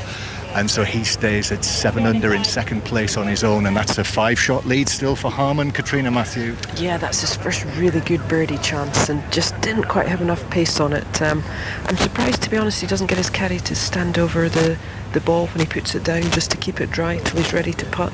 Any little bit of moisture between the club face and the ball can just kind of do something with your speed, but a good chance, but not quite for Jon Rahm. No, just one birdie for Rahm in the 8 holes that he's played, Mark, and that's not enough at the moment. It isn't. Let's go to the Rugby League. St Helens through to the Women's Challenge Cup final yesterday. Who will they face? Dave Woods. It will be Leeds. They've just beaten Wigan by 16 points to 4. A really tight semi-final for an hour. But then Leeds with a couple of back-to-back tries. Caitlin Beavers with an angled run from 30 yards starting it, and Tara Moxon with a second just a minute or two after that. Eloise Hayward kicked a couple of goals as well. Lot tougher battle than Leeds were expecting, but they are through. They will play St Helens women on August the 12th, and on the same day Lee men will be playing against the winners of the semi-final that's coming up in about an hour's time. Hull Kingston Rovers against Wigan. Yeah, that gets underway at 5 o'clock. Updates here on 5 Live, but you can also watch that on the iPlayer and on BBC Two from 4:30. Let's go back to the Diamond League Athletics at the London Stadium. A few moments ago, it was the men's 200 metres. Catherine Merry. The men's 200 metres. Lyles against Hughes. And it's a clean start here. Lyles has got out well, but Hughes is flying round the bend in lane number 7. Noah Lyles, though, tracking the British star. Lyles is going to come into the straight in the lead.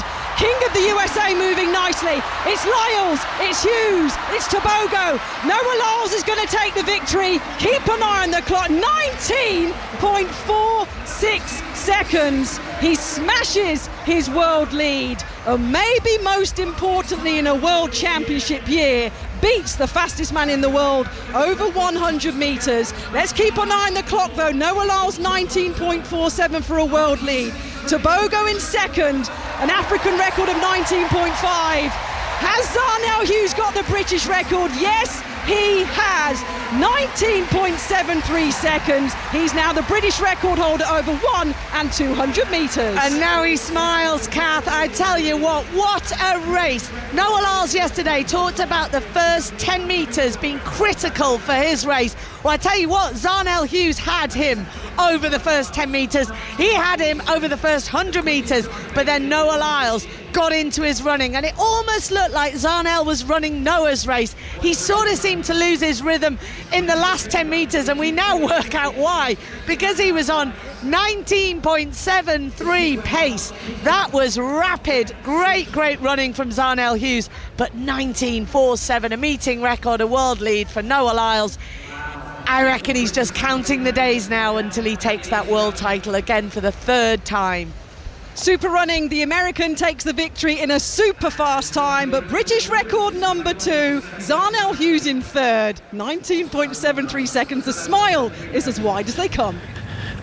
So that was a few moments ago. Let's go back to Catherine Merry now at the London Stadium. So a British record for Zarnell Hughes, as you said in commentary, in a World Championship year. And actually, this coming week, we are 1 year away from the Olympics as well. He's going in the right direction. 100%. You know what, Mark? He's been going in the right direction all of this season. He's had so many disappointments with disqualifications at World Championships and Olympic Games in the past, but this season he has just been different. His mentality and his focus has been outstanding, and he took a huge amount of confidence breaking Linford Christie's 100 UK record. So we knew it was going to go at some point. We hoped it would be today, and he's coached by Glenn Mills, who used to coach Usain Bolt, so you know he's just getting it right when it matters.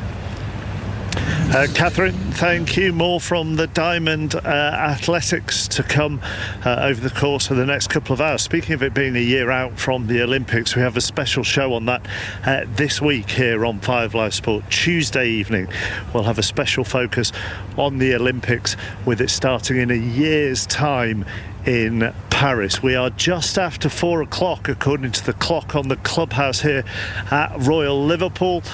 Brian Harman is on his way, as things stand, to being the Open champion and claiming the claret jug. He is on 12 under, Rahm 7 under, Straka, Tom Kim, Cam Young, Tommy Fleetwood, Jason Day are all on 6 under. We'll be back here in the gloom and the rain after Carl Hartley.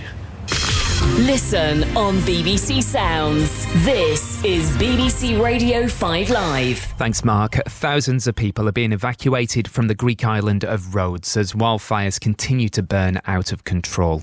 It's being described as the country's largest ever evacuation. Greek authorities say 19,000 people, including British tourists, have been moved. Many of them are now stranded in emergency shelters. Others have made their way to Rhodes Airport. Our reporter Jenny Hill is there.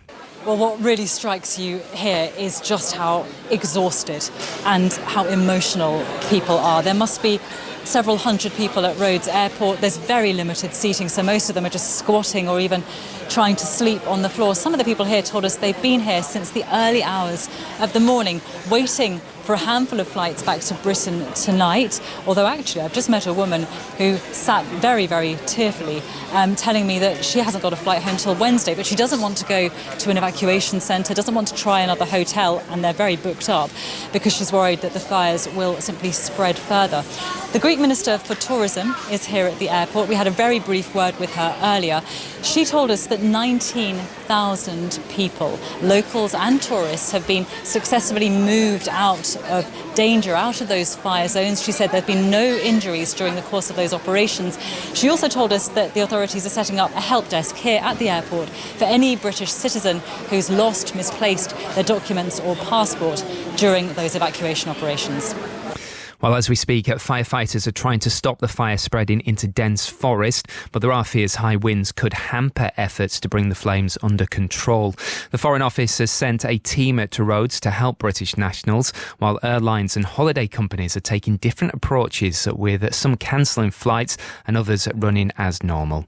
The BBC's Arana Ironga is following this for us. Jet2 has just updated its guidance. It says that it's cancelling all flights until Sunday, the 30th of July.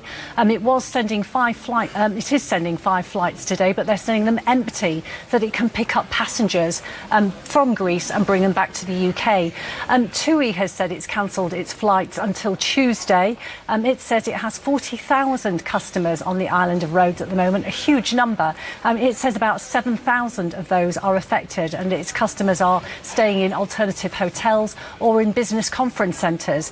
EasyJet is saying it's continuing its flights at the moment, but is monitoring the situation carefully. It says it's cancelled all its package holidays until the end of Tuesday. And Thomas Cook has come back to us today, and it says it's cancelling holidays to the affected areas of Kyotari and Lados between now and the 31st, and those customers can expect to get a full refund or an alternative holiday. Those travelling to other parts of the island, it will be giving a free refund for those travelling today and tomorrow, and then it will be in touch with those who are travelling from Tuesday onwards. You can keep up to date with the very latest developments on the BBC News website and the BBC News app. Away from Greece, the government has written to all major banks, warning them against closing customers' accounts because of their views. The move comes after the former UKIP leader Nigel Farage claimed his account with Coutts Bank was closed for political reasons. 2 people have been killed and 19 others injured in a Russian missile strike on the Ukrainian port city of Odessa. The city's famous Orthodox cathedral was also badly damaged. And officials in Spain have reported a high turnout so far in the country's general election. Neither the governing Socialists or the Conservative People's Party are expected to win a majority, raising the possibility of a far-right party entering government for the first time since the fall of General Franco.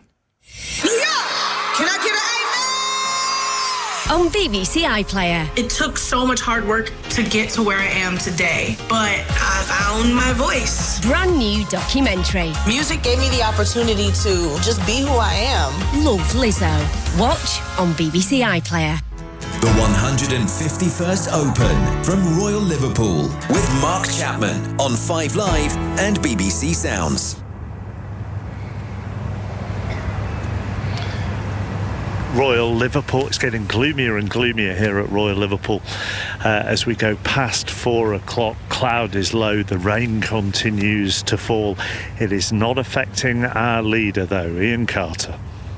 He's able to play very, very conservative golf now. He just made a textbook par at the par 4 8th, found the fairway off the tee, didn't even go anywhere near the flag with his approach shot, just the middle of the green, 25 feet, very nearly holed the putt for birdie. That would have been 3 in a row, the most stress-free par imaginable, and he just ticks off another hole.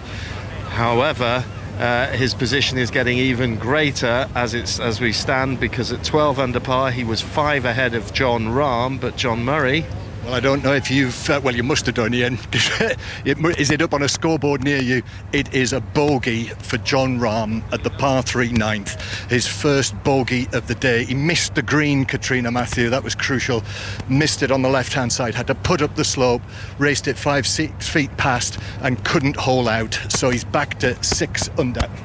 Yeah, disappointing part. Wasn't that bad a tee shot, just pulled it a little and it ran off one of those little swales, but putted up and just kind of got the pace wrong, and as you say, ran about 5-6 feet past, and just not the greatest putt, just kind of missed it on the left side. Yeah, Jon Rahm has been keeping an eye on the leaderboard, so I wonder if Brian Harman is. If he is, he'll like what he sees next time.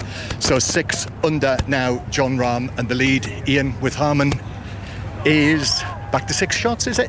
It is indeed, and Harman onto the green with his tee shot at the par 3 9th, and so he will have around about 25-30 feet for his birdie there, but at 12 under par he is now 6 shots clear of his closest rival, and that is of course Jon Rahm, who is up ahead. I can see him, he's about to tee off on the 10th. But we're also hearing news from Sepp Straka, I think, Cat Downs, so maybe that lead isn't quite as big as we thought. No, not quite as big. It's still 5 shots, but Sepp Straka is now the nearest contender to Brian Harman at the top of the leaderboard. He bogeyed the 10th as he turned for home, but he's picked up a birdie on the 11th, and that is an important bounce back for the Austrian. It certainly was, and totally different strategy between him and Tommy Fleetwood. Tommy laid quite a way back, left himself a really difficult shot, missed the green. Straka took the hole by the scruff of the neck, hit a huge tee shot, left himself 110 to the pin, hit it at 10 feet, and you can see that maybe the bogey has kick-started him and made him think, well, I've got to start going for this now. And I'm just looking at his scores for yesterday, Graham. If you look down the list for, not yesterday, the day before, so this is on Friday, he birdied the 12th, 13th, 14th, 15th. So Sepp Straka is very much in this. He could do this. He's very much still in it, absolutely. We've said all along he's been playing nicely. One little blip, 3-putt at the 10th, birdie, bounce back on hole number 11. He's obviously got good vibes about these holes on this little stretch that go along the coastline, up and down the dunes. So yeah, he's obviously feeling good right now. And what about Tommy Fleetwood? He's had so many good chances. He nearly chipped in, didn't he, for birdie on the 11. It was a beautiful chip, but once again, you know, he's just too far away, too much to do. Just didn't roll out for him, and it just seems to be the same things that are happening over the last few days. So Graham and I currently with Sepp Straka and Tommy Fleetwood. Brian Harman leads by 5. Sepp Straka in second place on his own. He's at 7 under par. James, what news of Rory? Well, the cheer probably tells you, Kat, that Rory McIlroy's got himself back to -3 on the day and to -6 for the Open Championship. It's a first birdie of the back 9. He had that drop shot at 10. He's looked a little ropey, a little sloppy, but a first look here at number 14. Rory back to -6, 6 strokes behind. You just never know with 2 par 5s to come. Brian Harman making his way up to the 9th hole. He's seen his playing partner Cameron Young miss the green on the par 3 right, and the ball nestling down in thick, juicy, wet rough. Yes, not very nice. It is absolutely treacherous out here now. I've just had the first couple of drops go down the back of my neck of my waterproof suit, and my back is slowly getting wetter and wetter now as this rain teems from the sky on the beautiful Paradise Peninsula that is usually the Wirral. This is the heaviest rain, and it is vertical. There's not a breath of wind whatsoever. And it is now starting to hammer down my feet. My shoes have given up the ghost. The squelch factor has gone very high. Yeah, I think as Catherine Downs mentioned before, there's these droplets on top of the rough now. As we're making our way around this golf course, we're trying to stay out of the players' way, and we're trudging through the rough, and it's coming through the top of our shoes now as well. Anyone with any sort of good mind would have brought an umbrella with them, but no, not us. Oh no, we don't need an umbrella. Right, Cam Young, second shot at the par 3, chipping out of the rough, the ball bouncing off a downslope, heading towards the hole, just going past the right edge of the hole and then running on by 12-15 feet. So Young might be tumbling out of any kind of contention now. This is very unfair on Brian Harman, but he's absolutely killing what would otherwise be an extraordinary Open Championship, isn't he? Because there he is, 5 shots clear of Sepp Straka, 6 clear of Grillo, McIlroy, Kim, Fleetwood, Day, Rahm and Young. I mean, with Max Homa at 5 under par, if Harman wasn't there, it'd be an Open for the ages. It'd be a magnificent Open Championship, wouldn't it? The only, not our only hope by any stretch of the imagination, but Sepp Straka, as John Murray mentioned yesterday, went on a bit of a tear on Friday afternoon in the back nine, and he did the same yesterday, making birdies, many birdies in that back nine, and obviously getting himself back into tournaments. So we can hope he can go on a bit of a run now into this back nine. But when you look at that quality of that chasing pack there that are all marooned around the 6 and 7 under par mark, well, that then just moves you into a feeling of utter admiration for Brian Harman and the way that he has gone about this challenge for the Open. He's about to putt from around about 25 feet here, another green hit. Yeah, another solid golf shot on this 220-yard plus par 3, and back to that, he just keeps hitting it to this range, hitting solid putts, never under any stress, always just walking up and tapping in for his par, never reaching for his marker and leaving himself 3 or 4 foot.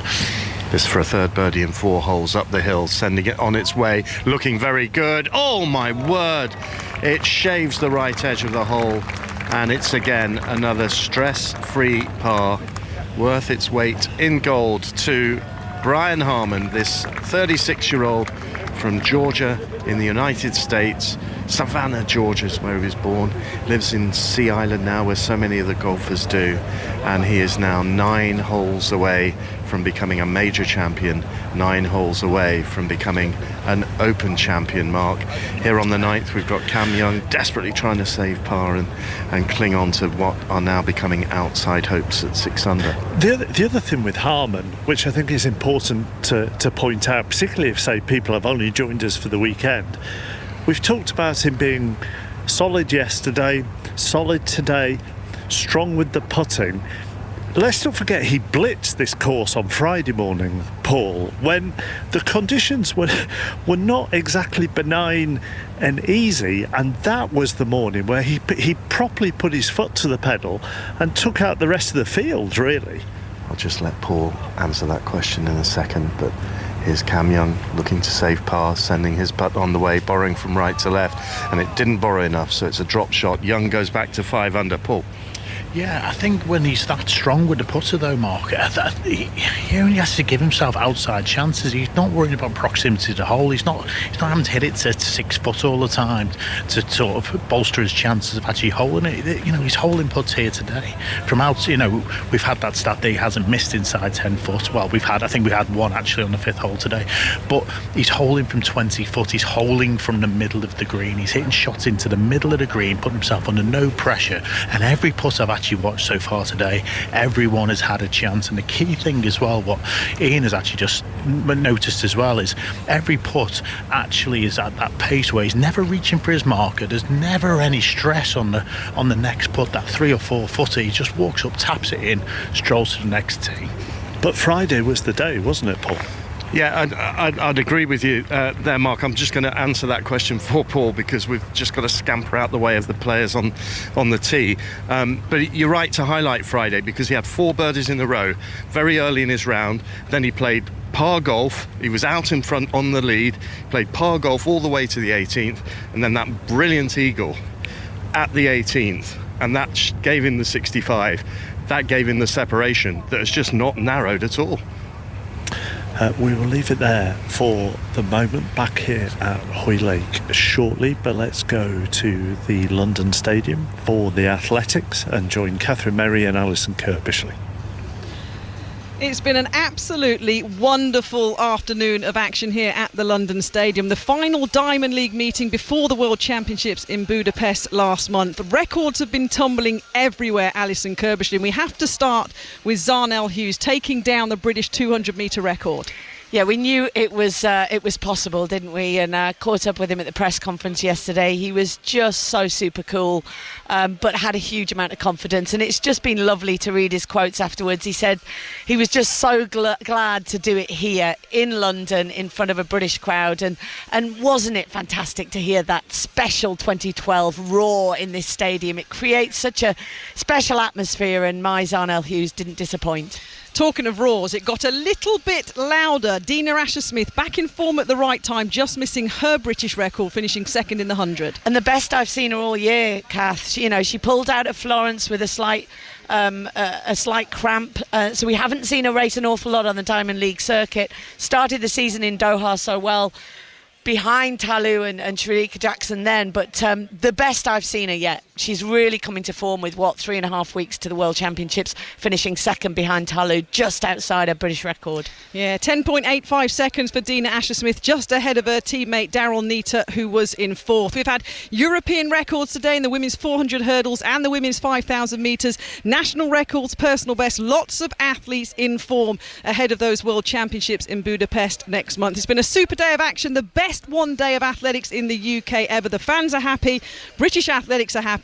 A roll on Budapest, Mark, and those World Championships, because the next live athletics on 5 Live will be those Budapest World Championships from the 19th of August. OK, thank you. Here at Hoylake, let me give you the leaderboard. Brian Harman 12 under at the turn. Then Sepp Straka, who's 7 under, and he's going down 12. Emiliano Grillo and Rory McIlroy 6 under as they play 15. Tom Kim, who's playing the last 3 rounds of the championship with quite a badly damaged ankle after he fell off his patio here at Hoylake.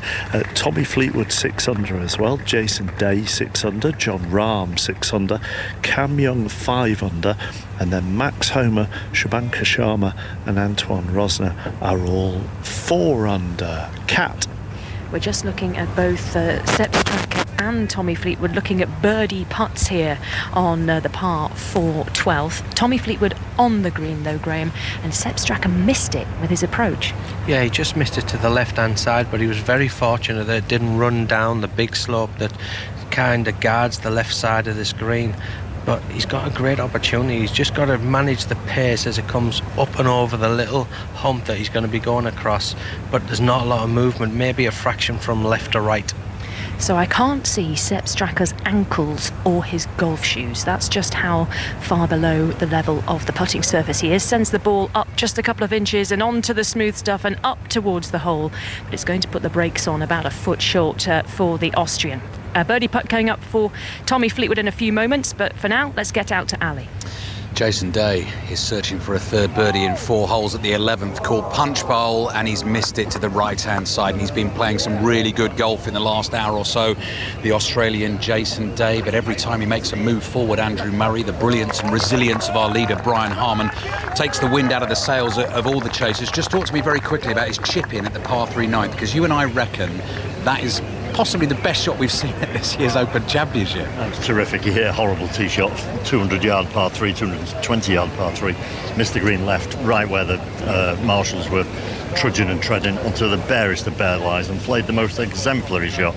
Marvellous contact on the ground and the ball, and popped it in. He's a short game wizard, he really is. 6 shots off the lead at 6 under. Cat. Tommy Fleetwood then with 25 feet or so for his birdie here on the 12th. This is normally the part of the course where you pop up out of the dunes and you can see out across the D estuary. Today I can see a few dark grey strips of very wet sand to the right. The crowd willing the ball on towards the hole. It grazes past on the left hand side, trickles on by a foot or so. Should be 2 pars for both Sepp Straka and Tommy Fleetwood here on the 12th, which will keep Sepp Straka in second on 7 under par and Tommy Fleetwood in a tie for third on 6 under par. Brian Harman still out in front on his own at 12 under par.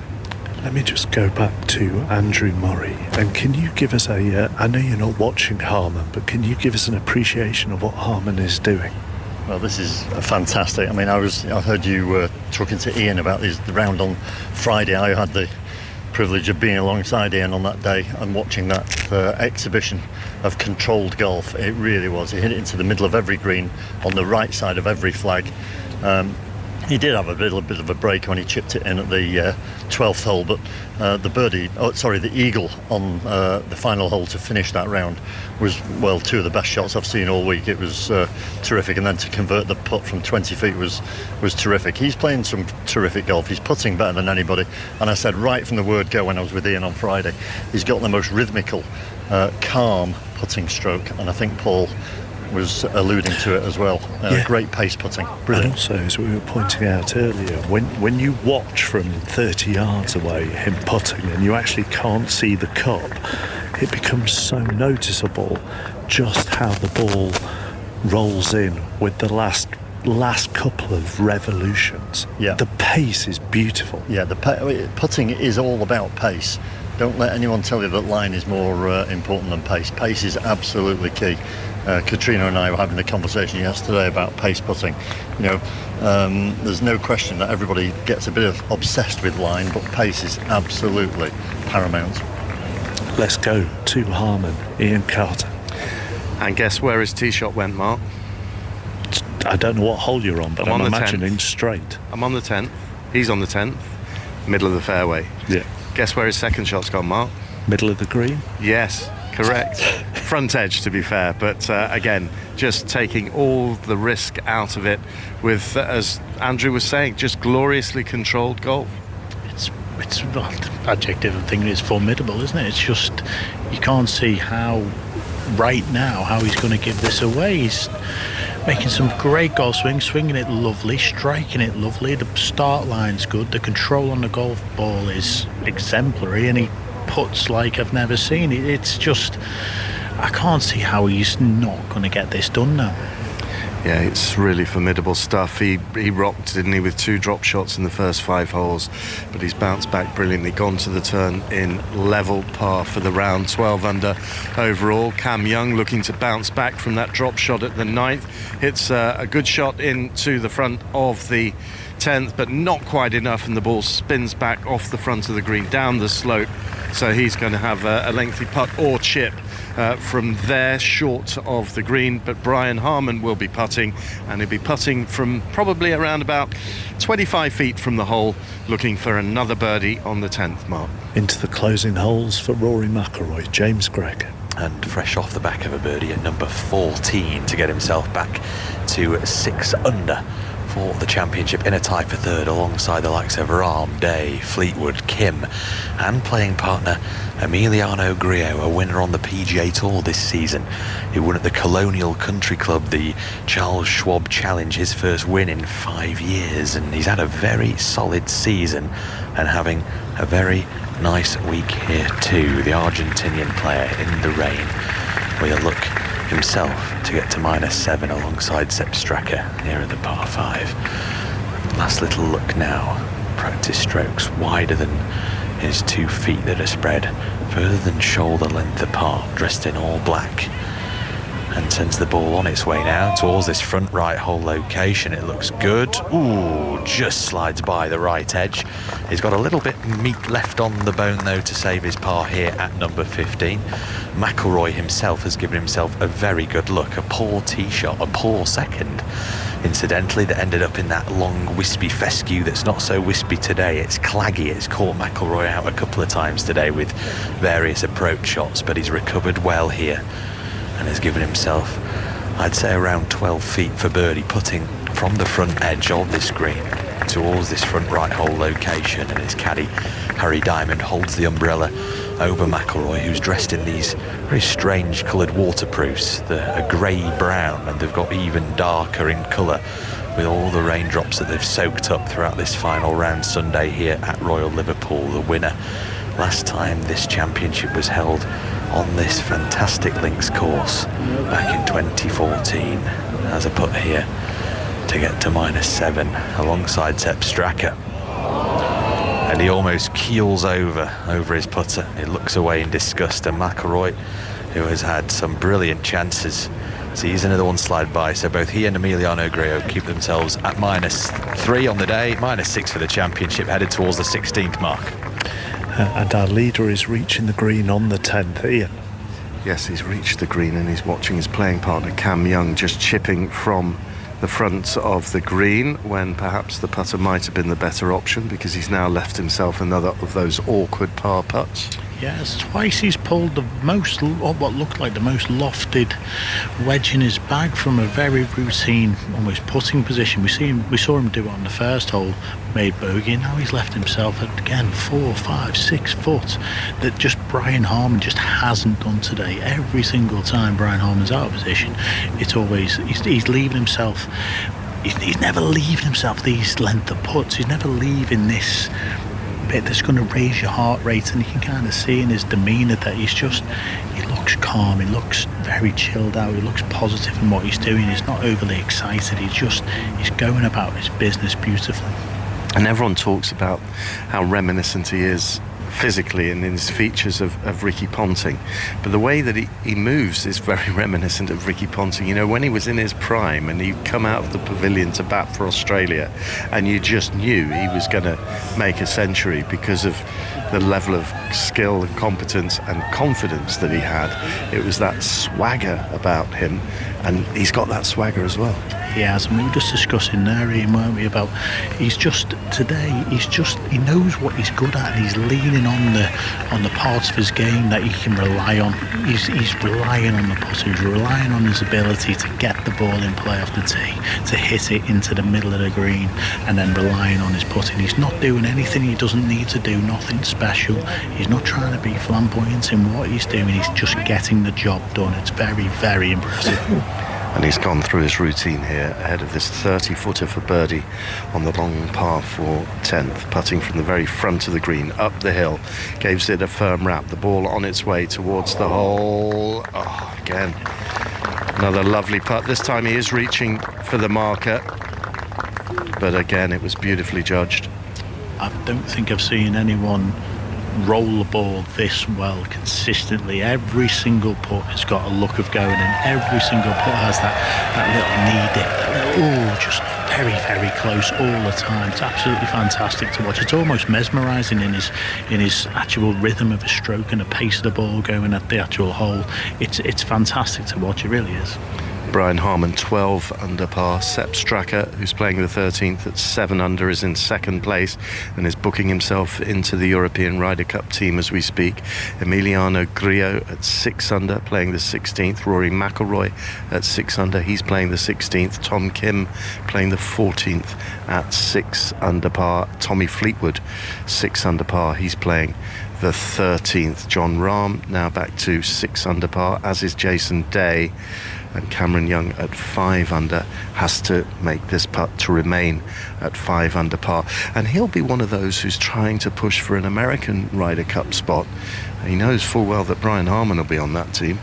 Yeah, he is. And we've been talking a little bit in the past about state of Justin Thomas's golf game and where he is, and I think there might be a bit of a changing of the guard in respect to some of these young players coming in, of Wyndham Clark, Brian Harman, and obviously now looking at some players like Cam Young, who we just see hole out there for his 4 after an iffy chip, like I've just said. So holes that 4-5 footer that I just talked about. So that keeps him at 5 under par. He heads off to the 11th tee, hands his putter back to Paul Tesori, his caddy, very experienced man, spent years with Webb Simpson, won the US Open with Webb Simpson back in 2012, but moved on to Cam Young with his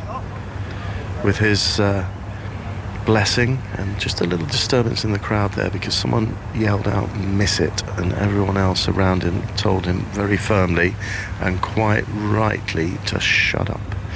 So this is for a par save, and he's taking every care here, the leader, at 12 under, 5 shots clear as he gets himself settled on this plateau green at the 10th, sends it forward into the cup. Of course it's into the cup. It's another par on the scorecard. It's another hole towards the claret jug as we go to Cat.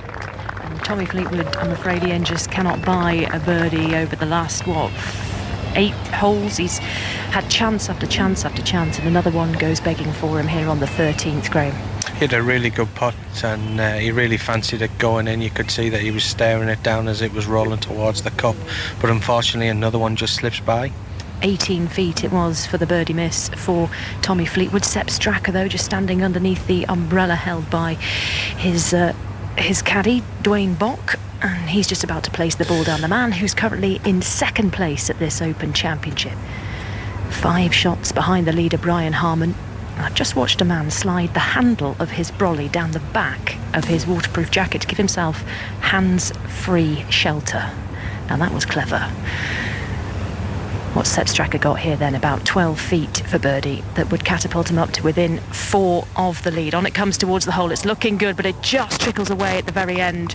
It'll be a tap-in par for the Austrian. He'll stay on 7 under par, 5 off the lead of Brian Harman. He's in second place on his own, ahead of this group in a tie for third.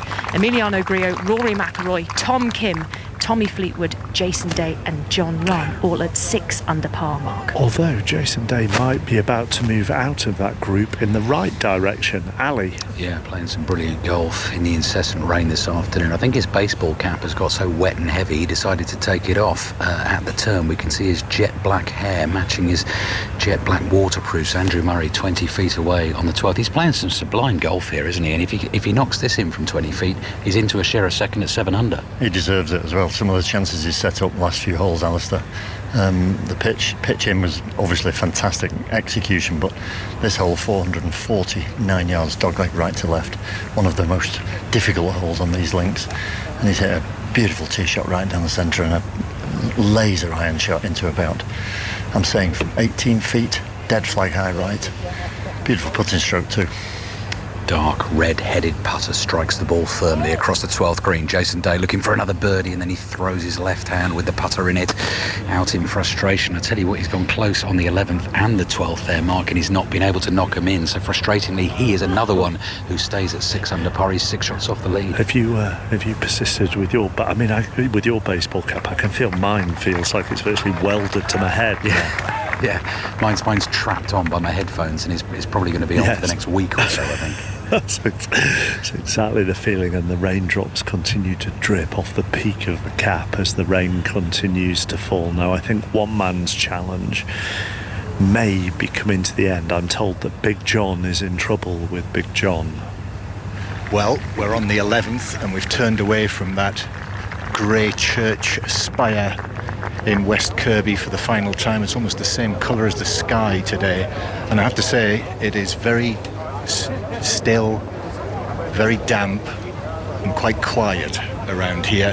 Jon Rahm has just holed out for his par 4 on the 11th. He was in trouble actually down the left side off the tee, but he's been able to recover for his par 4. He did get his ball in a hole with the second shot, but it was actually the hole that the sprinkler head is in by the side of the green, so you don't get anything for that, not in this game.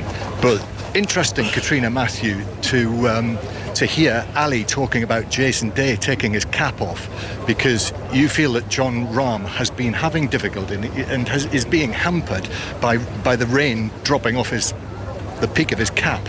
Yeah, I thought his putt on 10, he was in the middle of hitting his putt and took his backswing and then stopped, and I think it was because of drip coming off his hat. So he had turned it around backwards on one hole, but I'm surprised he hasn't done it, because there's nothing more annoying than you're standing over your putt and you can just see it. You can see it out the top of your eyes, just ready to drop. So it'll be interesting to see if he puts it on, maybe puts it on backwards and makes run. Serious question on that, Katrina. Would contractually with sponsors, do you have to keep your cap on? No, I think you could easily take it off, turn it round backwards, or take it off in this weather. I think they'd be happier if you won the tournament rather than had your hat on at the time. Yeah, you wear your hat when you're lifting the claret jug. Just to say as well, Victor Hovland, who's had really, nothing's happened for Victor Hovland until just now, when he's got his first birdie of the day. But having started 5 under, he's back on 1 under. But Rahm on 6 under, technically not out of it, but he needs something to get him going. Considering turning your cap backwards, John?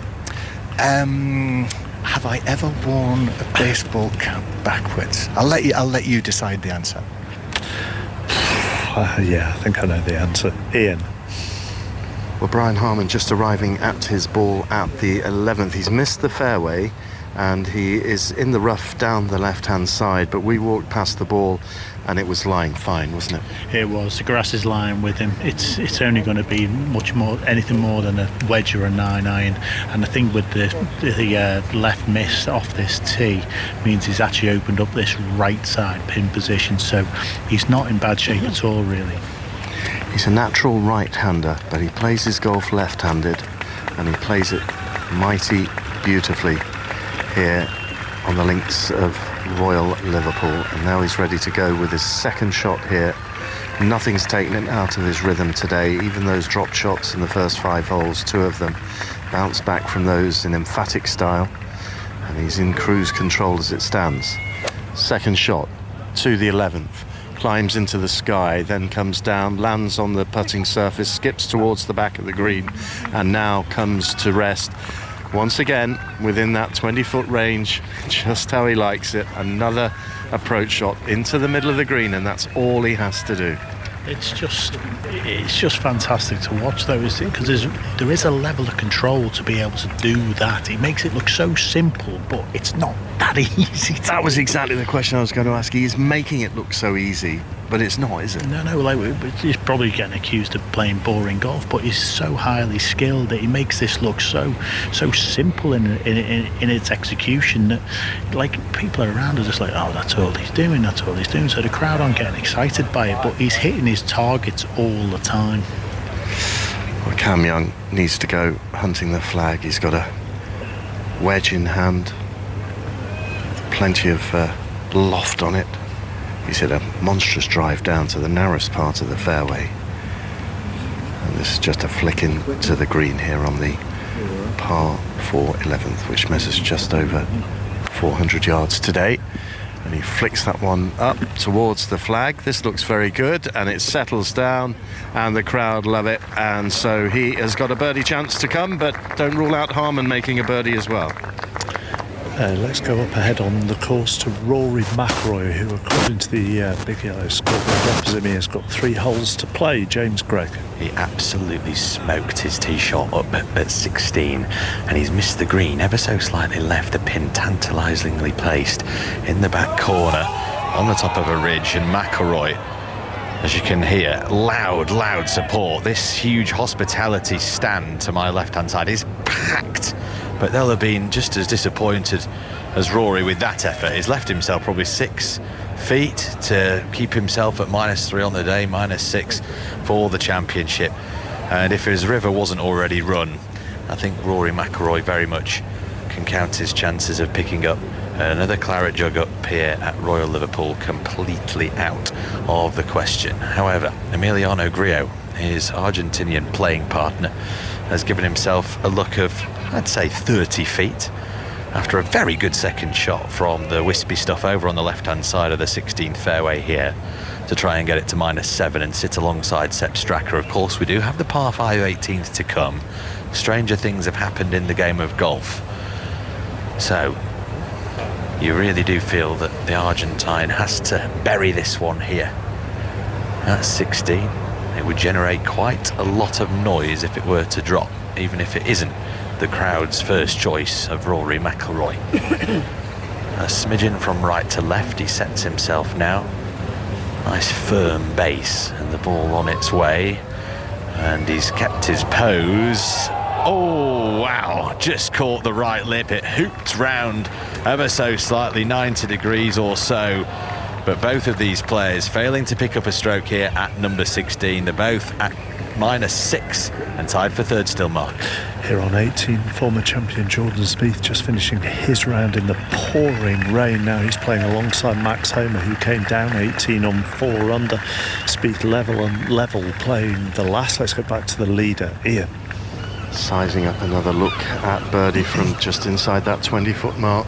Yeah, just inside that 20-foot that he's been so consistently good at with the pace as the rain just stops for us now, which is, we start to see a couple of umbrellas come down over this end of the golf course. I know Mark has just mentioned that it's raining on 18, but we're at the far West Kirby end of the golf course now, some miles away from where the finishing house on 18. This for birdie for Brian Harman, sends it towards the hole on its way, just coming up a fraction short of the cup, 6 inches, and yet again another easy tap in. Then it goes, another par and another step towards open glory. 12 under par, 5 shots clear of Austria's Sepp Straka. He's just ticking away, isn't he? He's just almost dispatching of hole by hole, just almost running the clock down. What we'd see in a football match, near the death at 90 minutes. He's just taking his time. Just like I say, just not making any mistakes and not giving the field any chance of getting anywhere near him. And he's earned this position, and he's getting the break in that there is not a breath of wind anymore. There isn't, and like I've just said, the rain is yielding now as well. So it's actually, we're actually starting to see the umbrellas drop down now, which, there's no danger, if you like. There's no issues that I can see that are going to trip him up on the way in now.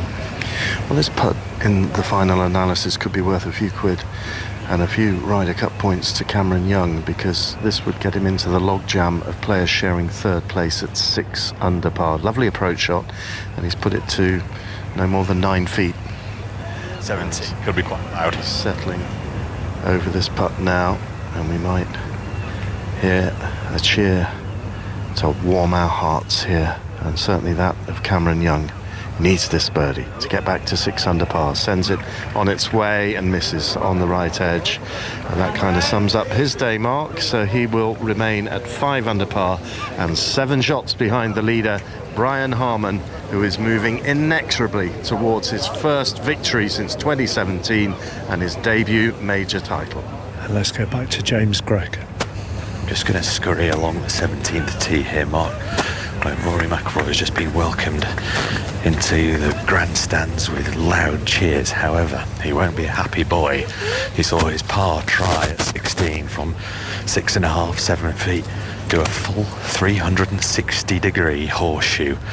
At bogey 5 then for Rory, a second drop shot of the day. He's back to 2 under for this final round Sunday, -5 for the week. And you just get the feeling that that was very much the story of the week in a nutshell for Rory McIlroy. The putter, ever so cold, and that was case in point there at number 16. So a drop shot for Rory. His playing partner, incidentally, Griot, kept himself at -6, and they're just about to get themselves ready to tee off here on this 17th hole.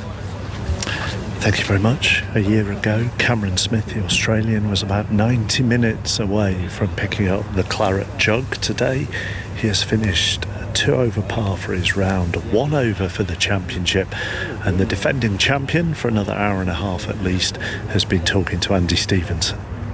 Cam, not your week this time, but 4 pretty solid rounds, and it was absolutely horrible out there today, wasn't it? Yeah, it wasn't a good day today. We probably had the worst of it right at the start of our round. It was hard to get any kind of momentum going, anything kind of on the board. So, yeah, tough day, and a bit of a tough week for myself. We were just talking, we didn't have any weather like this last year at St Andrews, did we? No, this is a lot different to where I grew up in Brisbane, Australia, that's for sure. But yeah, I'm getting used to, it's never been my favourite playing in the rain, and I love the wind and the firmness, and we only had one of those things this week. We only had the wind. It seemed like the course was probably a little bit softer than they wanted it to be, and it's only going to get softer here the next couple of hours. You spoke earlier in the week about the emotions of handing the claret jug back. How do you feel now on Sunday afternoon? You're going to be seeing somebody else kind of take that title over from you. Yeah, I mean, it sucks for sure, but I should have done a better job at defending it. I think I left a lot of putts out there. Actually, my putter wasn't my best friend this week. A lot of chances I feel as though I'd missed, especially Thursday, Friday when the weather wasn't too bad. Well, you'll be back for many more of these, so more chances in the future. Thanks very much for speaking to us. Cheers, mate. Cameron Smith with Andy Stevenson. Now, the man that is leading the charge, such as the charge is the Austrian Sepp Straka, and I think he has a birdie opportunity. Cat. He does have a birdie opportunity. It's about 25 feet on the 14th. Both he and Tommy Fleetwood finding the fairway off the tee, just skipping down the right-hand side of this hole that doglegs round to the left and then up into the dunes that flank the Dee estuary and look out towards those hills of South Wales in the distance that are not visible today, blanketed as they are in a cloak of grey cloud. Sepp Straka has the big black umbrella slung over his shoulder, and he's pacing around this one. This one would catapult him up into, what would that be, 8 under par, 4 off the lead, Graham. Yeah, that would take him into a second place on his own, but he knows that Tommy Fleetwood's in really close as well. Tommy's got around about 4.5-5 feet for his birdie to get himself to 7 under. So this is quite a good situation that we're getting to witness on the 14th green. Yeah, 14th green, they're running out of holes, do you think? Well, you just don't know, do you, really? I mean, obviously there are 2 par 5s, but they may be not reachable like they have been all week. But you will just watch Sepp Straka stroke this putt down to the hole. So 20-25 feet for Sepp Straka. The ball is on its way, tracking towards the hole, curving round slightly and just kissing the side of the hole on the left side. Tommy Fleetwood with a birdie putt to come from about 4 feet. I'll be back with that, but for now, to John. Just as Sepp Straka was putting for birdie with you, Kat, Jon Rahm was doing the same here at the par 4 12th, this from 15 feet, so another opportunity for Rahm, but he wasn't able to take it. He's holed out for his par 4, and still those other birdies will not come for Jon Rahm, who remains at 6 under par. So Straka still in second on his own with you.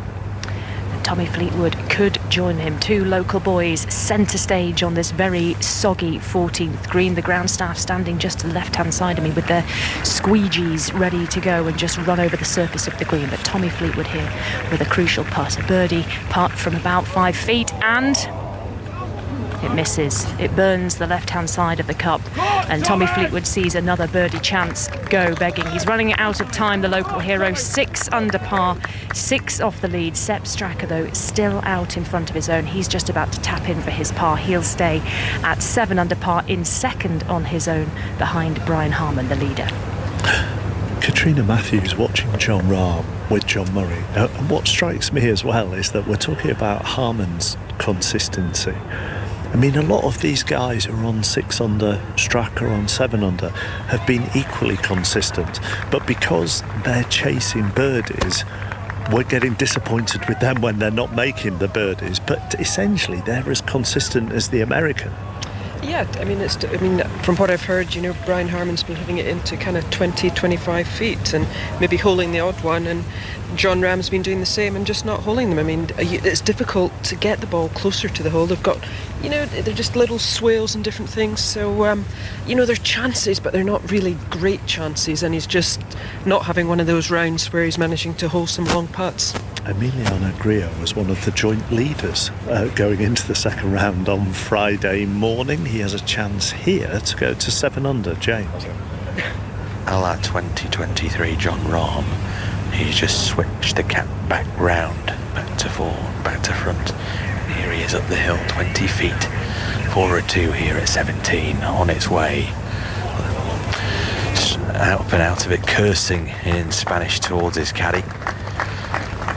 It's going to be a tap-in par 3 for the Argentine, but he's going to stay in that share of 4th spot as things stand. -6. He's given himself good looks at 15, 16 and here at 17, and we're going to just stay here for a second because Rory McIlroy, having dropped a shot at 16 himself at 360 degree lip out, I saw him swish his putter in fury.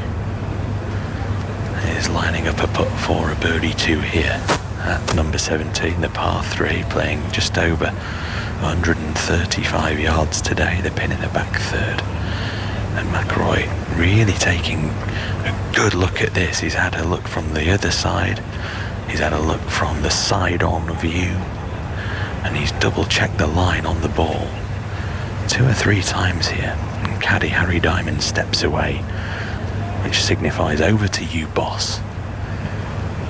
2 holes left to play. McIlroy would love to finish with 2-4. This 4 at 2 at 17. And in it goes. Rory finding a little bit of form, too little, too late. And that does get him back to -6 for the week.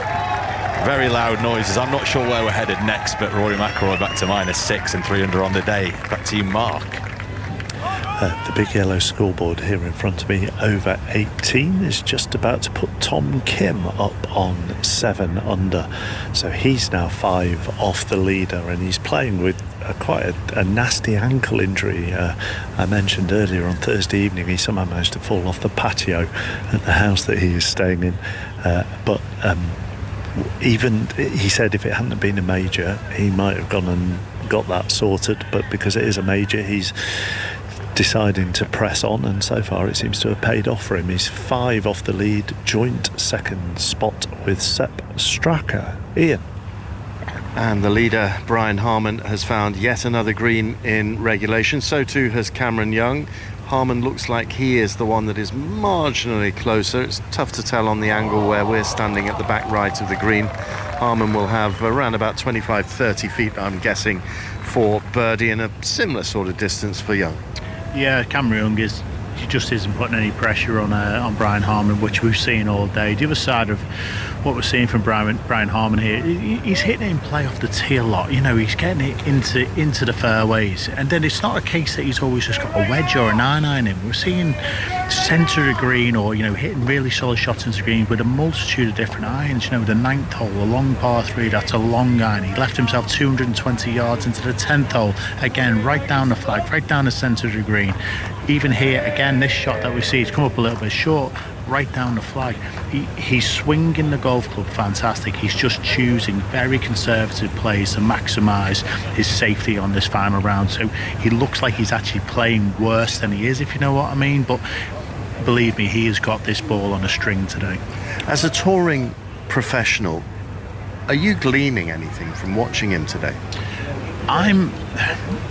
He's making this look far more simple than it is. We are in the back 9 of the Open. All the pressure that comes with it, and he's still as steely as he is. You still see his eyes. There's just no deviation from the task in hand, is there? He's to his ball. He's with his caddy. There's not overly any idle chit chat between the two of them. He's just nothing, is there? No, there's no emotion. There's no nothing. I think we've seen one little fist pump when he held that 20-footer on the 7th hole, and the rest of it has just been so routine that, like I've said for the last 5 minutes, it almost looks boring unless you know what you're looking at. It's very, very impressive. Yeah, well, he's got himself underneath his umbrella, and he's standing there waiting for Cameron Young to putt. He's crouched down beneath the umbrella that is held by his caddy, Paul Tesori. And this is something that I don't think I've ever seen before. The golf bag of Cam Young it's almost like a flight case, isn't it? It's a waterproof cover. And I don't think I've ever seen that before. It almost looks like a giant carry hold bag. Yeah, it looks like a giant hold-all, isn't it? Yeah, I've never seen many caddies use the full cover. I know my caddy hates a head cover at all. Like it winds him up getting that towel out with all the head covers and all the other alignment sticks that are usually in there. Anyway, back to the golf. Yeah, because Cam Young has got this birdie putt. As I say, it's a good 30-odd feet across the green here on the par 4 12th, and this to get back to 6 under par for the American, who was runner-up at the Open at St Andrews in the brilliant sunshine last year. And good effort, shaved the edge of the hole. Just feel like Cam Young, I mean, he's 26 years of age. just a little one-dimensional, isn't he? Yeah, he is. He's a powerful player, though, and you can see why he does well over in the US as well with his style of golf. I don't like using this term, but a bit of whack and gouge that we hear this term a lot of the time. But no, he's a very powerful player. But it looks like he struggles to really control the ball at the level Brian Harman does. Well, we've just got Brian Harman drying his putt ahead here, Mark, looking for another birdie, and he's just about to address the ball. So we will just see how he goes with this. And again, the routine that I've just seen over and over and over again, which has worked so brilliantly. 5, 6 practice swings, 7, 8, 9, 10 practice swings, standing at right angles behind the ball, and then he comes up and addresses it, just gently widens his stance. Very compact figure, 5 feet 7 inches tall, sends it forward from 25 feet, looking for a birdie at the 12th. It's not going to drop for him, and he walks up as we go to John Murray. So John Rahm could get a shot closer to him. Another birdie chance. This is a good one. 5 feet after a wonderful tee shot through the gloom to the green of the par 3, the 13th. And he's over it now, the big Spaniard. And this one drops. It had to, and it did. And you can hear the cheers from up on the hill there, from under the umbrellas. Finally, a second birdie of the day for John Rahm. And he's back into a share of second place with Tom Kim and Sepp Straka. Katrina Matthew. Yeah, that was just what he needed at the right time, coming up with 5 holes to go, 2 par 5s. Let's hope he just keeps hitting it that close, and who knows what could happen here. Hovland even closer on this hole. This would take him back to 2 under bit. Ian, they're stacking up behind Harman on 7 under. Yeah, but he remains at 12 under. He's just knocked it in from 3 feet for his par at the 12th and makes his way to the par 3 13th, edging ever closer to victory. Do you remember, Ian and Paul, on the preview show, we talked about whether you could have played 70 holes with 2 to go, with a 4 or 5 shot lead at the Open, and you still wouldn't be sure of it. I'm not sure I'd necessarily go along with that at the moment, given how he's playing. Would you? No, I wouldn't. I mean, it's very hard to imagine him faltering, just because of the ruthless efficiency of the golf that he's playing at the moment. However, well, he's a human being. And we've talked about it at the very start of the week. I hope, because right now I think he deserves it. From how he's played this week, he deserves to win this week. I hope we don't get something stupid happening now on 17. No. Have we had any big scores on 17 today? Does anyone know? Not that I have seen, but I'll get my phone out and have a look on the app. But we're definitely in that territory, Paul Weary, now, is that if something was to happen to him, you would have a lot of sympathy for him now. Well, that was the danger, and that was always the thing for me. Yes, we want drama out the hole, but we don't want something like that to happen. That would be horrific, and that's what turns arguably what a hole I quite like into something that is actually a little bit ridiculous. Rory's coming down 18 at the moment, but I think he has work to do back down that fairway, James Gregg. He did. He hit a massive hook left once again. We've seen a couple of those today from the Northern Irishman, and he's actually the wrong side. You'll be familiar with those blue railings down the left-hand side of 18, obviously in place to stop spectators walking onto the final hole here at Hoylake. And he's the wrong side of that. I think there was a question asked if they could be moved or separated or just opened. But McIlroy has found his ball. I believe that his golf ball off the tee did hit the ankle of a spectator, not on the fly, but just cushioned it. It's actually fine the way it's lying. It's on that flat bit of walkway which has been trampled down over the last week by hordes of spectators, and he's stood over it now, completely obscured from where I'm stood by umbrellas and 5 or 6 deep rows of fans just peering over, holding the camera phones up, trying to get a glimpse of the world number 2. And he's just going to try and nudge one back in play here. Certainly can't get to this 18th green in 2 today. Sends the ball on its way. His playing partner Emiliano Grillo is laid up to a similar kind of spot to where Rory was aiming. And they're both safely back in play. Remember, McIlroy coming off the back of a birdie at number 17. And I'll keep you updated, see how Rory finishes, looking for back-to-back birdies to finish things off here at the Open, Mark. To the par 3 13th. 203 yards this par 3 today, called Alps, downhill in amongst the sand dunes. A few empty seats in the grandstand immediately behind Brian Harman as he hits this tee shot, the leader at 12 under par, and it looks good for line, but no, kicks off down to the right and then finds the collar of rough to the right of the green. So a missed green from Brian Harman, and he's going to have to rely on the wedges. Yeah, that's the first time we've seen that from him in a good few holes, and it's going to be actually the first chip he's got to hit for a few holes as well. So we'll see how warm these hands still are. 5 shots clear, but these are going to be the toughest holes of his career, with 6 holes to go, and he's missed the green here, Mark. Okay, we'll be back there very shortly, Sunday afternoon. This is 5 Live at the 151st Open Championship at Royal Liverpool.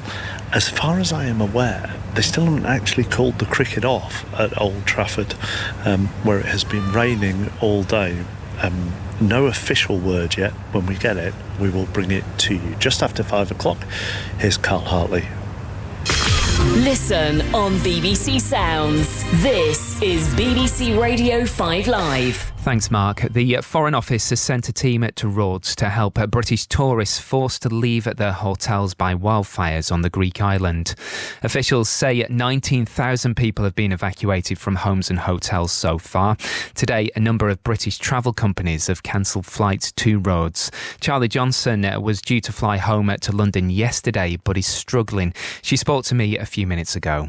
So we have just been kicked out of the line for an EasyJet flight that's turned up finally after 24 hours because the plane that they've sent is too small and doesn't fit all of us on. So there are 25 of us that have been booted out the line. Anyone that was basically row 30 and back doesn't have a seat. So we are now still in Rhodes Airport in the departure lounge, just waiting to hear what is going on. We haven't heard a single word from EasyJet in 24 hours. So, yeah, no idea what's going on. What's the mood like at the airport at the moment?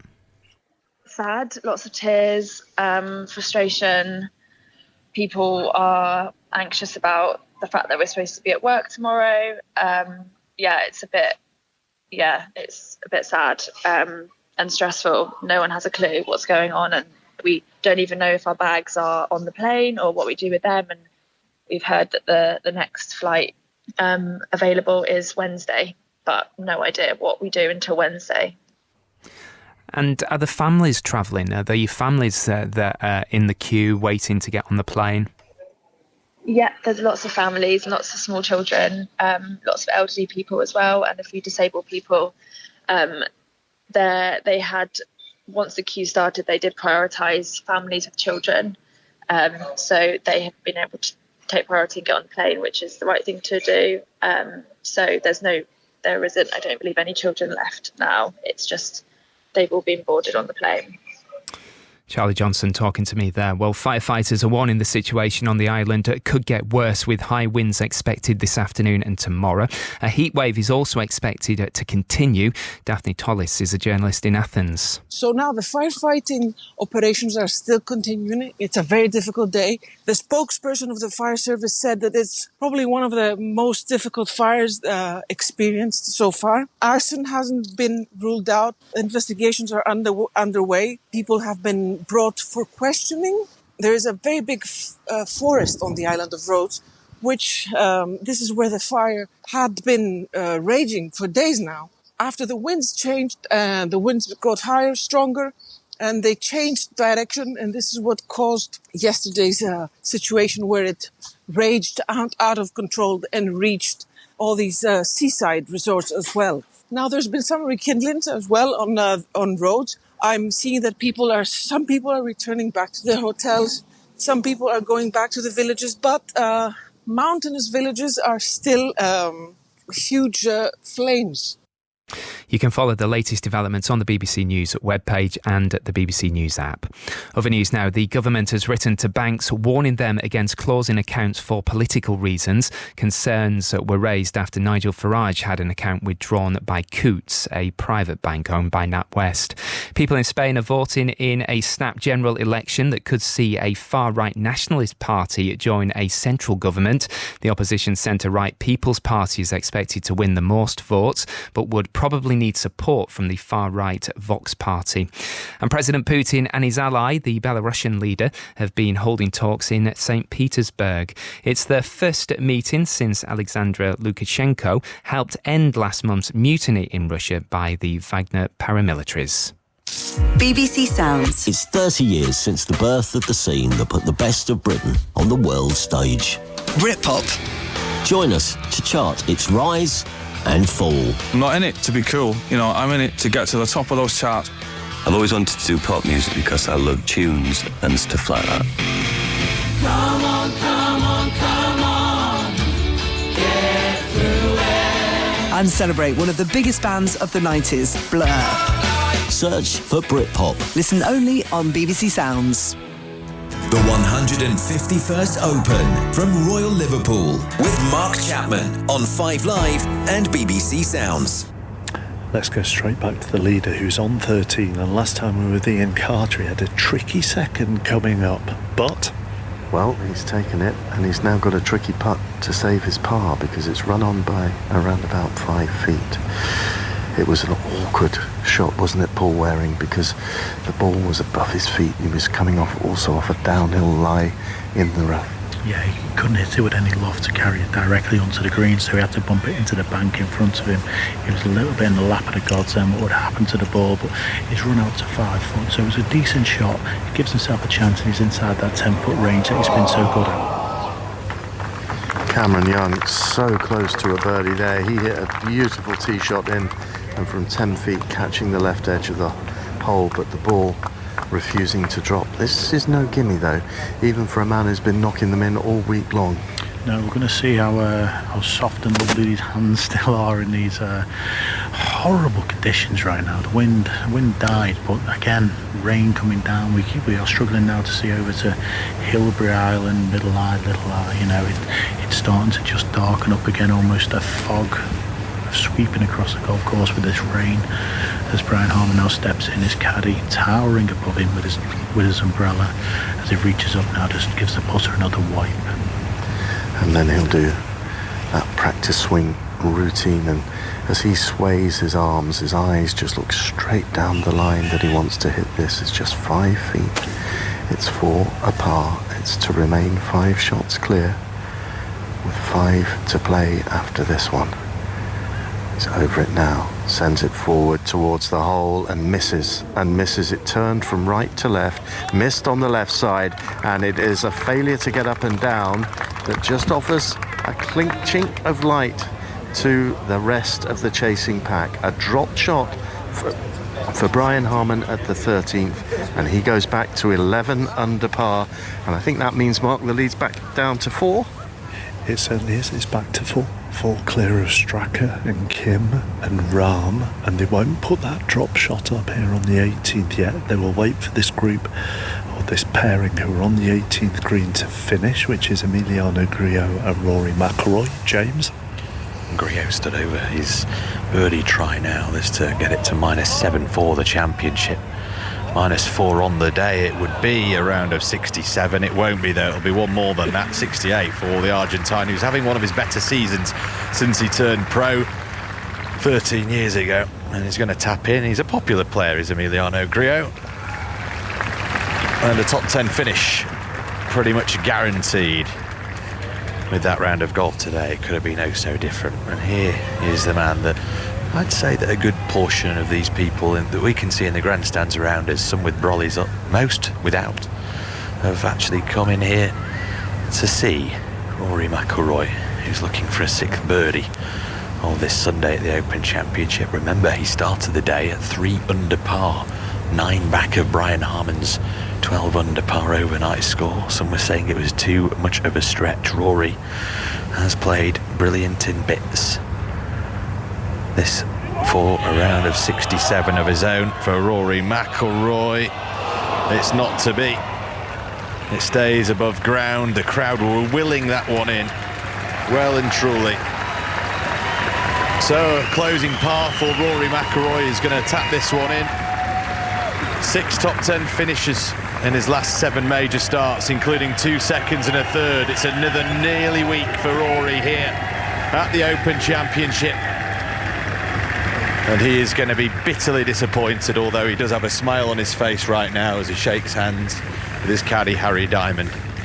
And he'll exit through the walkway under the grandstand, Mark. And those two are the leaders in the clubhouse as things stand, and they put the Harman score up on the big yellow scoreboard in between the putts, between Griot and McIlroy, and nobody's batted an eyelid round here, have they, James? No, it's just completely and utterly unnoticed. Completely ignored it. So Harman bogeyed the 13th. How has he started the 14th, Ian? We're about to find out, Mark. Cam Young with the honour after his par, and he's hit a fine tee shot down the right hand side. Now there are 4 bunkers here, and I would say that the first one of those could be in range. This is the most difficult of the holes statistically this week, so he's got to it's going to concentrate the mind for Harman. Yeah, he's just come off one of his first bogeys for a few holes after being so solid. So now, he missed this his last tee shot to the right-hand side. So he's just got to concentrate on this. The major worry when it gets like this, when the ball gets wet, you may have heard us talk about it a few times, but if any moisture between club face and ball, this ball being a left-handed player, could end up down this left-hand side.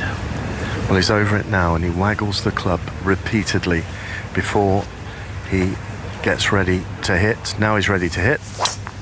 There it goes, climbs into the grey skies. This looks very good indeed. Good response from the leader at 11 under par. He's found the fairway down the left side, and that is an excellent response from Brian Harman. And we'll scamper our way down this hole, Mark, and get in position to be able to see where the second shots arrive. You get scampering. Jon Rahm was 4 behind. Now John Murray. Oh, Jon Rahm, just when he teased us and drew us in with his birdie at the 13th. He was in a great position on the 14th off the tee, but he's ended up dropping a shot. He's bogeyed the 14th. He went in the long grass on the left-hand side, and no spectators go down there. It's very, very clingy and claggy, as we've been saying. He tried to chop it out, just got it onto the green. He was still 25 feet for birdie for his par, wasn't able to make it, and so he's back to 6 under Katrina, and holes running out, just 4 holes left to play. Yeah, I could see him looking at the leaderboard there when he missed his par putt, and that'll just be a real blow to him. It's just stopped any momentum he had from that birdie on the previous hole, and to have seen that Harman has bogeyed the last, doubly mad at that. But yeah, it was a poor second shot. He was in perfect spot and just kind of tugged it left into a tough lie, really, with the drop off on the right if he had gone long off the pin. So basically, Mark, he's got to do something at the par 5. He's 6 under, Jon Rahm, and now in 4th place. Yes, we've now got 2 tied second in Straka and Kim. So yes, he now goes in for a share of 4th alongside Fleetwood and Day and Griot and McIlroy, who are now in the clubhouse and starting to dry off. Alistair Bruce Ball and Andrew Murray, I feel like we haven't heard from you for a while, so let's bring you in. Have you looked at your phone? Have I looked at my phone? Yeah, there's a picture of us still looking cheerful despite being wet through. Yeah, I'm sort of looking at it and then trying to keep it dry. Yeah, so 4 smiles. Yeah, I mean, you do look. The two of you do look very happy. I mean, surely he hasn't gone for an ice cream today. He offered. You did offer, didn't you? I did. I said, let's have a pint. Jason Day and Antoine Rosner were our detail this afternoon, Mark. We're peering through the murk and the rain on the par 5 50. Day and Rosner, neither could get anywhere near in 2. Both have played good approaches into about 15 feet. Rosner 1 over for his round today. He's going to be first to strike the birdie putt here, so this to get back to level for the day and 5 under for the championship. But Brian Harman really does seem well out of reach for these two at the moment. This for the birdie and it doesn't drop. By the way, Andrew Murray, just talk to me about Antoine Rosner and how important it is for him personally just to finish well here and get a good finish at the Open Championship. Oh yeah, this guy's having a really good season on the DP World Tour, 24th on the rankings, but there's an enormous amount of money in these major championships. So top 10 here gets him in the championship next year. So that's one thing. Ryder Cup points is another. I know he's way down the rankings, but you just never know. He could make a serious amount of money and therefore points on both the world rankings and the DP World Tour. So he's having a fantastic week, and to be honest, he's played really, really steady. Steady stuff. I think he's been really secure and brilliant. Jason Day's birdie putt on the way. There's a little square block of a grandstand behind this 15th green. It's half full, and every single spectator in there in the waterproofs, tied up tight, umbrellas pulled down tight over their heads, and Jason Day, as we've been describing, with the baseball cap off his head, birdie chance to get himself to 7 under par. Stands in the middle of that 15th green, again probably just inside 15 feet for Jason Day. Made a lovely little charge just before the turn, birdies at the 8th and the 9th, a brilliant chip in at the par 3 9th, and he's burned the edges of the holes all afternoon on the back 9, just widens his stance a little bit here. Jason Day, the Australian, for a birdie on the 15th, on its way across the green, and this one finds the back of the hole finally for Jason Day. He deserves that. He really deserves that. He didn't believe it, did he? He made a gesticulation as if, did it really go in? Brilliant stuff. If he puts a finish in now, 4-2-4, 4-2-3. Okay, 7 under par. Stay positive, come on. 7 under par, so par 16, birdie eagle, you're saying. Okay, so that would have him in at 11 under par. Yeah, you never know. You never know. 10 under par, sorry, my maths gone. So yeah. As a RNA rules official just walks past me here, and she's wearing a bucket hat, which I think is a good call on a day like this, because the water is just dripping off that a lot easier than baseball caps, where it's just landing on the top and sticking to your head. And she's just moved level with the group that are coming down at 18, which includes James Gregg, the local lad. Yes, 27-year-old qualifier Matty Jordan that we've heard a lot about this week. Of course, we have word from his mum and his sister, not just on Thursday when he had the honour of the opening tee shot of the Open Championship at 6:35, but also this morning as well, as he is heading towards a top 15 finish that would guarantee him a spot in next year's Open Championship. And to say that he had to go through the rigours of qualifying at West Lancs, which is of course nearby to here, the man who's a member from being 7 years of age at Royal Liverpool, a third generation member no less of Hoylake Golf Club, here this week has shone very brightly indeed. He's about to play his third shot, I'm presuming it's his third shot here into this final hole, and at 3 under for the championship. He is even par on this final round, and just going through the motions now. No waterproof top for Matthew Jordan. Goodness gracious, maybe he's used to these conditions, the local man, and he's had rafts and rafts of support. Members, old school friends, school teachers here walking around with him over the course of not just the tournament rounds but the practice days too. What a week he's had. Can he cap it off with a closing birdie? Well, the noise tells you it's going to be a reasonable attempt for a closing birdie here, and it would be a round of 70 if he knocked it in, and I think this is going to be pretty loud if he does knock this one in, Mark. Yeah, absolutely. Good lad. He's just putting something back into his bag at the moment as his caddy is putting his glove into his bag. His caddy has his umbrella over him. He's just wiping his hands on a towel. He'll take the putter, he'll take the umbrella from his caddy, and we'll go to the leader very shortly, because obviously that is important. But Matty Jordan has been one of the stories of this championship, having taken the very first tee shot on Thursday morning at 6:35, and now he takes the cap off his head. He's still holding the umbrella in his left hand. He's got putter and umbrella in his left hand, so he sort of raises his umbrella a little bit as well, and then raises his cap and waves that to both sides of the 18th. One of the stories of this Open Championship. He is 3 under. We think he's given himself a birdie opportunity to go to 4 under, and he is ready relishing every moment of this. And the umbrella, do you know what, Matt? I'd take that umbrella down, mate, and just let everybody see. Don't worry about the rain for the last little bit. Accept the praise, let them all see you, and enjoy your moment on 18. We'll be back with James for his putt after news of the leader. Brian Harman over his birdie putt on the 14th here, 35 feet across the back of the green. Sends it on its way down the hill, tracking towards the hole, tracking, and in, and well, you just feel that is about that. What a putt from Brian Harman. What front-running golf we've witnessed from this American, and that birdie surely has wrapped up the Open for him. Cap. It might be a little bit too late then with that birdie putt for Brian Harman. For Sepp Straka, who's just picked up a birdie on the par 4 16th. They put in an absolutely beautiful approach shot to within 6 feet and drained the putt. So Sepp Straka moves to 8 under par, briefly 3 off the lead, but now 4 after that brilliant birdie putt from Brian Harman, Mark. They've just put that birdie up on the scoreboard already here over 18, which was met with a murmur and nothing more, I would say. James has gone to the opposite side of this 18th fairway to get a better view on these final couple of putts from the pairing on the 18th.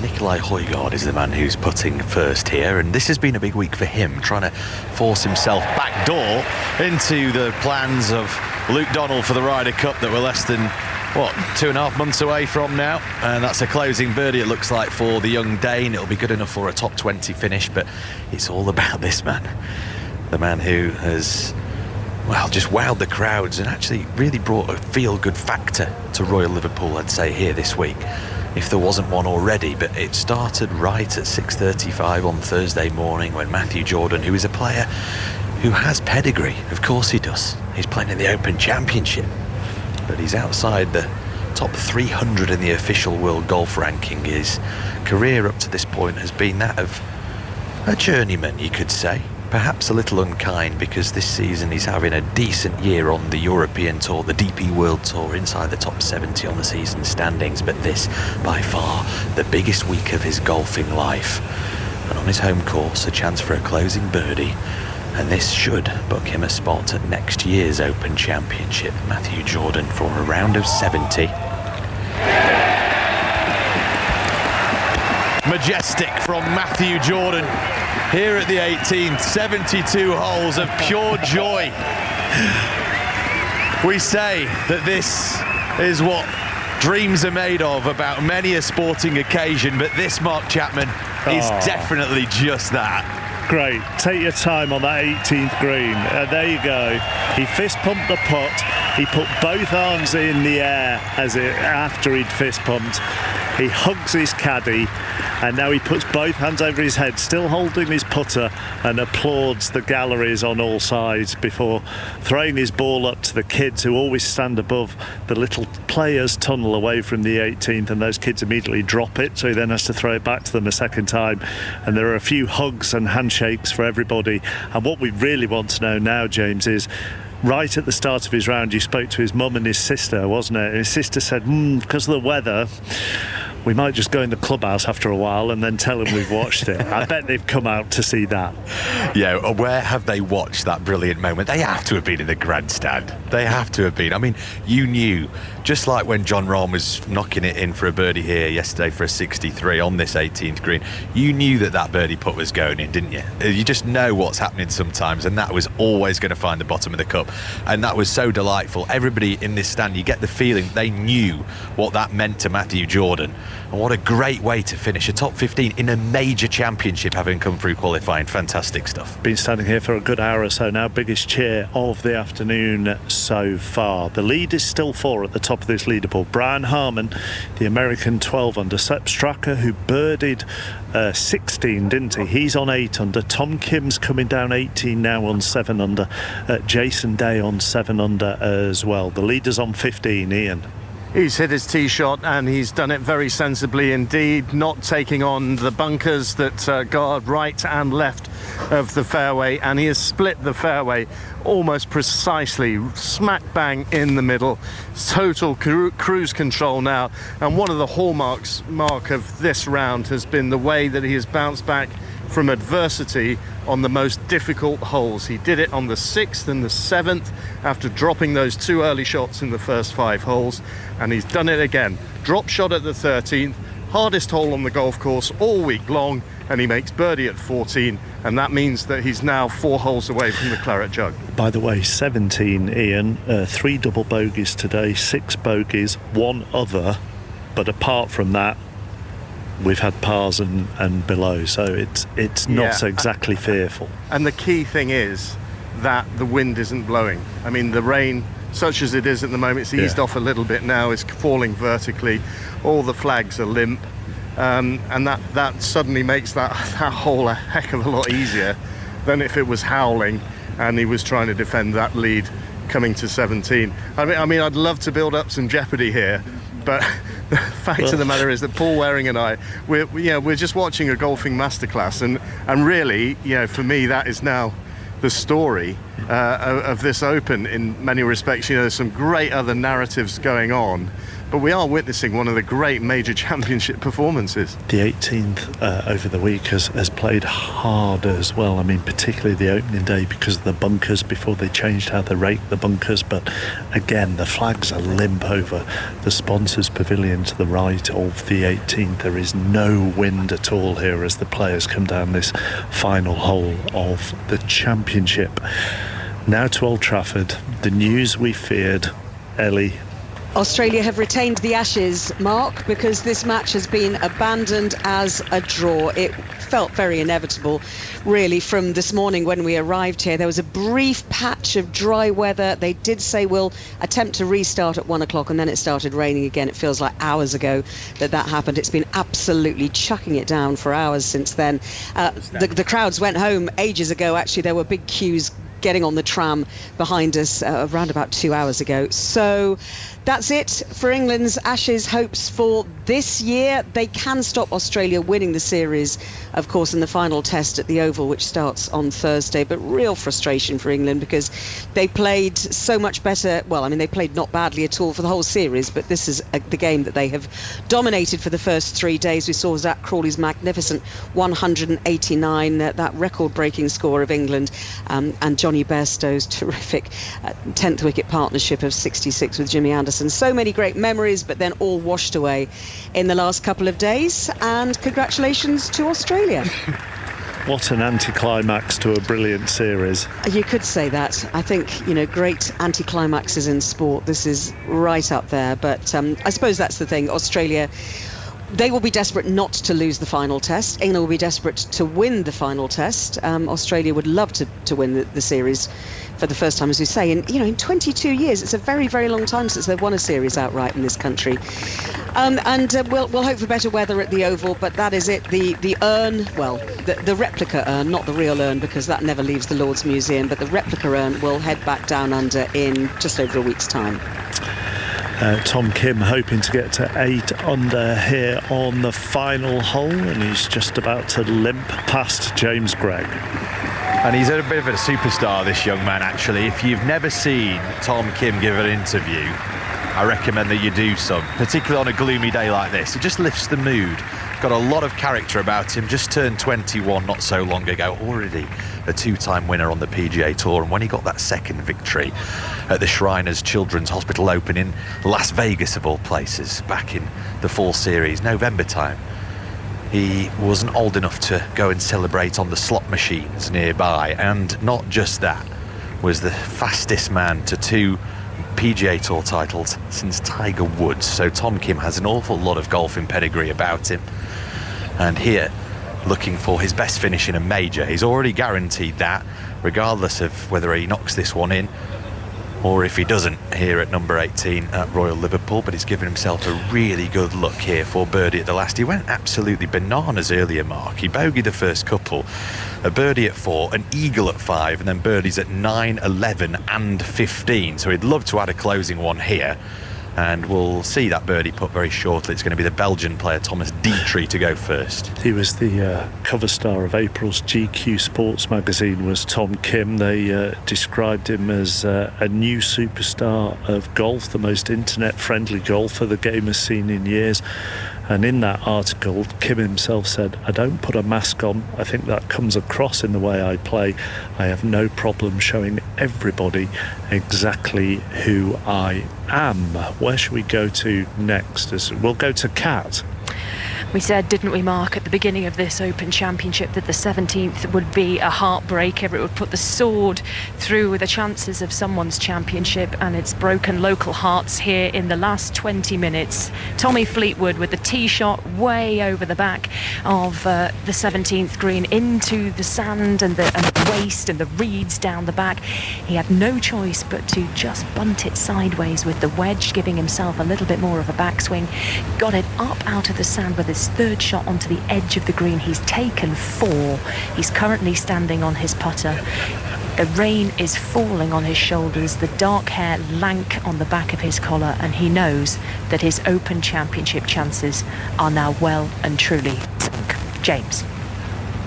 And Tom Kim just wiping a little bit of grass potentially off the face of his putter, and the 21-year-old takes one last glance at the hole here, rocks the shoulders, a putting stroke that's on rails, and it stays above ground. It would have been a fantastic round of 66 on Sunday here at the Open. It's not to be. Back to you, Kat. Sepp Straka, though, contrasting chances, really, for the Austrian on the 17th, with Tommy Fleetwood now out of the championship. Straka had a putt for birdie just a few moments ago, but it refused to drop for him. He will stay on 7 under par in that group of 3, tied for second at the moment behind the leader, Brian Harman. In it goes for Straka. He'll go to the 18th, and he will post the leading score behind Tom Kim if he can stay out of trouble down the last hole. But Tommy Fleetwood, a very dejected figure on the 17th green now. The waterproof's slick with water, his hopes washed away in the Wirral rain. Just placing the ball down on the marker now to play his 5th shot on this par 3, having flown the back of the green. And was it a bad choice of club, or did the wind let him down? I think the wind may have switched on Tommy on his tee shot, and you can feel it around that grandstand that surrounds the whole teeing area at the 17th as we watch the ball go towards the hole for his double. Oh, and that's a triple bogey, and that's definitely not going to do him any favours whatsoever. And poor Finno took an earful, and maybe might want to invest in some earplugs.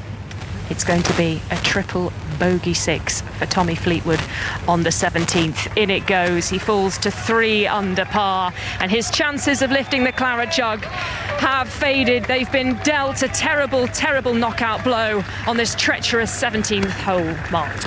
Oh, Graham, what a disappointing way for his tournament to be coming to a close after a really consistent week. Yeah, absolutely, and it's obviously really disappointing for him. It's disappointing for all the fans that have come out to support him in their droves.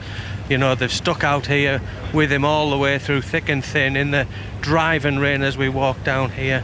But yeah, it's really disappointing ending to his championship. Okay, thank you. I've reached that stage of the day where, apart from reasons of decency, it really is pointless wearing any clothes. I'm absolutely I can feel everything. Socks, pants, shirts, man, what waterproof you got on.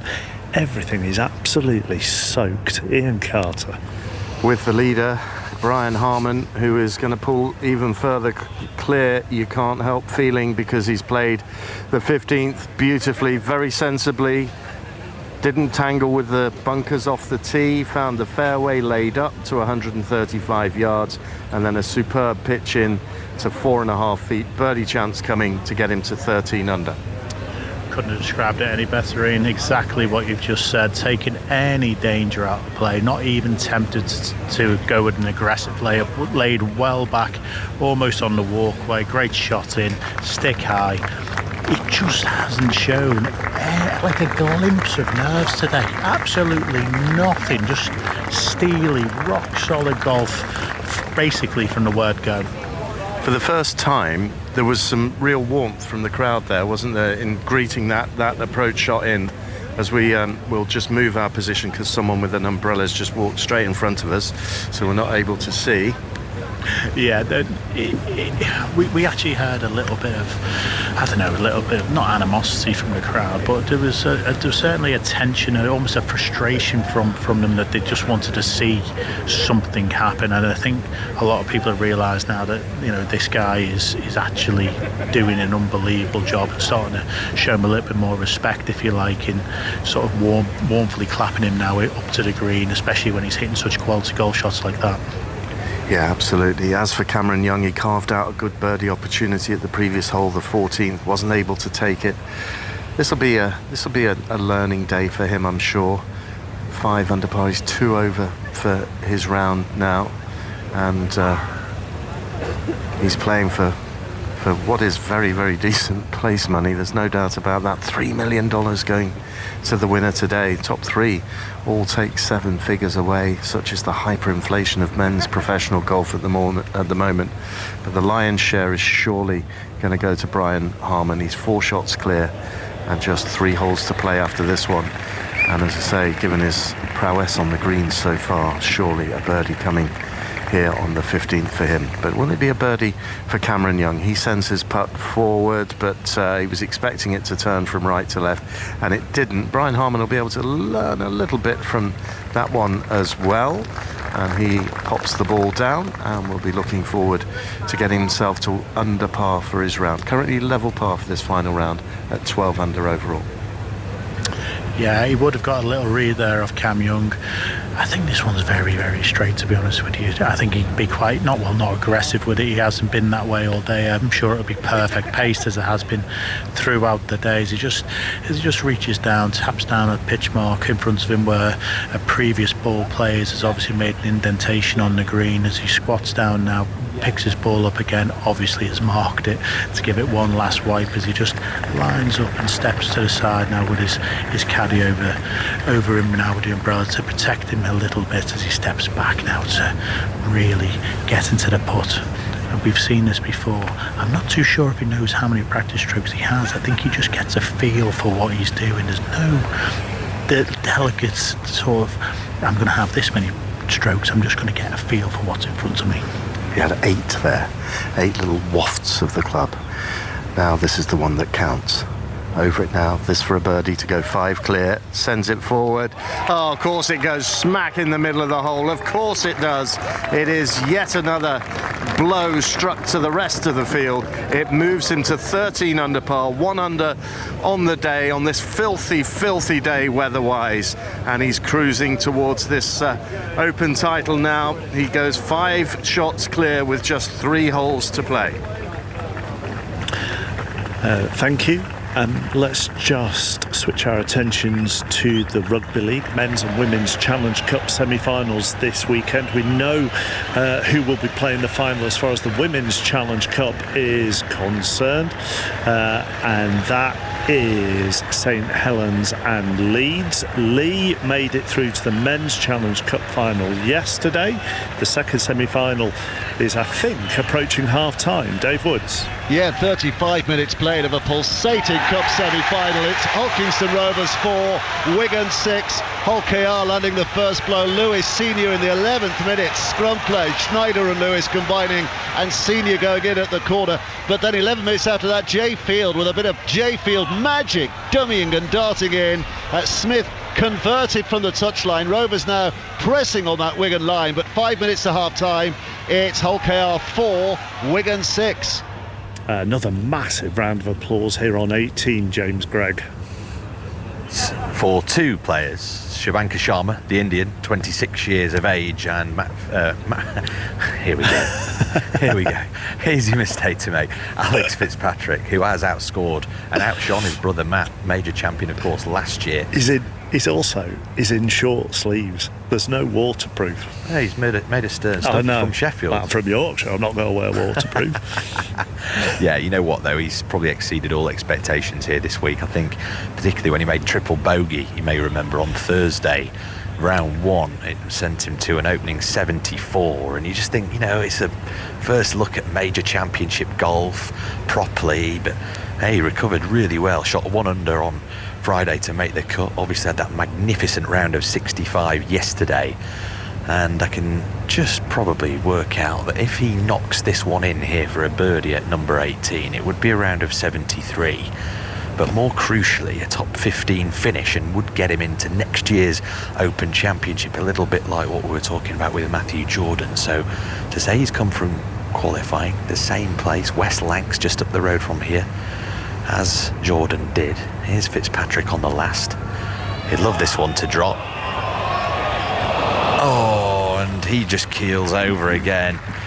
He knows, but a top 20 as a qualifier in your first major championship. Look, he's been playing on the Challenge Tour, Alex Fitzpatrick, living a little bit in the shadow of his brother Matt, but I think he's finally stepped out of that with his exploits here this week. And this is an interesting one here. Shubhankar Sharma, just stay here on this 18th green if you don't mind for the moment, because Sharma, a player who has played on the DP World Tour, he's a 2-time winner on the DP World Tour, a 6-time winner on the Asian Tour, and has won many tournaments in his native India. But Anirban Lahiri has the best finish ever for an Indian player at a major championship. It came at the US PGA back in 2015, and if he were to roll this one in here, it would get him into a share of 5th place, so he would equal that major performance, that brilliant performance from Lahiri all those years ago. And no matter what he does here, whether he 2-putts, 3-putts or even 4-putts here, with this good birdie look at the 72nd, he will have the best finish of an Indian player at the Open Championship. He said he's himself now, stood over it, little shuffle of the feet with a white top on that will be soaking wet through, as everybody else is around this 72nd green, and that stays above ground as well. So a bit little disappointing, you could say, for these two players to round off their weeks with tap-in par 5s. But warm applause. And Mark, how many Indian golf fans did we have following Shubhankar Sharma yesterday? It was quite something.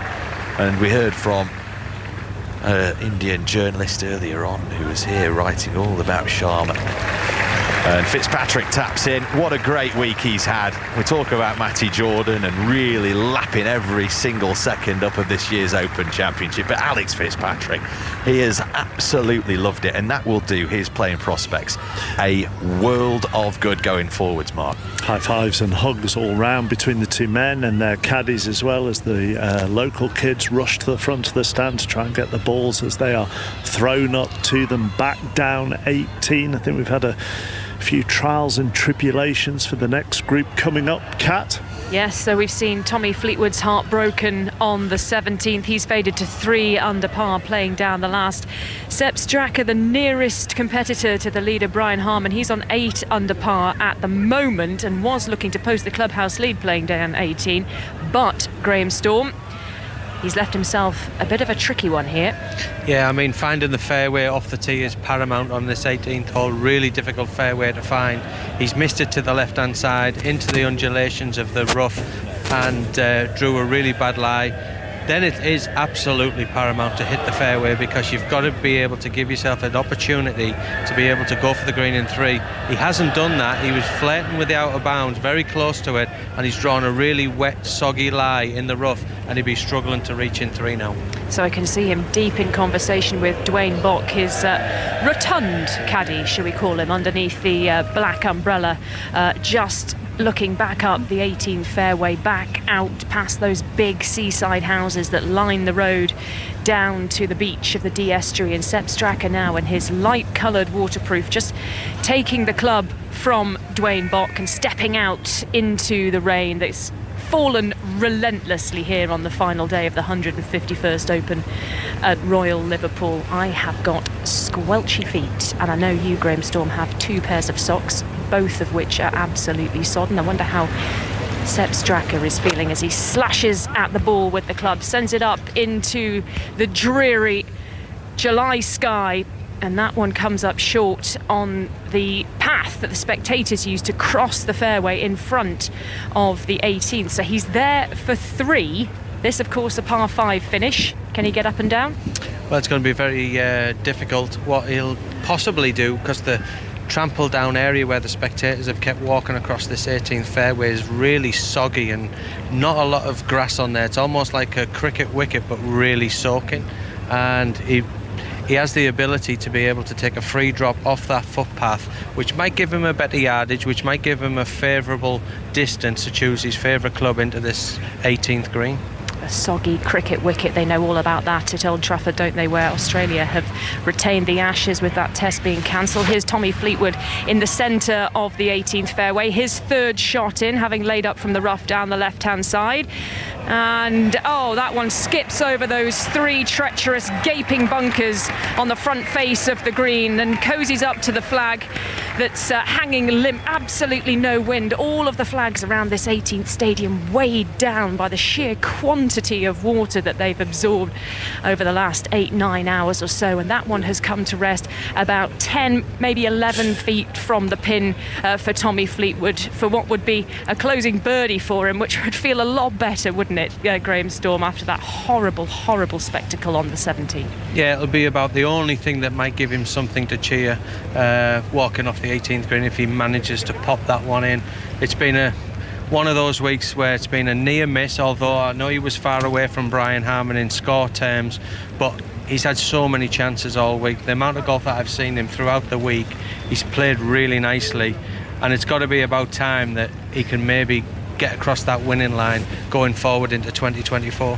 Yeah, twice runner-up at a major championship now, Tommy Fleetwood. At 2019 Portrush, watched Shane Lowry walk off with the claret jug on Irish soil. Well, a fairy tale that was for Lowry just a few years ago. And then back in 2018 at Shinnecock Hills, shot that magnificent final round, 63, to shoot himself up the board, but couldn't hold off Brooks Koepka, who won the title at Shinnecock Hills back in 2018. And we were hoping that he might be able to get something similar going here, Graham Storm, but just that one birdie on the card for Tommy Fleetwood on the 5th.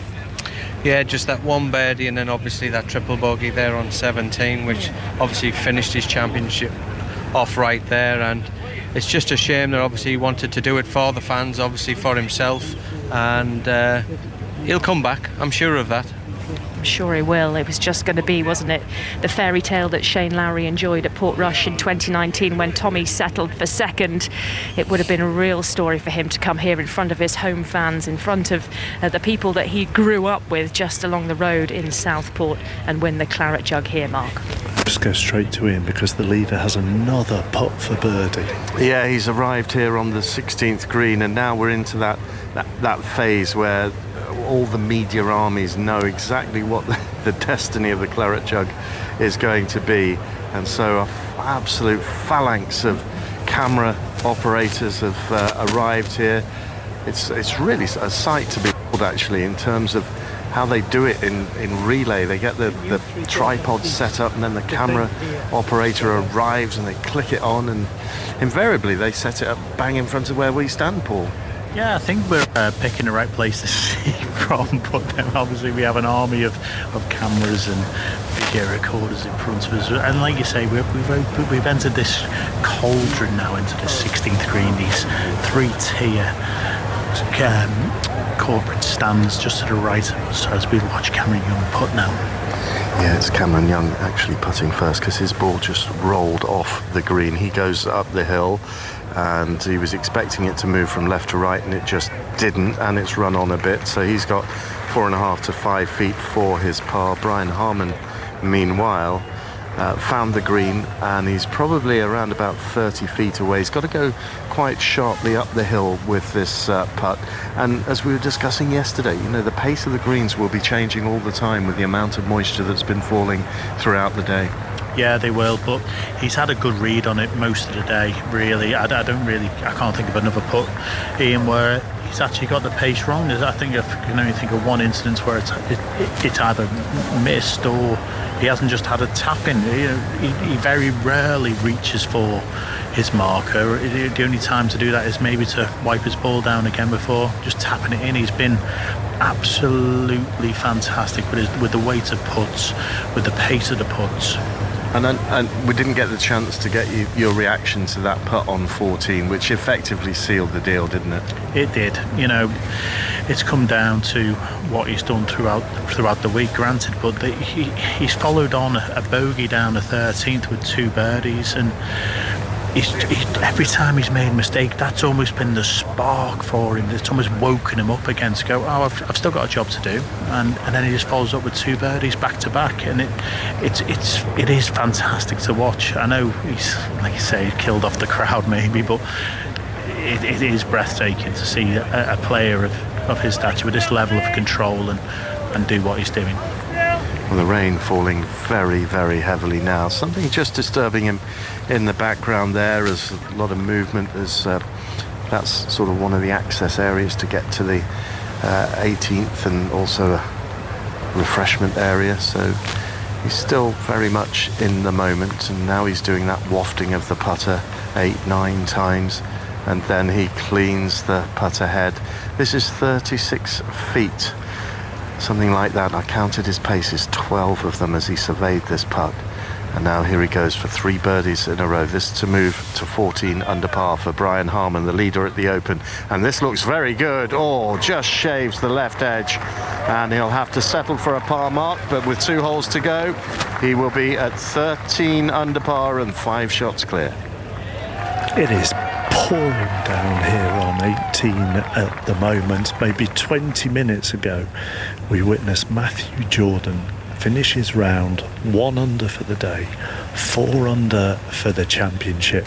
Remember, on Thursday he hit the very first tee shot of the whole thing, and now he is live on 5 Live with Andy Stevenson. Matthew, thank you for your patience. We've been watching that Brian Harman putt together, but who has been writing your scripts this week?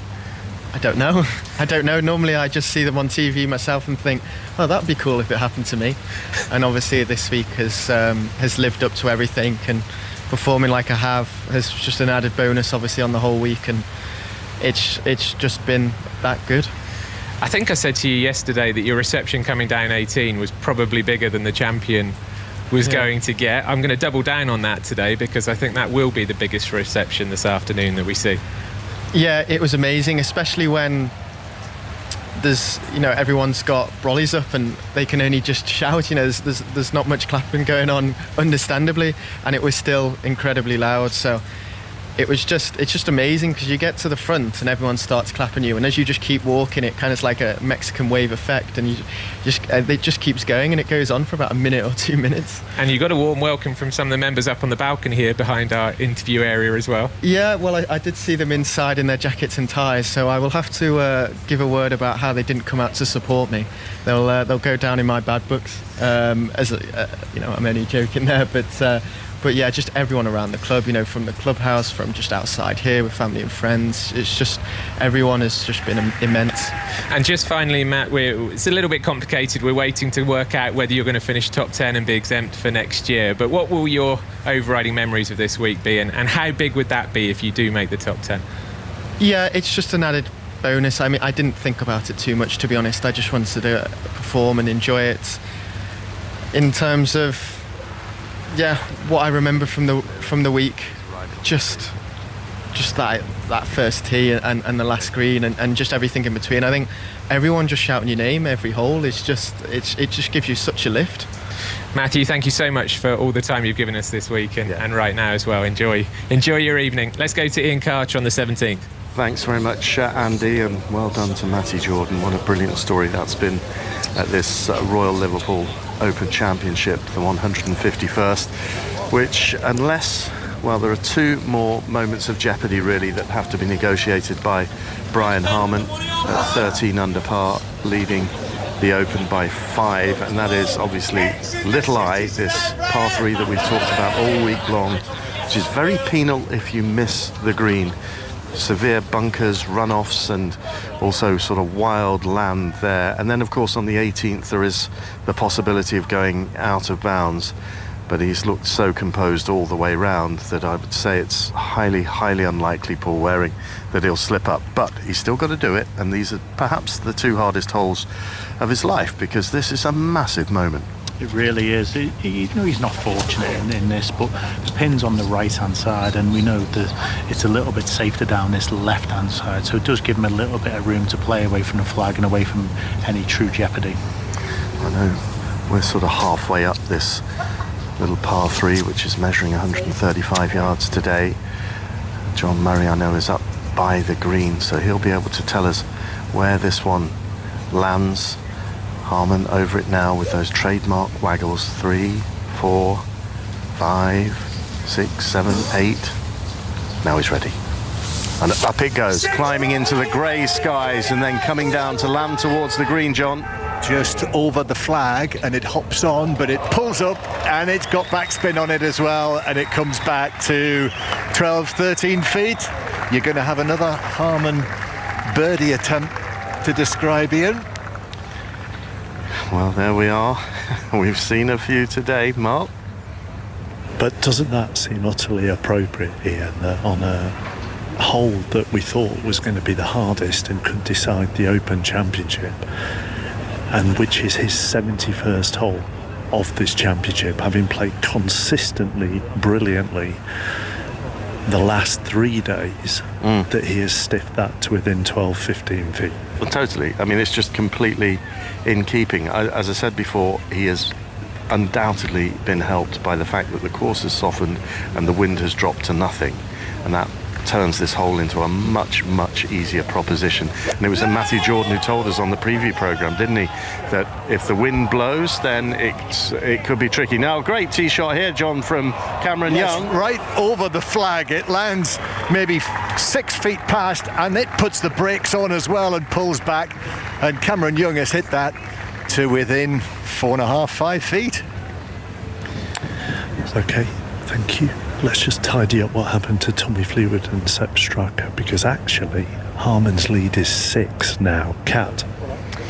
Harman's lead is 6 because Sepp Straka needed his par putt to drop on the final hole on the 18th here at Royal Liverpool. If he was to post the new clubhouse lead at 8 under par, but he couldn't do it, had to settle for a par here, a bogey here, on the final hole, Graham Storm, and he just set himself up badly down the left-hand side, didn't he, from the very start of the 18th? Yeah, from the tee shot, he put it down the left-hand side into the wet, heavy rough. Had absolutely no chance of advancing it far enough to be able to get up in 3, and he put it into the rough again. But the one thing for Sepp Straka that he can take from the Open Championship, not only is second place, but absolutely valuable points for the Ryder Cup, and I'm sure Luke Donald will have been watching. Yeah, what a pairing these two would be, wouldn't they? Yeah, I mean, those two played really nicely. I know Tommy Fleetwood had that mishap at 17. They seem to be having a good chat on the way around as well, so yeah, maybe a possible partnership.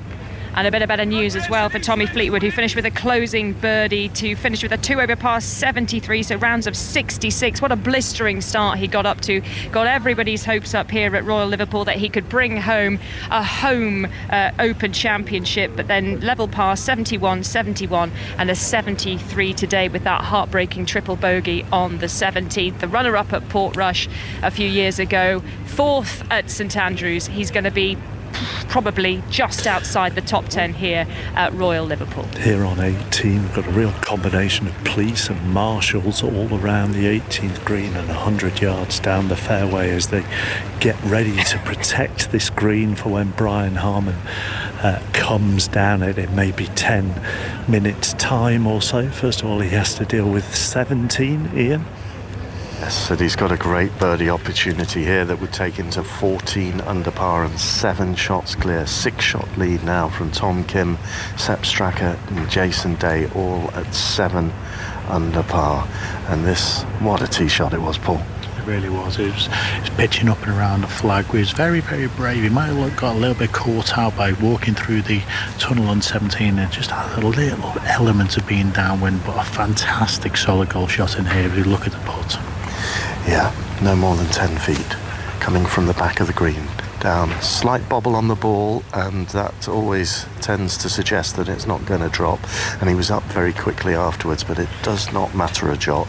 Taps it in from a couple of inches, another stress-free par. Yeah, dispatched off what is one of the most, obviously, arguably, a hole fraught with danger. Again, like probably said all day, he's just dispatched these tough, difficult holes, and again, tapping par, off to the 18th tee he goes.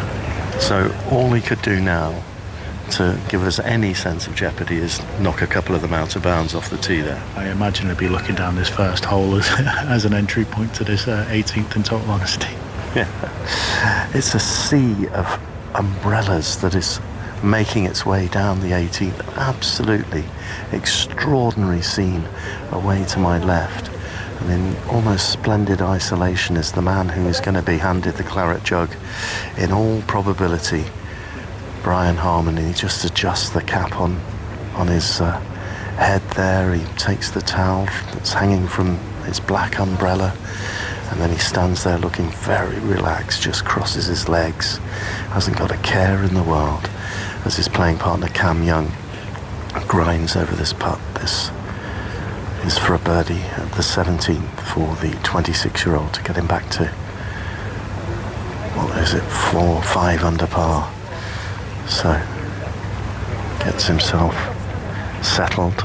He's really taken his time over this. This is worth a lot in terms of money, in terms of Ryder Cup points, FedEx Cup points.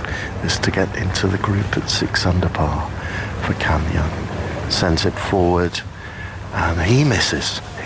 So it is a golden opportunity that's gone a-begging for the young American, and he remains at 5 under, and one more hole to go for Brian Harman, the runaway leader at the 151st Open Championship here at Hoylake. One more hole to go with a 6-shot lead over Straka, Kim, and Jason Day, who's just finishing off here on 18, Ali. So good. Ali? No Ali or no? Don't know where Ali's gone. James Gregg is next to me. Do you want to do Jason Day finishing off at 18? Do I get paid extra? Yeah, absolutely. Well, I feel bad. It was Ali's birthday yesterday, but, you know, today's a different day. Well, at his age now, I mean, this weather is no good for his bones. We're going to see Jason Day try and round things off. T2 at the moment, but 6 strokes back of Brian Harman. No one will remember Jason Day's run at this Open Championship. That's almost a certainty. And he taps one in, the former world number 1 Australian, already a winner this season on the PGA Tour, but, well, never really got close. Nobody's got close to Brian Harman, Mark. Where are you, Ali? We are a little further down the 18th. Could you not keep up? No, steady on now. I know we're now being described as a veteran pairing after I hit my 50th birthday yesterday, but no, we're on the corner of the 18th. The dog leg left to right. We're right on the out of bounds line down the right hand side, just to see where these drives land. Brian Harman and Cameron Young, the last group to play this final hole in the Open Championship. It's a testing hole, Andrew, but he's got a 6-shot lead. Well, yeah, I mean, it'd be interesting to see whether he hits driver. I think he's got to hit driver. It's just into whatever movement of air there is. I wouldn't say it's a wind, but it's an air movement. And it's playing so long, this hole now. We've just seen one of the longest hitters on the tour, in the world, hit a drive and a 6-iron into position. That was Jon Rahm, right in front of us. But if you hit this gnarly rough at the left, that is really, really thick. I've never seen the players play from as far back as this. The bunkers are 40 yards out of play today. Ian with the tee shots. Brian Harman's pulled the driver out of the bag, the left-hander. You can't help feeling that if it's going to miss, it's going to miss to the left and not the right. That's where the out of bounds is. He's getting himself ready, just cleans the club face with his gloved right hand, and now he settles over this, his 72nd drive at the Open Championship, and ready to embark on the walk of his life in terms of his golf career. Brian Harman of the United States, 36 years of age, and he's just waggling that driver, his final drive, and away it goes, and the indications are, Ali, that this is going to land in the fairway. You're there to greet the ball. Yes, we can see it safely arrive right in the middle of the fairway, pretty much the same distance that Jon Rahm found off the tee in the group before, still a long way back from there. Brian Harman can afford to take a 10 down here, Andrew. I just worked it out. He can afford to take a 10 down here and still grasp the claret jug. Don't say that. That's a shocker. At 5 iron, I'm predicting he's going to hit 4 iron, maybe 5 iron, into position on the fairway, left of centre of the fairway, probably up towards where Mark is. Pitch it in from 100 yards. Ian Carter just brilliantly described that. This is going to be the walk of his life. It's a lovely long walk, par 5 here, the 18th. We can just see Cam Young's drive arriving about 20 yards beyond, slap bang in the middle of the fairway. You were just making the point to me, he's been very much within himself, hasn't he, Brian Harman? He's played absolutely brilliantly, but now is an opportunity to say thank you to everyone who's turned out this week and give him a big wave, isn't it? Yeah, I think he could win a lot of friends. I mean, I know that we were all or the crowd seemed to have been a bit partisan, but now's his chance to sort of show the world, take his cap off, give a big applause to all the crowd here, because they have been respectful of him from what we've seen, and he's played the best golf, no question. He deserves to be champion golfer of the year, no question about that. Soon to be crowned. He's on his way down the 18th, lined either side by thousands and thousands of very damp spectators, still under the umbrellas, in the waterproofs.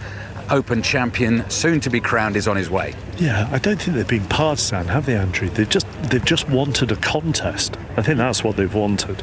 Exactly the word I used a minute ago with Ali when we were off air. It would have been better for everybody around here, including us, to be fair, if we'd have had a slightly closer contest. But he's just, the minute that he made a couple of errors, as Ian's been describing so eloquently, he just put the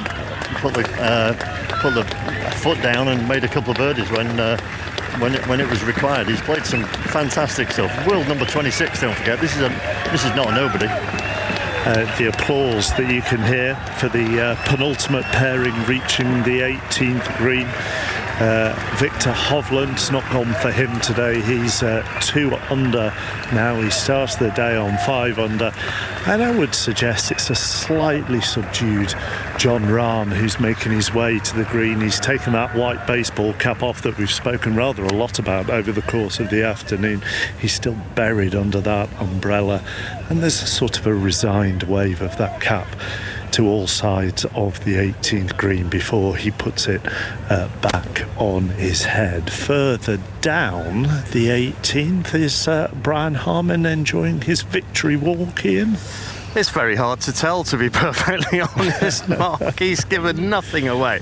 I mean, I walked from the 17th, which is a long walk. You have to walk the length of that par 3 before you go down a chute to get to the 18th tee. And I was directly behind Brian Harman the whole way. And one thing I'd say is, yes, there was a little bit of applause, but normally the champion gets roared to the closing tee. There was none of that. He didn't engage at all with the applause. Few people offered up low fives. He ignored all of them apart from the very last one, and he touched that and then went onto the tee and just got on with it. Which you can kind of understand, Paul, can't you? I mean, the last thing you want to do is be low-fiving, high-fiving people going on to the 18th tee, because even though he could take a 10 on this hole, we have actually seen a 10 on this hole this week, and you just don't want to do anything that might put you off. No, he's stuck with exactly the same mentality. His head was almost down, no smile on his face, just focusing on the steps in front of him as he walked down that channel towards the 18th tee. As Ian's just described, not engaging at all. He still knows he's got a job to do. He's not giving himself any reason to lose any concentration at this stage. And Paul's just said to me, Mark, I'm just wondering what I would do in this circumstance now, because he's just pulled the club. What club do you think he's pulled? I think it looks like a relatively short iron. Like, if we hit it into this corner here, he's only got to hit it 150 yards really to leave himself 180, 200 yards to the flag with no danger at all. I don't know if he'd actually take a bit more long and get it a bit further down, but that's going to bring more danger. And like we say, we've got just don't make 10.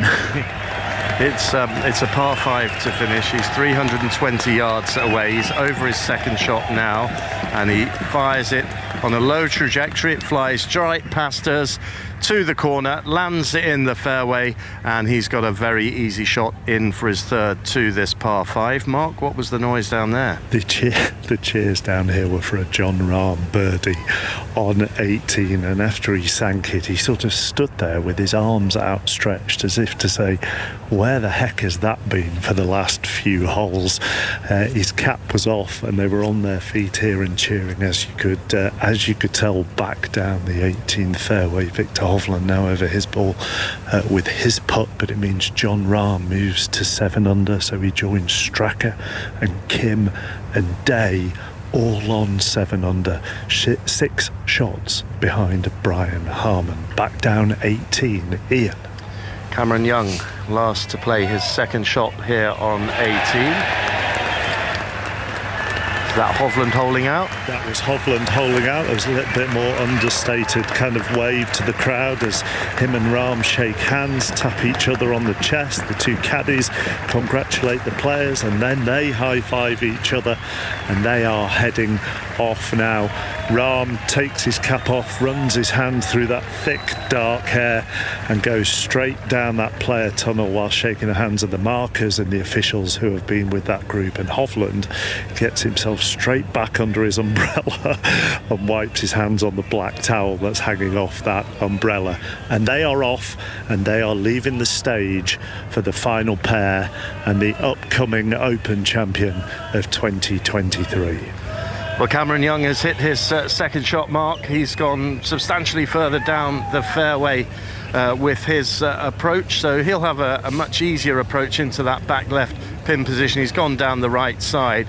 The only issue now for Harman is the 3 bunkers that guard the flag, which is in that back left corner. And Paul Waring, you've just had a look at the yardage. What's he got to go in? He's got 195 yards left. Just 195 yards between him and the Open Championship. And I was going to say, and there's a beautiful picture on the hoarding behind of the claret jug between that and a sign that says the Open, which will be his target as well. Yeah, the Open sign on the right or the left of that claret jug? Well, I imagine it'll be between the Open sign and the claret jug on the right-hand side. So he is now arrived at his ball. What a scene this is. The grandstand is full. There are umbrellas up all the way around the bright yellow scoreboards, casting a vivid image behind the slate grey skies that have accompanied this final day of the 151st Open and have sent rain tumbling down throughout what has been an exhibition of sensational front-running golf, which has kind of made up for the lack of jeopardy of the competition, because he's simply been way too good. It'll be fascinating to see what kind of reception he gets. I'm sure it will be a very warm one from the thousands of people who are sitting around this 18th green. So here he is, Brian Harman, from just inside 200 yards to hit his third shot into the par 5 from the left side of the fairway. The flag located in the back left corner of the 18th green. The man all in black waggles that club repeatedly. Now a hit.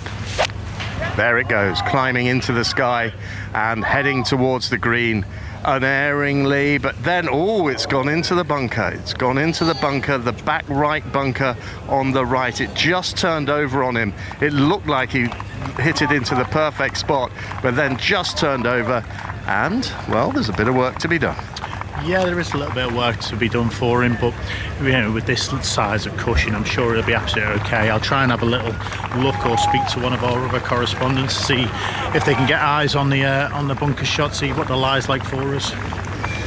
So here he comes. There are marshals all around here to keep people behind the blue metal railings, and then he will cross the spectator walkway, the pale, almost resembling, I think Graham Storm got it dead right, those walkways, they resemble a cricket wicket, but it's a soggy cricket wicket as Cam Young hits his third shot in and hits a very good shot in there as well. So a birdie chance coming for the American.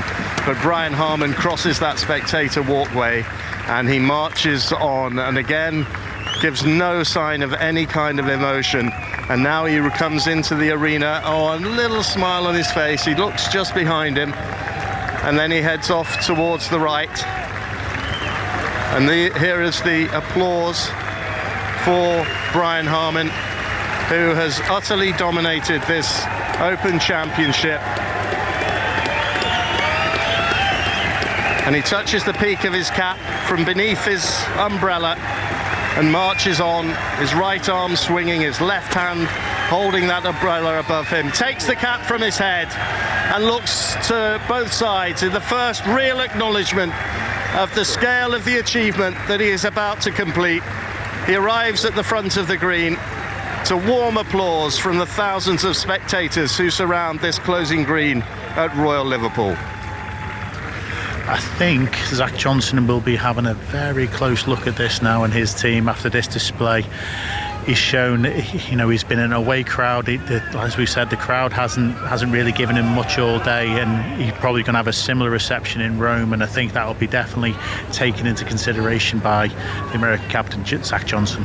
Let's go to Captain Drew, because you've seen the ball, you've seen the lie. Anything to worry about? No, nothing at all. Nothing at all. He's as a left-hander, he can stand at it perfectly well. My fear was that it went across to the back part of that bunker, Ian, but no danger at all. Straightforward splash out. Well, he's gone into the bunker. He's towards the back of that bunker. He's taken a couple of practice swings outside the hazard. Now he's in there. And this is his fourth shot on the par 5 closing hole. Puff of sand, the ball emerges, it lands on the green, it tracks up towards the hole, and it's another magnificent shot. And there is the clenched fist, there is the first real acknowledgement. And he touches knuckles with his caddy, Scott Tway, and he gives him a huge pat and says, "We've done the job." And my goodness me, he has done the job extraordinarily well. What a performance, and what a bunker shot there. Absolutely. As Drew Murray said, nice clean lie for the left-hander. Lovely splash out running up to the hole. Nothing fancy again, which is what we've seen all day. Just a great shot, solid shot to get the job done. Absolutely. Well, let's see if Cam Young can just finish in style. He's at 4 under par, so this to get to 5 under. It's not been the day that he would have wanted, but I'm sure he's learnt an awful lot in going round with someone who's provided such an exhibition of front-running golf. Absolutely, but it shows the difference between the two players. It shows a maturity, I think, from Brian Harman in this regard. Cam Young just couldn't get near him, couldn't put the pressure on him from early doors, and you just saw Brian Harman extend his lead away from him. Yeah, and so Young has this to finish at 5 under par. And yes, he gets it. A birdie to finish. He waves with the right hand. It's not quite the eagle finish of St Andrews 12 months ago, but his Open finishes at 5 under par. And now the stage is set for Brian Harman to become a major champion, to become an Open champion and join some of the greatest names in golf in winning at Royal Liverpool, the likes of McIlroy and Woods most recently, Walter Hagen, Bobby Jones, Peter Thompson back in the day. Brian Harman, not many people were tipping him, even though his form was trending really, really well when he came into this Open Championship. He has shown just how deep the talent pool is. And now he sends this putt forward for a par to finish. And he clenches his fist and he takes the cap from his head, because yet another putt has dropped for Brian Harman. He finishes with a beautiful par. He embraces his caddy. He clenches his fist. He's taken the cap from his head, and he is all smiles because he's the Open champion, and he has done it with absolute golfing brilliance. He throws his ball into the crowd, and at last the emotion can be seen from the champion. Brian Harman has won the Open. Finally a smile from his face, an embrace with his caddy, the putter on the floor, the flag on the floor from his caddy. Absolute elation here at the 18th of the Open Championship. And everyone's standing now. Now we're getting the reception. Now we're getting the atmosphere. And well, we should, because that was a sensational performance. Not only has he won the Open, he's won it by a mile. 6 shots, finishing at 13 under par with a closing round of 70. Under par in all 4 rounds, in all the weathers that we've had in the course of this championship. 6 years and 77 days since his last victory on the PGA Tour. That came on May the 7th, 2017. He's had 29 top 10 finishes without a win since the start of the 2017-18 season. And he stood Paul Waring on that green as he sunk his final putt and was still understated.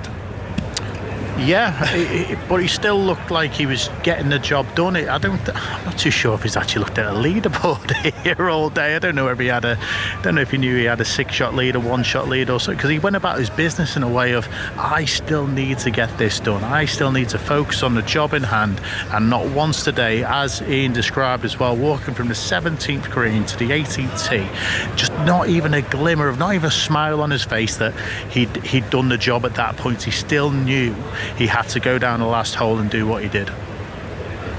Ian? Yeah, I just, I think we obviously, and everyone here, wanted a contest. At times you had some of the greatest names in the game right now, all the people that we talked about on Thursday night on this leaderboard.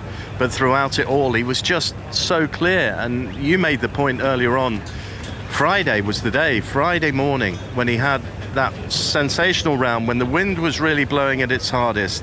He got those 4 early birdies, and then he played par golf, and he got the breaks. He chipped in at the 12th to save his par there, and then he came to the 18th, and no one, well, I know Cam Smith got an eagle to make the cut with a brilliant approach shot, but of those in contention, he hit the most magnificent shot in on that Friday lunchtime that set up the eagle putt. That gave him the breathing space, and no one's been able to lay a glove on him ever since. And, to me, I find it extraordinary that it's Brian Harman. I mean, Brian Harman is somebody that, I'll be perfectly honest, when I cover a PGA Tour event and you're looking at the leaderboard, he'd be one of the names I'd leave out. I'd say John Rahm and Rory McIlroy are in the group at 5 under par, and that group would probably have Brian Harman in it, but I've only got 20 seconds, so I won't mention him. He's that kind of level of player, and that's not to demean him in any way, shape or form, but he's the world number 26. He'll climb massively from there.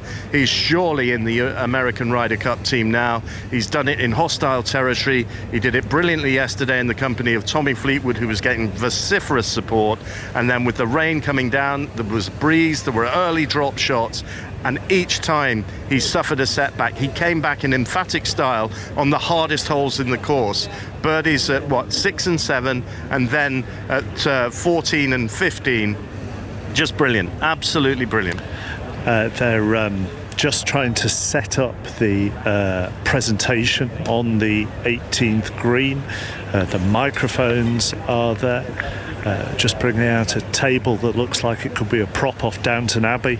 They'll get the claret jug very shortly, and then they will be presenting it to Brian Harman. And I think, Andy Stevenson, you have views on the champion.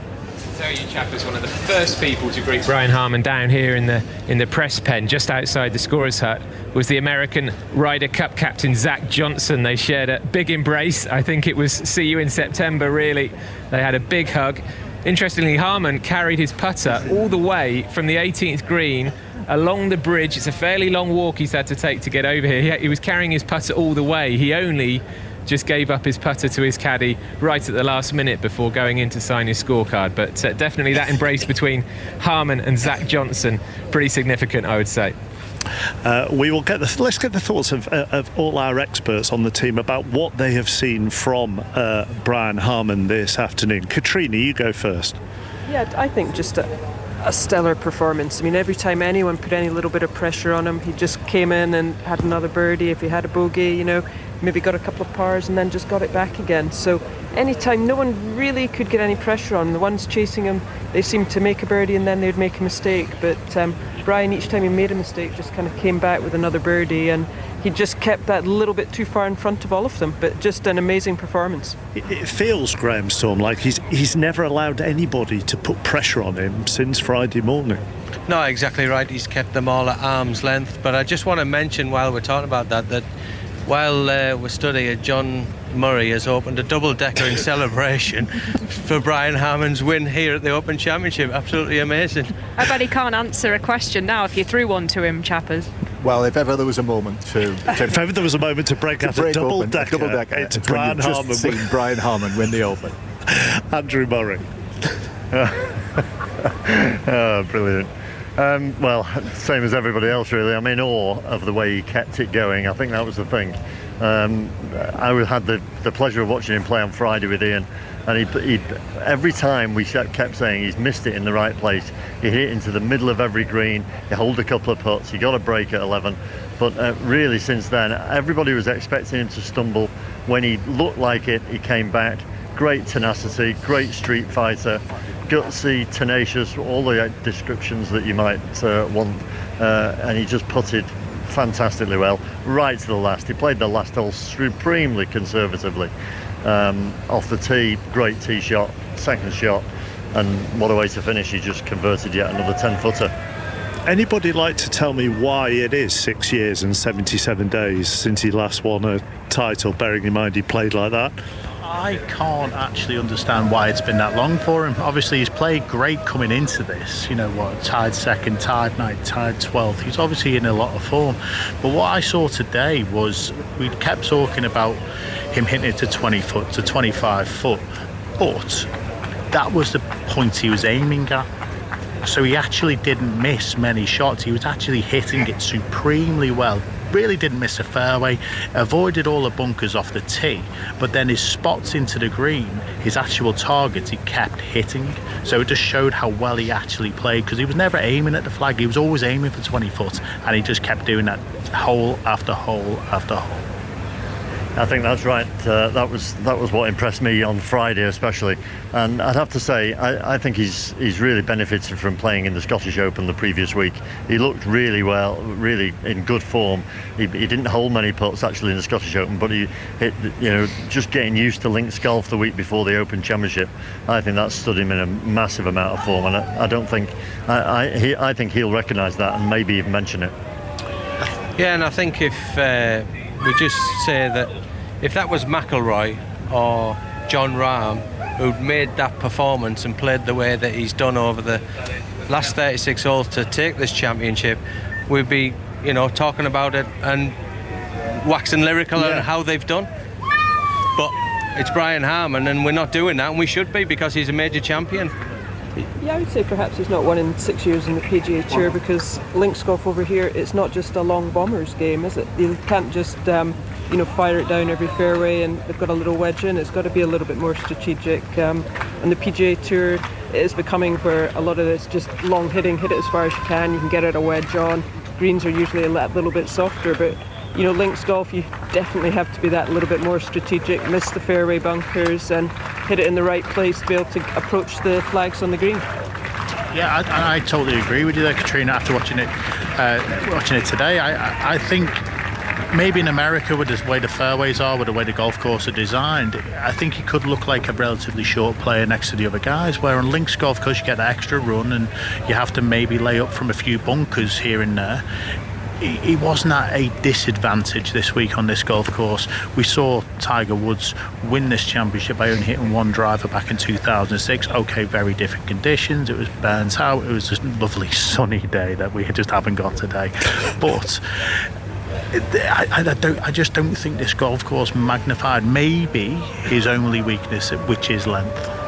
Yeah, I think definitely you do benefit from being on the fairway here. I mean, we're all standing in the rough here, and it's thick and patchy, and if you're trying to play over these little pot bunkers, you just can't get it close.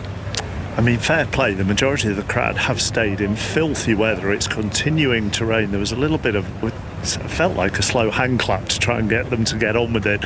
We expect the presentation to happen very shortly. Quickly to Dave Woods. This is an epic semi-final, chappers. It's Hull Kingston Rovers 8, Wigan 10. Ethan Ryan has just scored in the corner, and Wigan are down to 12 men because they had Jake Shorrock sent off a minute after the restart. It's replicating yesterday. Hull Kingston Rovers 8, Wigan 10. Kick to come for Hull KR. It's going to go the distance. Thank you, Dave. The point that Graham made about if it had been a McIlroy who'd done this or a Rahm had done this made me think of your point, Ali, that you put on the team WhatsApp group, and boy, is that a fun thing to be part of. Saying this, you go back to 2006.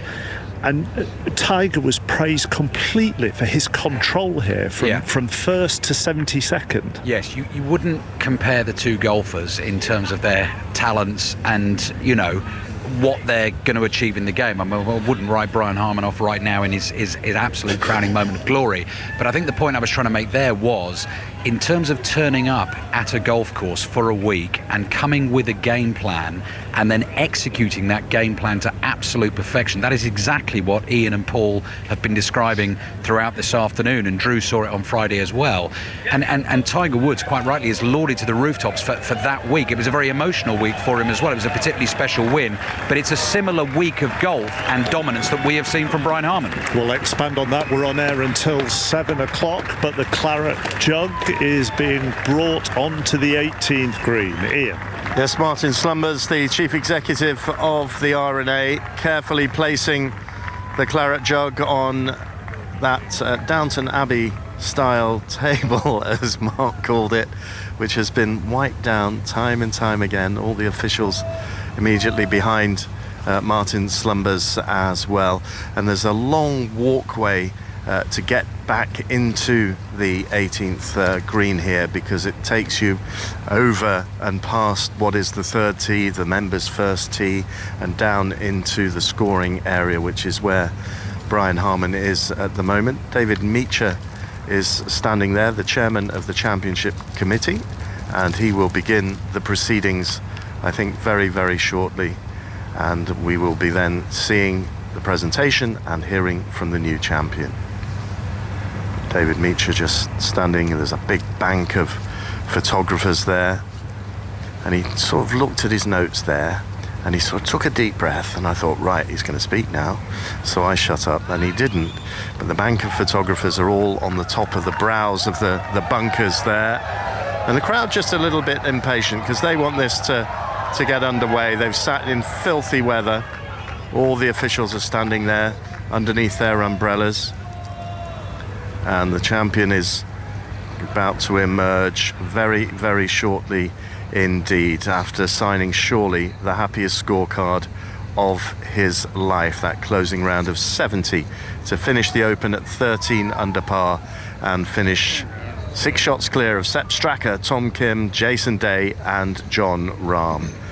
And now he will emerge back into the amphitheatre that is there. He's standing patiently just in the tunnel. Okay. TV cameras are trained on him, and here is David Meacher. Good evening, everyone.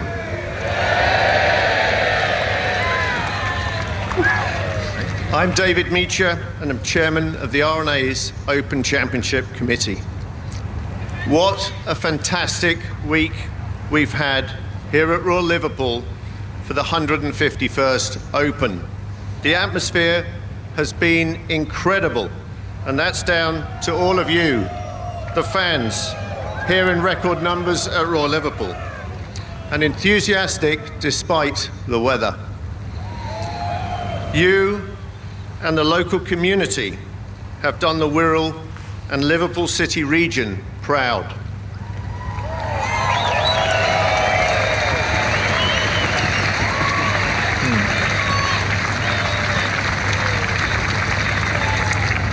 This championship is a result of the hard work of a great number of people, including more than 7,500 volunteers. Our thanks go to each and every one of those.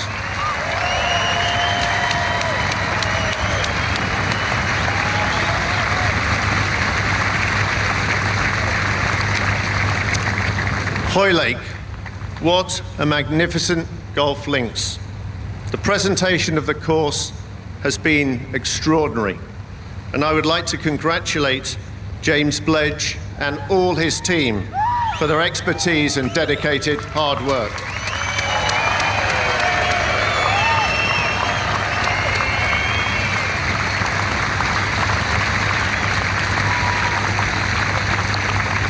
I would like to thank Rob McBurney, Chairman of the Royal Liverpool Championship Committee, and all at the club.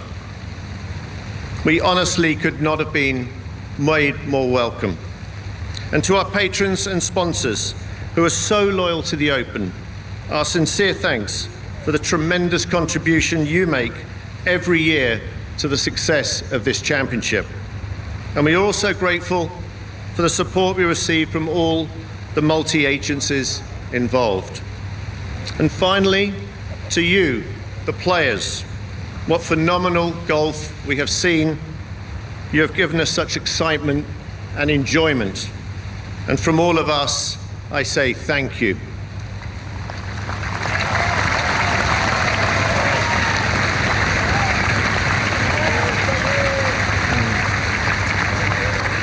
I will now hand over to Martin Slumbers, Chief Executive of the R&A, to announce the results. Thank you.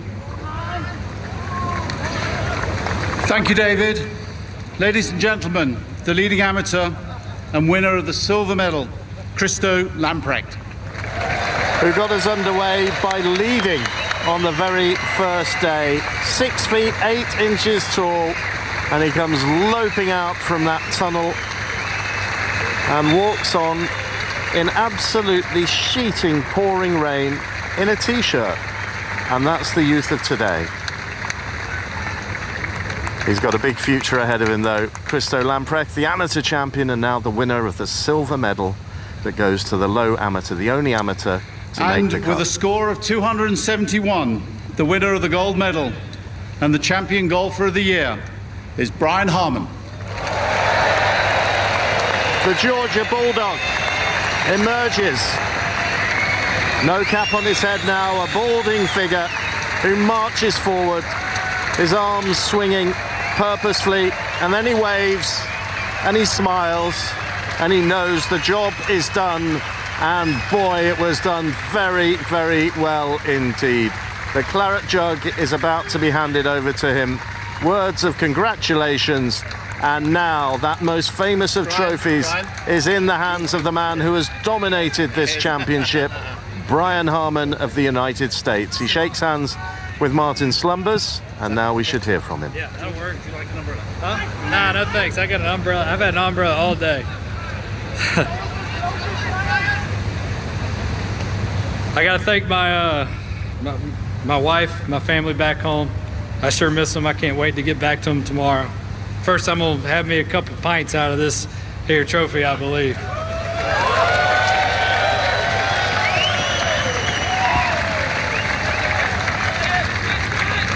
This golf course was a real test.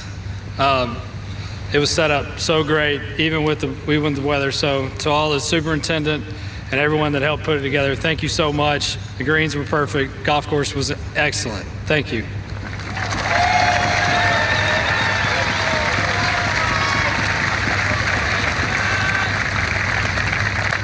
And lastly, I want to thank the R&A for putting together such an incredible championship. I couldn't be happier to be its champion. And to all the fans, to all the nice words, and all the people back home who were rooting me on, I appreciate it so much. Thank you, thank you, thank you. And as he says those thank yous, he shakes the trophy to emphasize the heartfelt feeling that he has right now. Ladies and gentlemen, that ends the presentation ceremony, and we look forward to seeing you all again at Royal Troon next year for the 152nd Open. Now please stay to greet your champion as he celebrates with you all. Thank you. And Martin Slumbers moves away from the microphone, and up there on the bright yellow scoreboard it says, "Well played, Brian. See you at Troon next year in time-honoured fashion."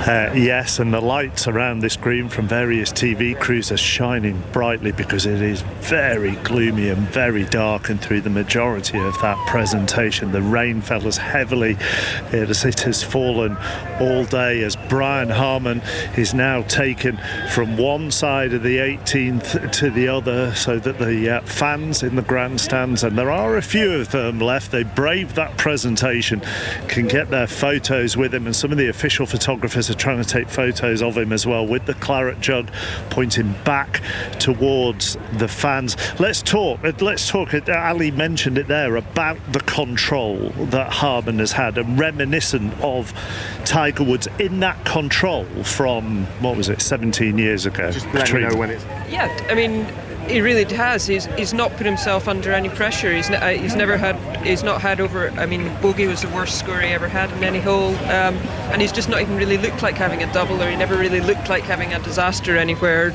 It's one of these weeks he's been in complete control. Obviously, very happy with his swing. He knows where it's going to go when he hits it, and just one of these weeks, and he putted so well as well. I mean, that's all. It doesn't matter how well you hit the ball, you've got to hold the putts, and he was the one who managed to get them in. We saw so many other players, John Rahm, Rory, Victor Hovland, they just couldn't get the ball in the hole with the putter, but Brian Harman sure could. I mean, up until today, 14 of his previous 15 rounds had been in the 60s. So, as Ian said, right towards the end, he'd already been trending. He might not have won a tournament, but he was trending in the right direction. Well, that's absolutely right, Mark. No question. And like I said last week when I saw him up at the Scottish Open, he had a very flat ball flight in the very testing wind of the last round, and really compiled himself with a fantastic golf game for links golf. And he's a great thinker, and like Katrina said, he executed his game plan brilliantly well. Paul, there is some interview going on with him at the moment that I think may well be being played over the speakers. I don't know what I can hear the interviewee. I can't really hear Brian. Just on his control, Paul Waring.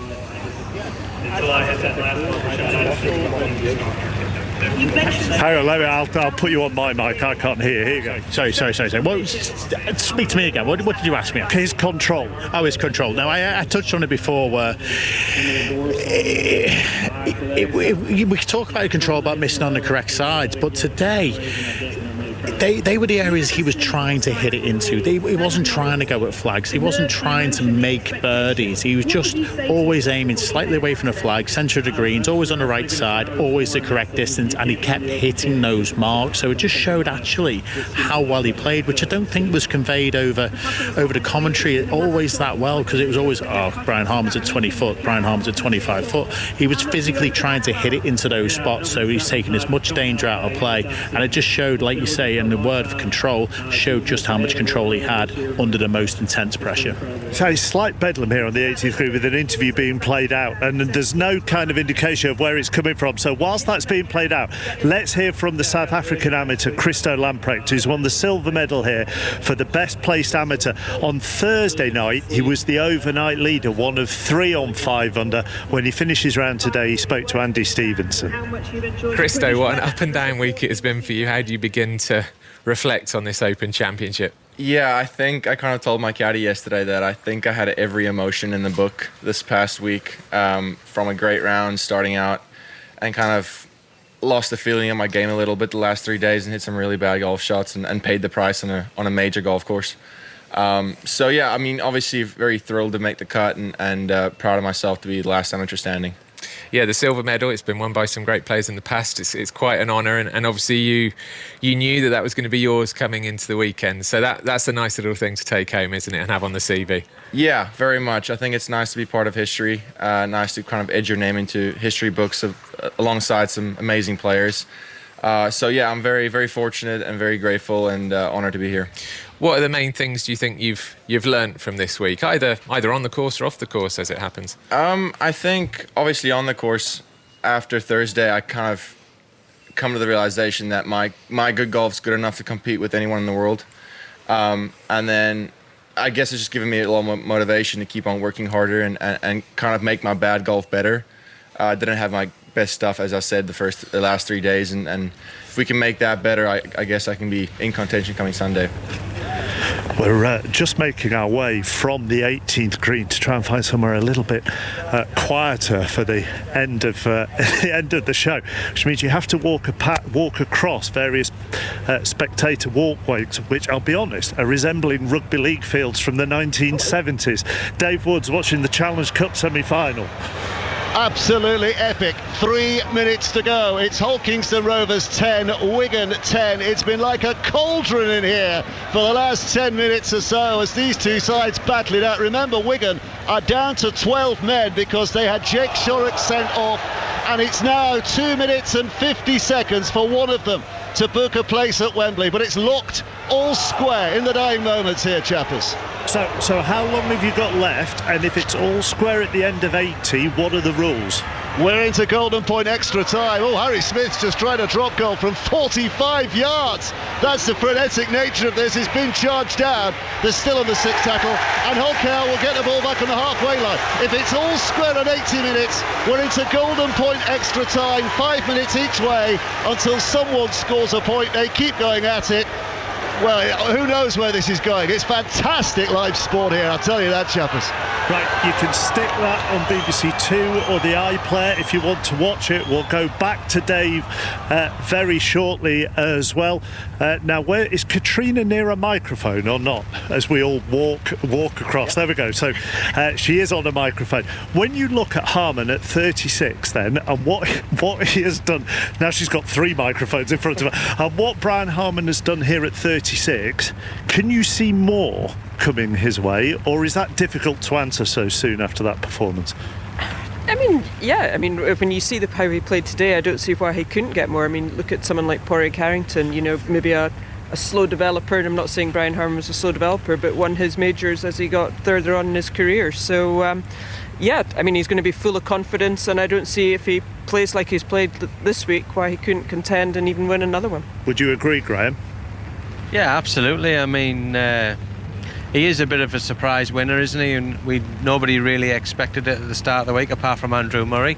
But who knows? This might catapult him to a different place, and maybe that's what he needed. He needed to be able to get across that finishing line in a major championship like this. John has just finished his double-decker, so he's ready to talk.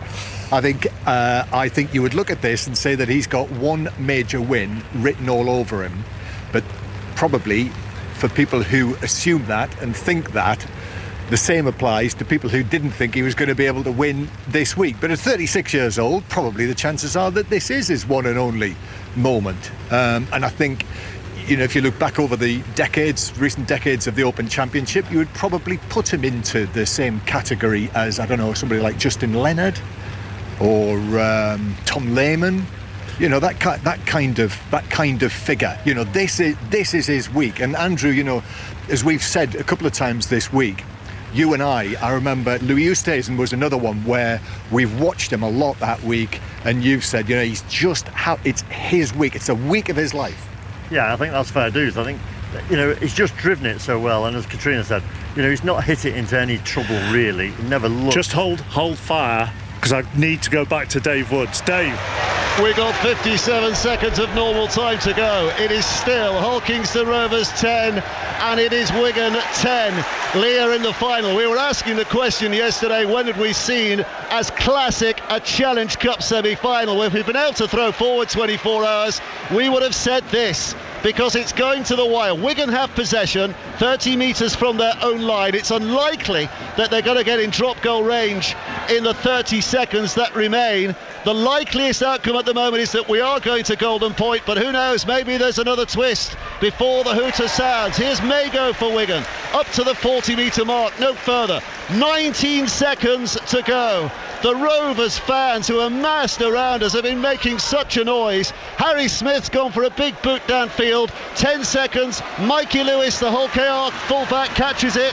5 from his own line, runs it back to the 10-metre mark. Little pass on the inside to Ethan Ryan. He's going to be tackled, and if our nerves can stand it, we are now going to golden point extra time. It's finished Hull Kingston Rovers 10, Wigan 10, extra time to come, and remember, Wigan will play that with only 12 men, having had Jake Shorrocks sent off just after half time.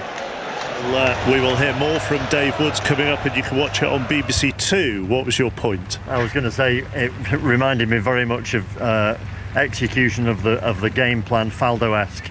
You know, he just hit it in the middle of fairways and hit the middle of greens.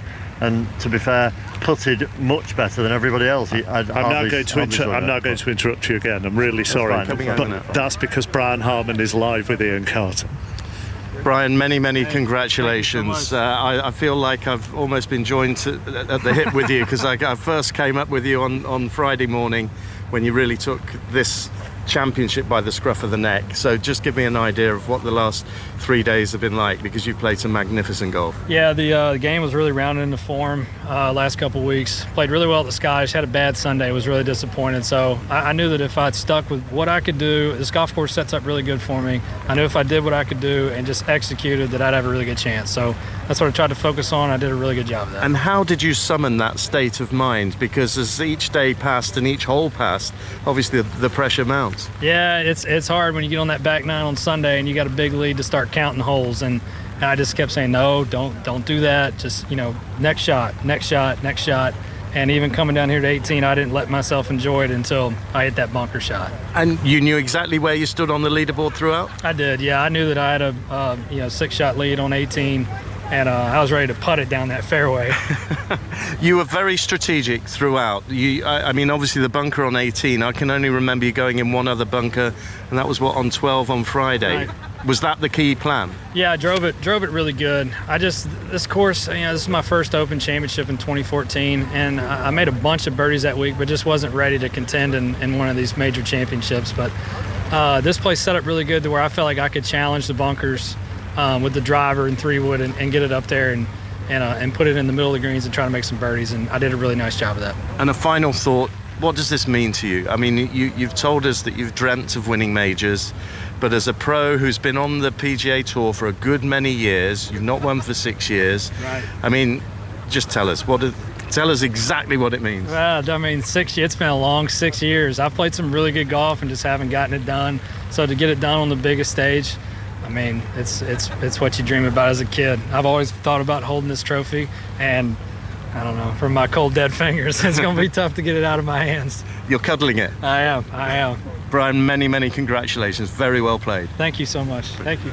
I did wonder whether he was going to put it all the way down 18, Paul Waring.